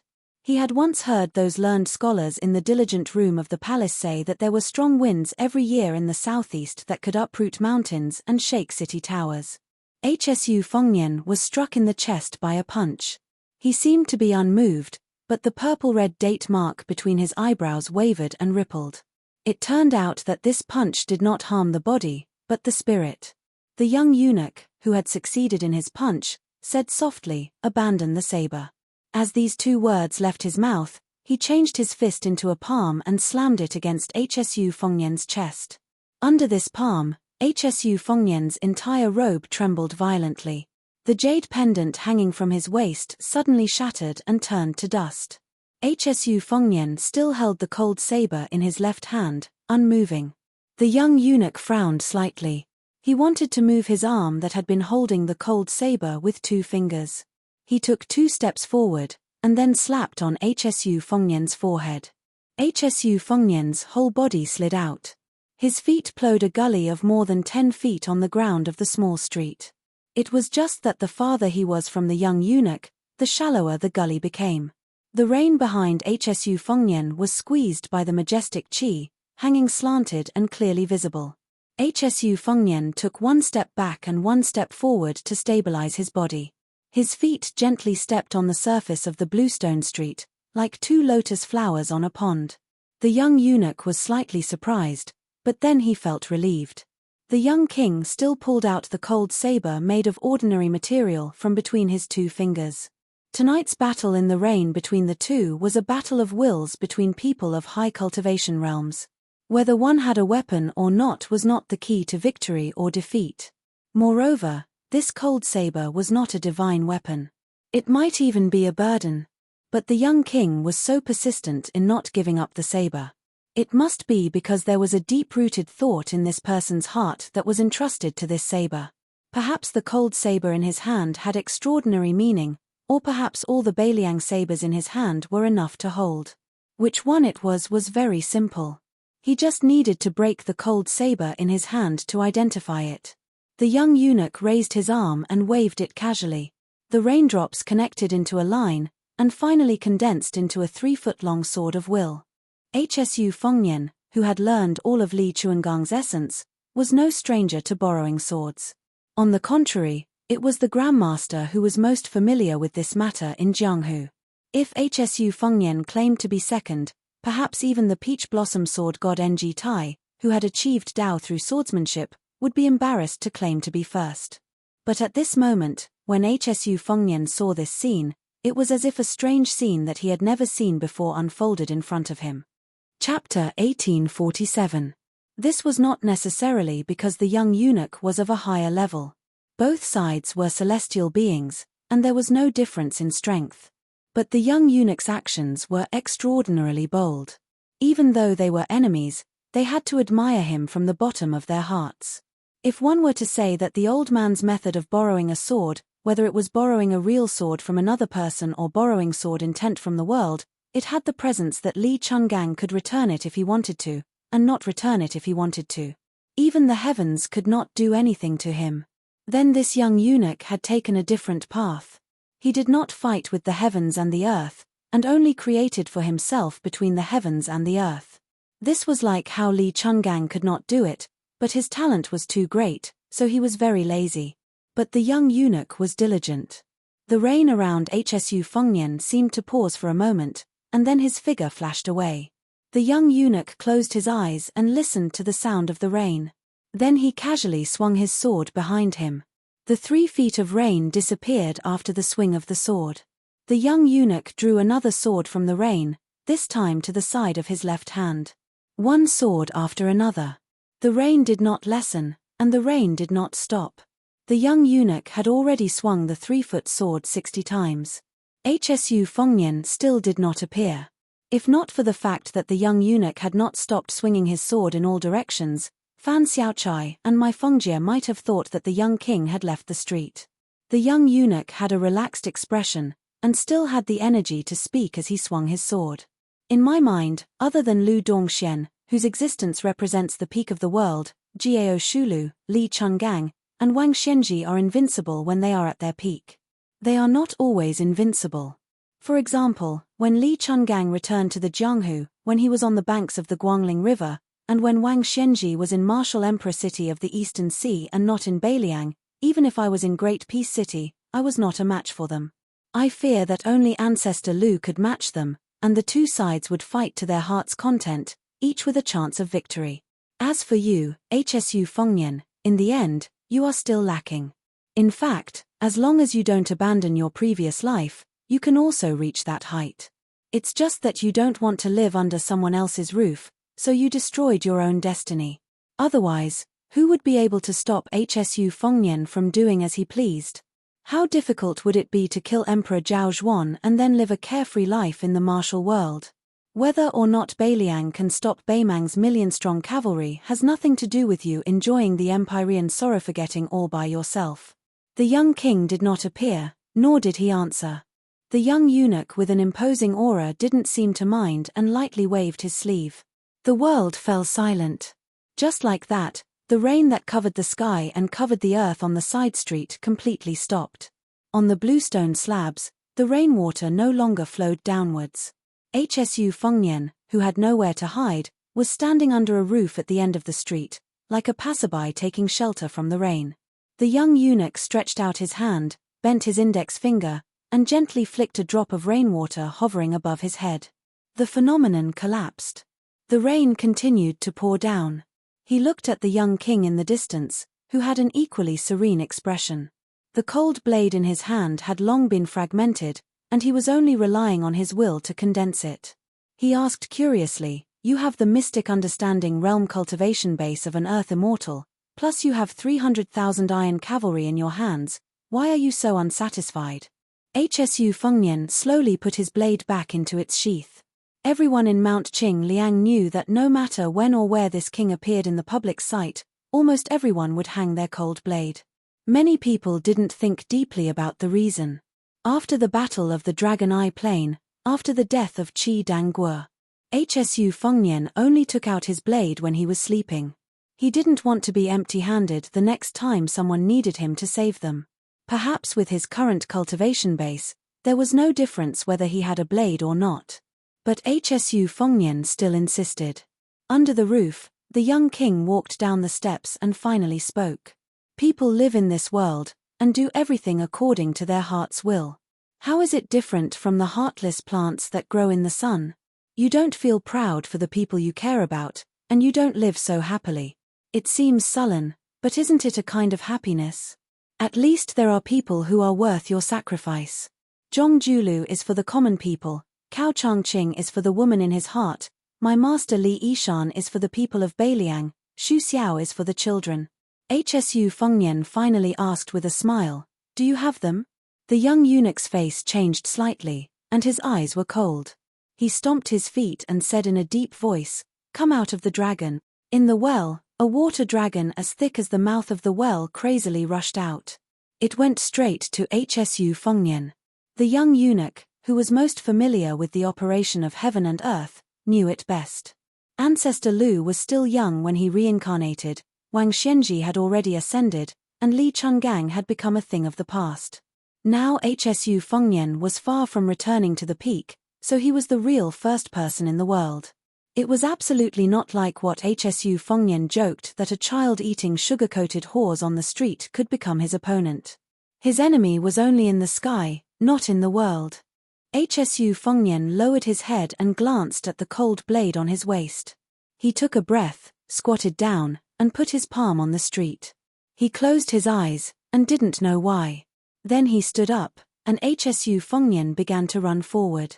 The rain splashed, and lotus flowers bloomed with every step.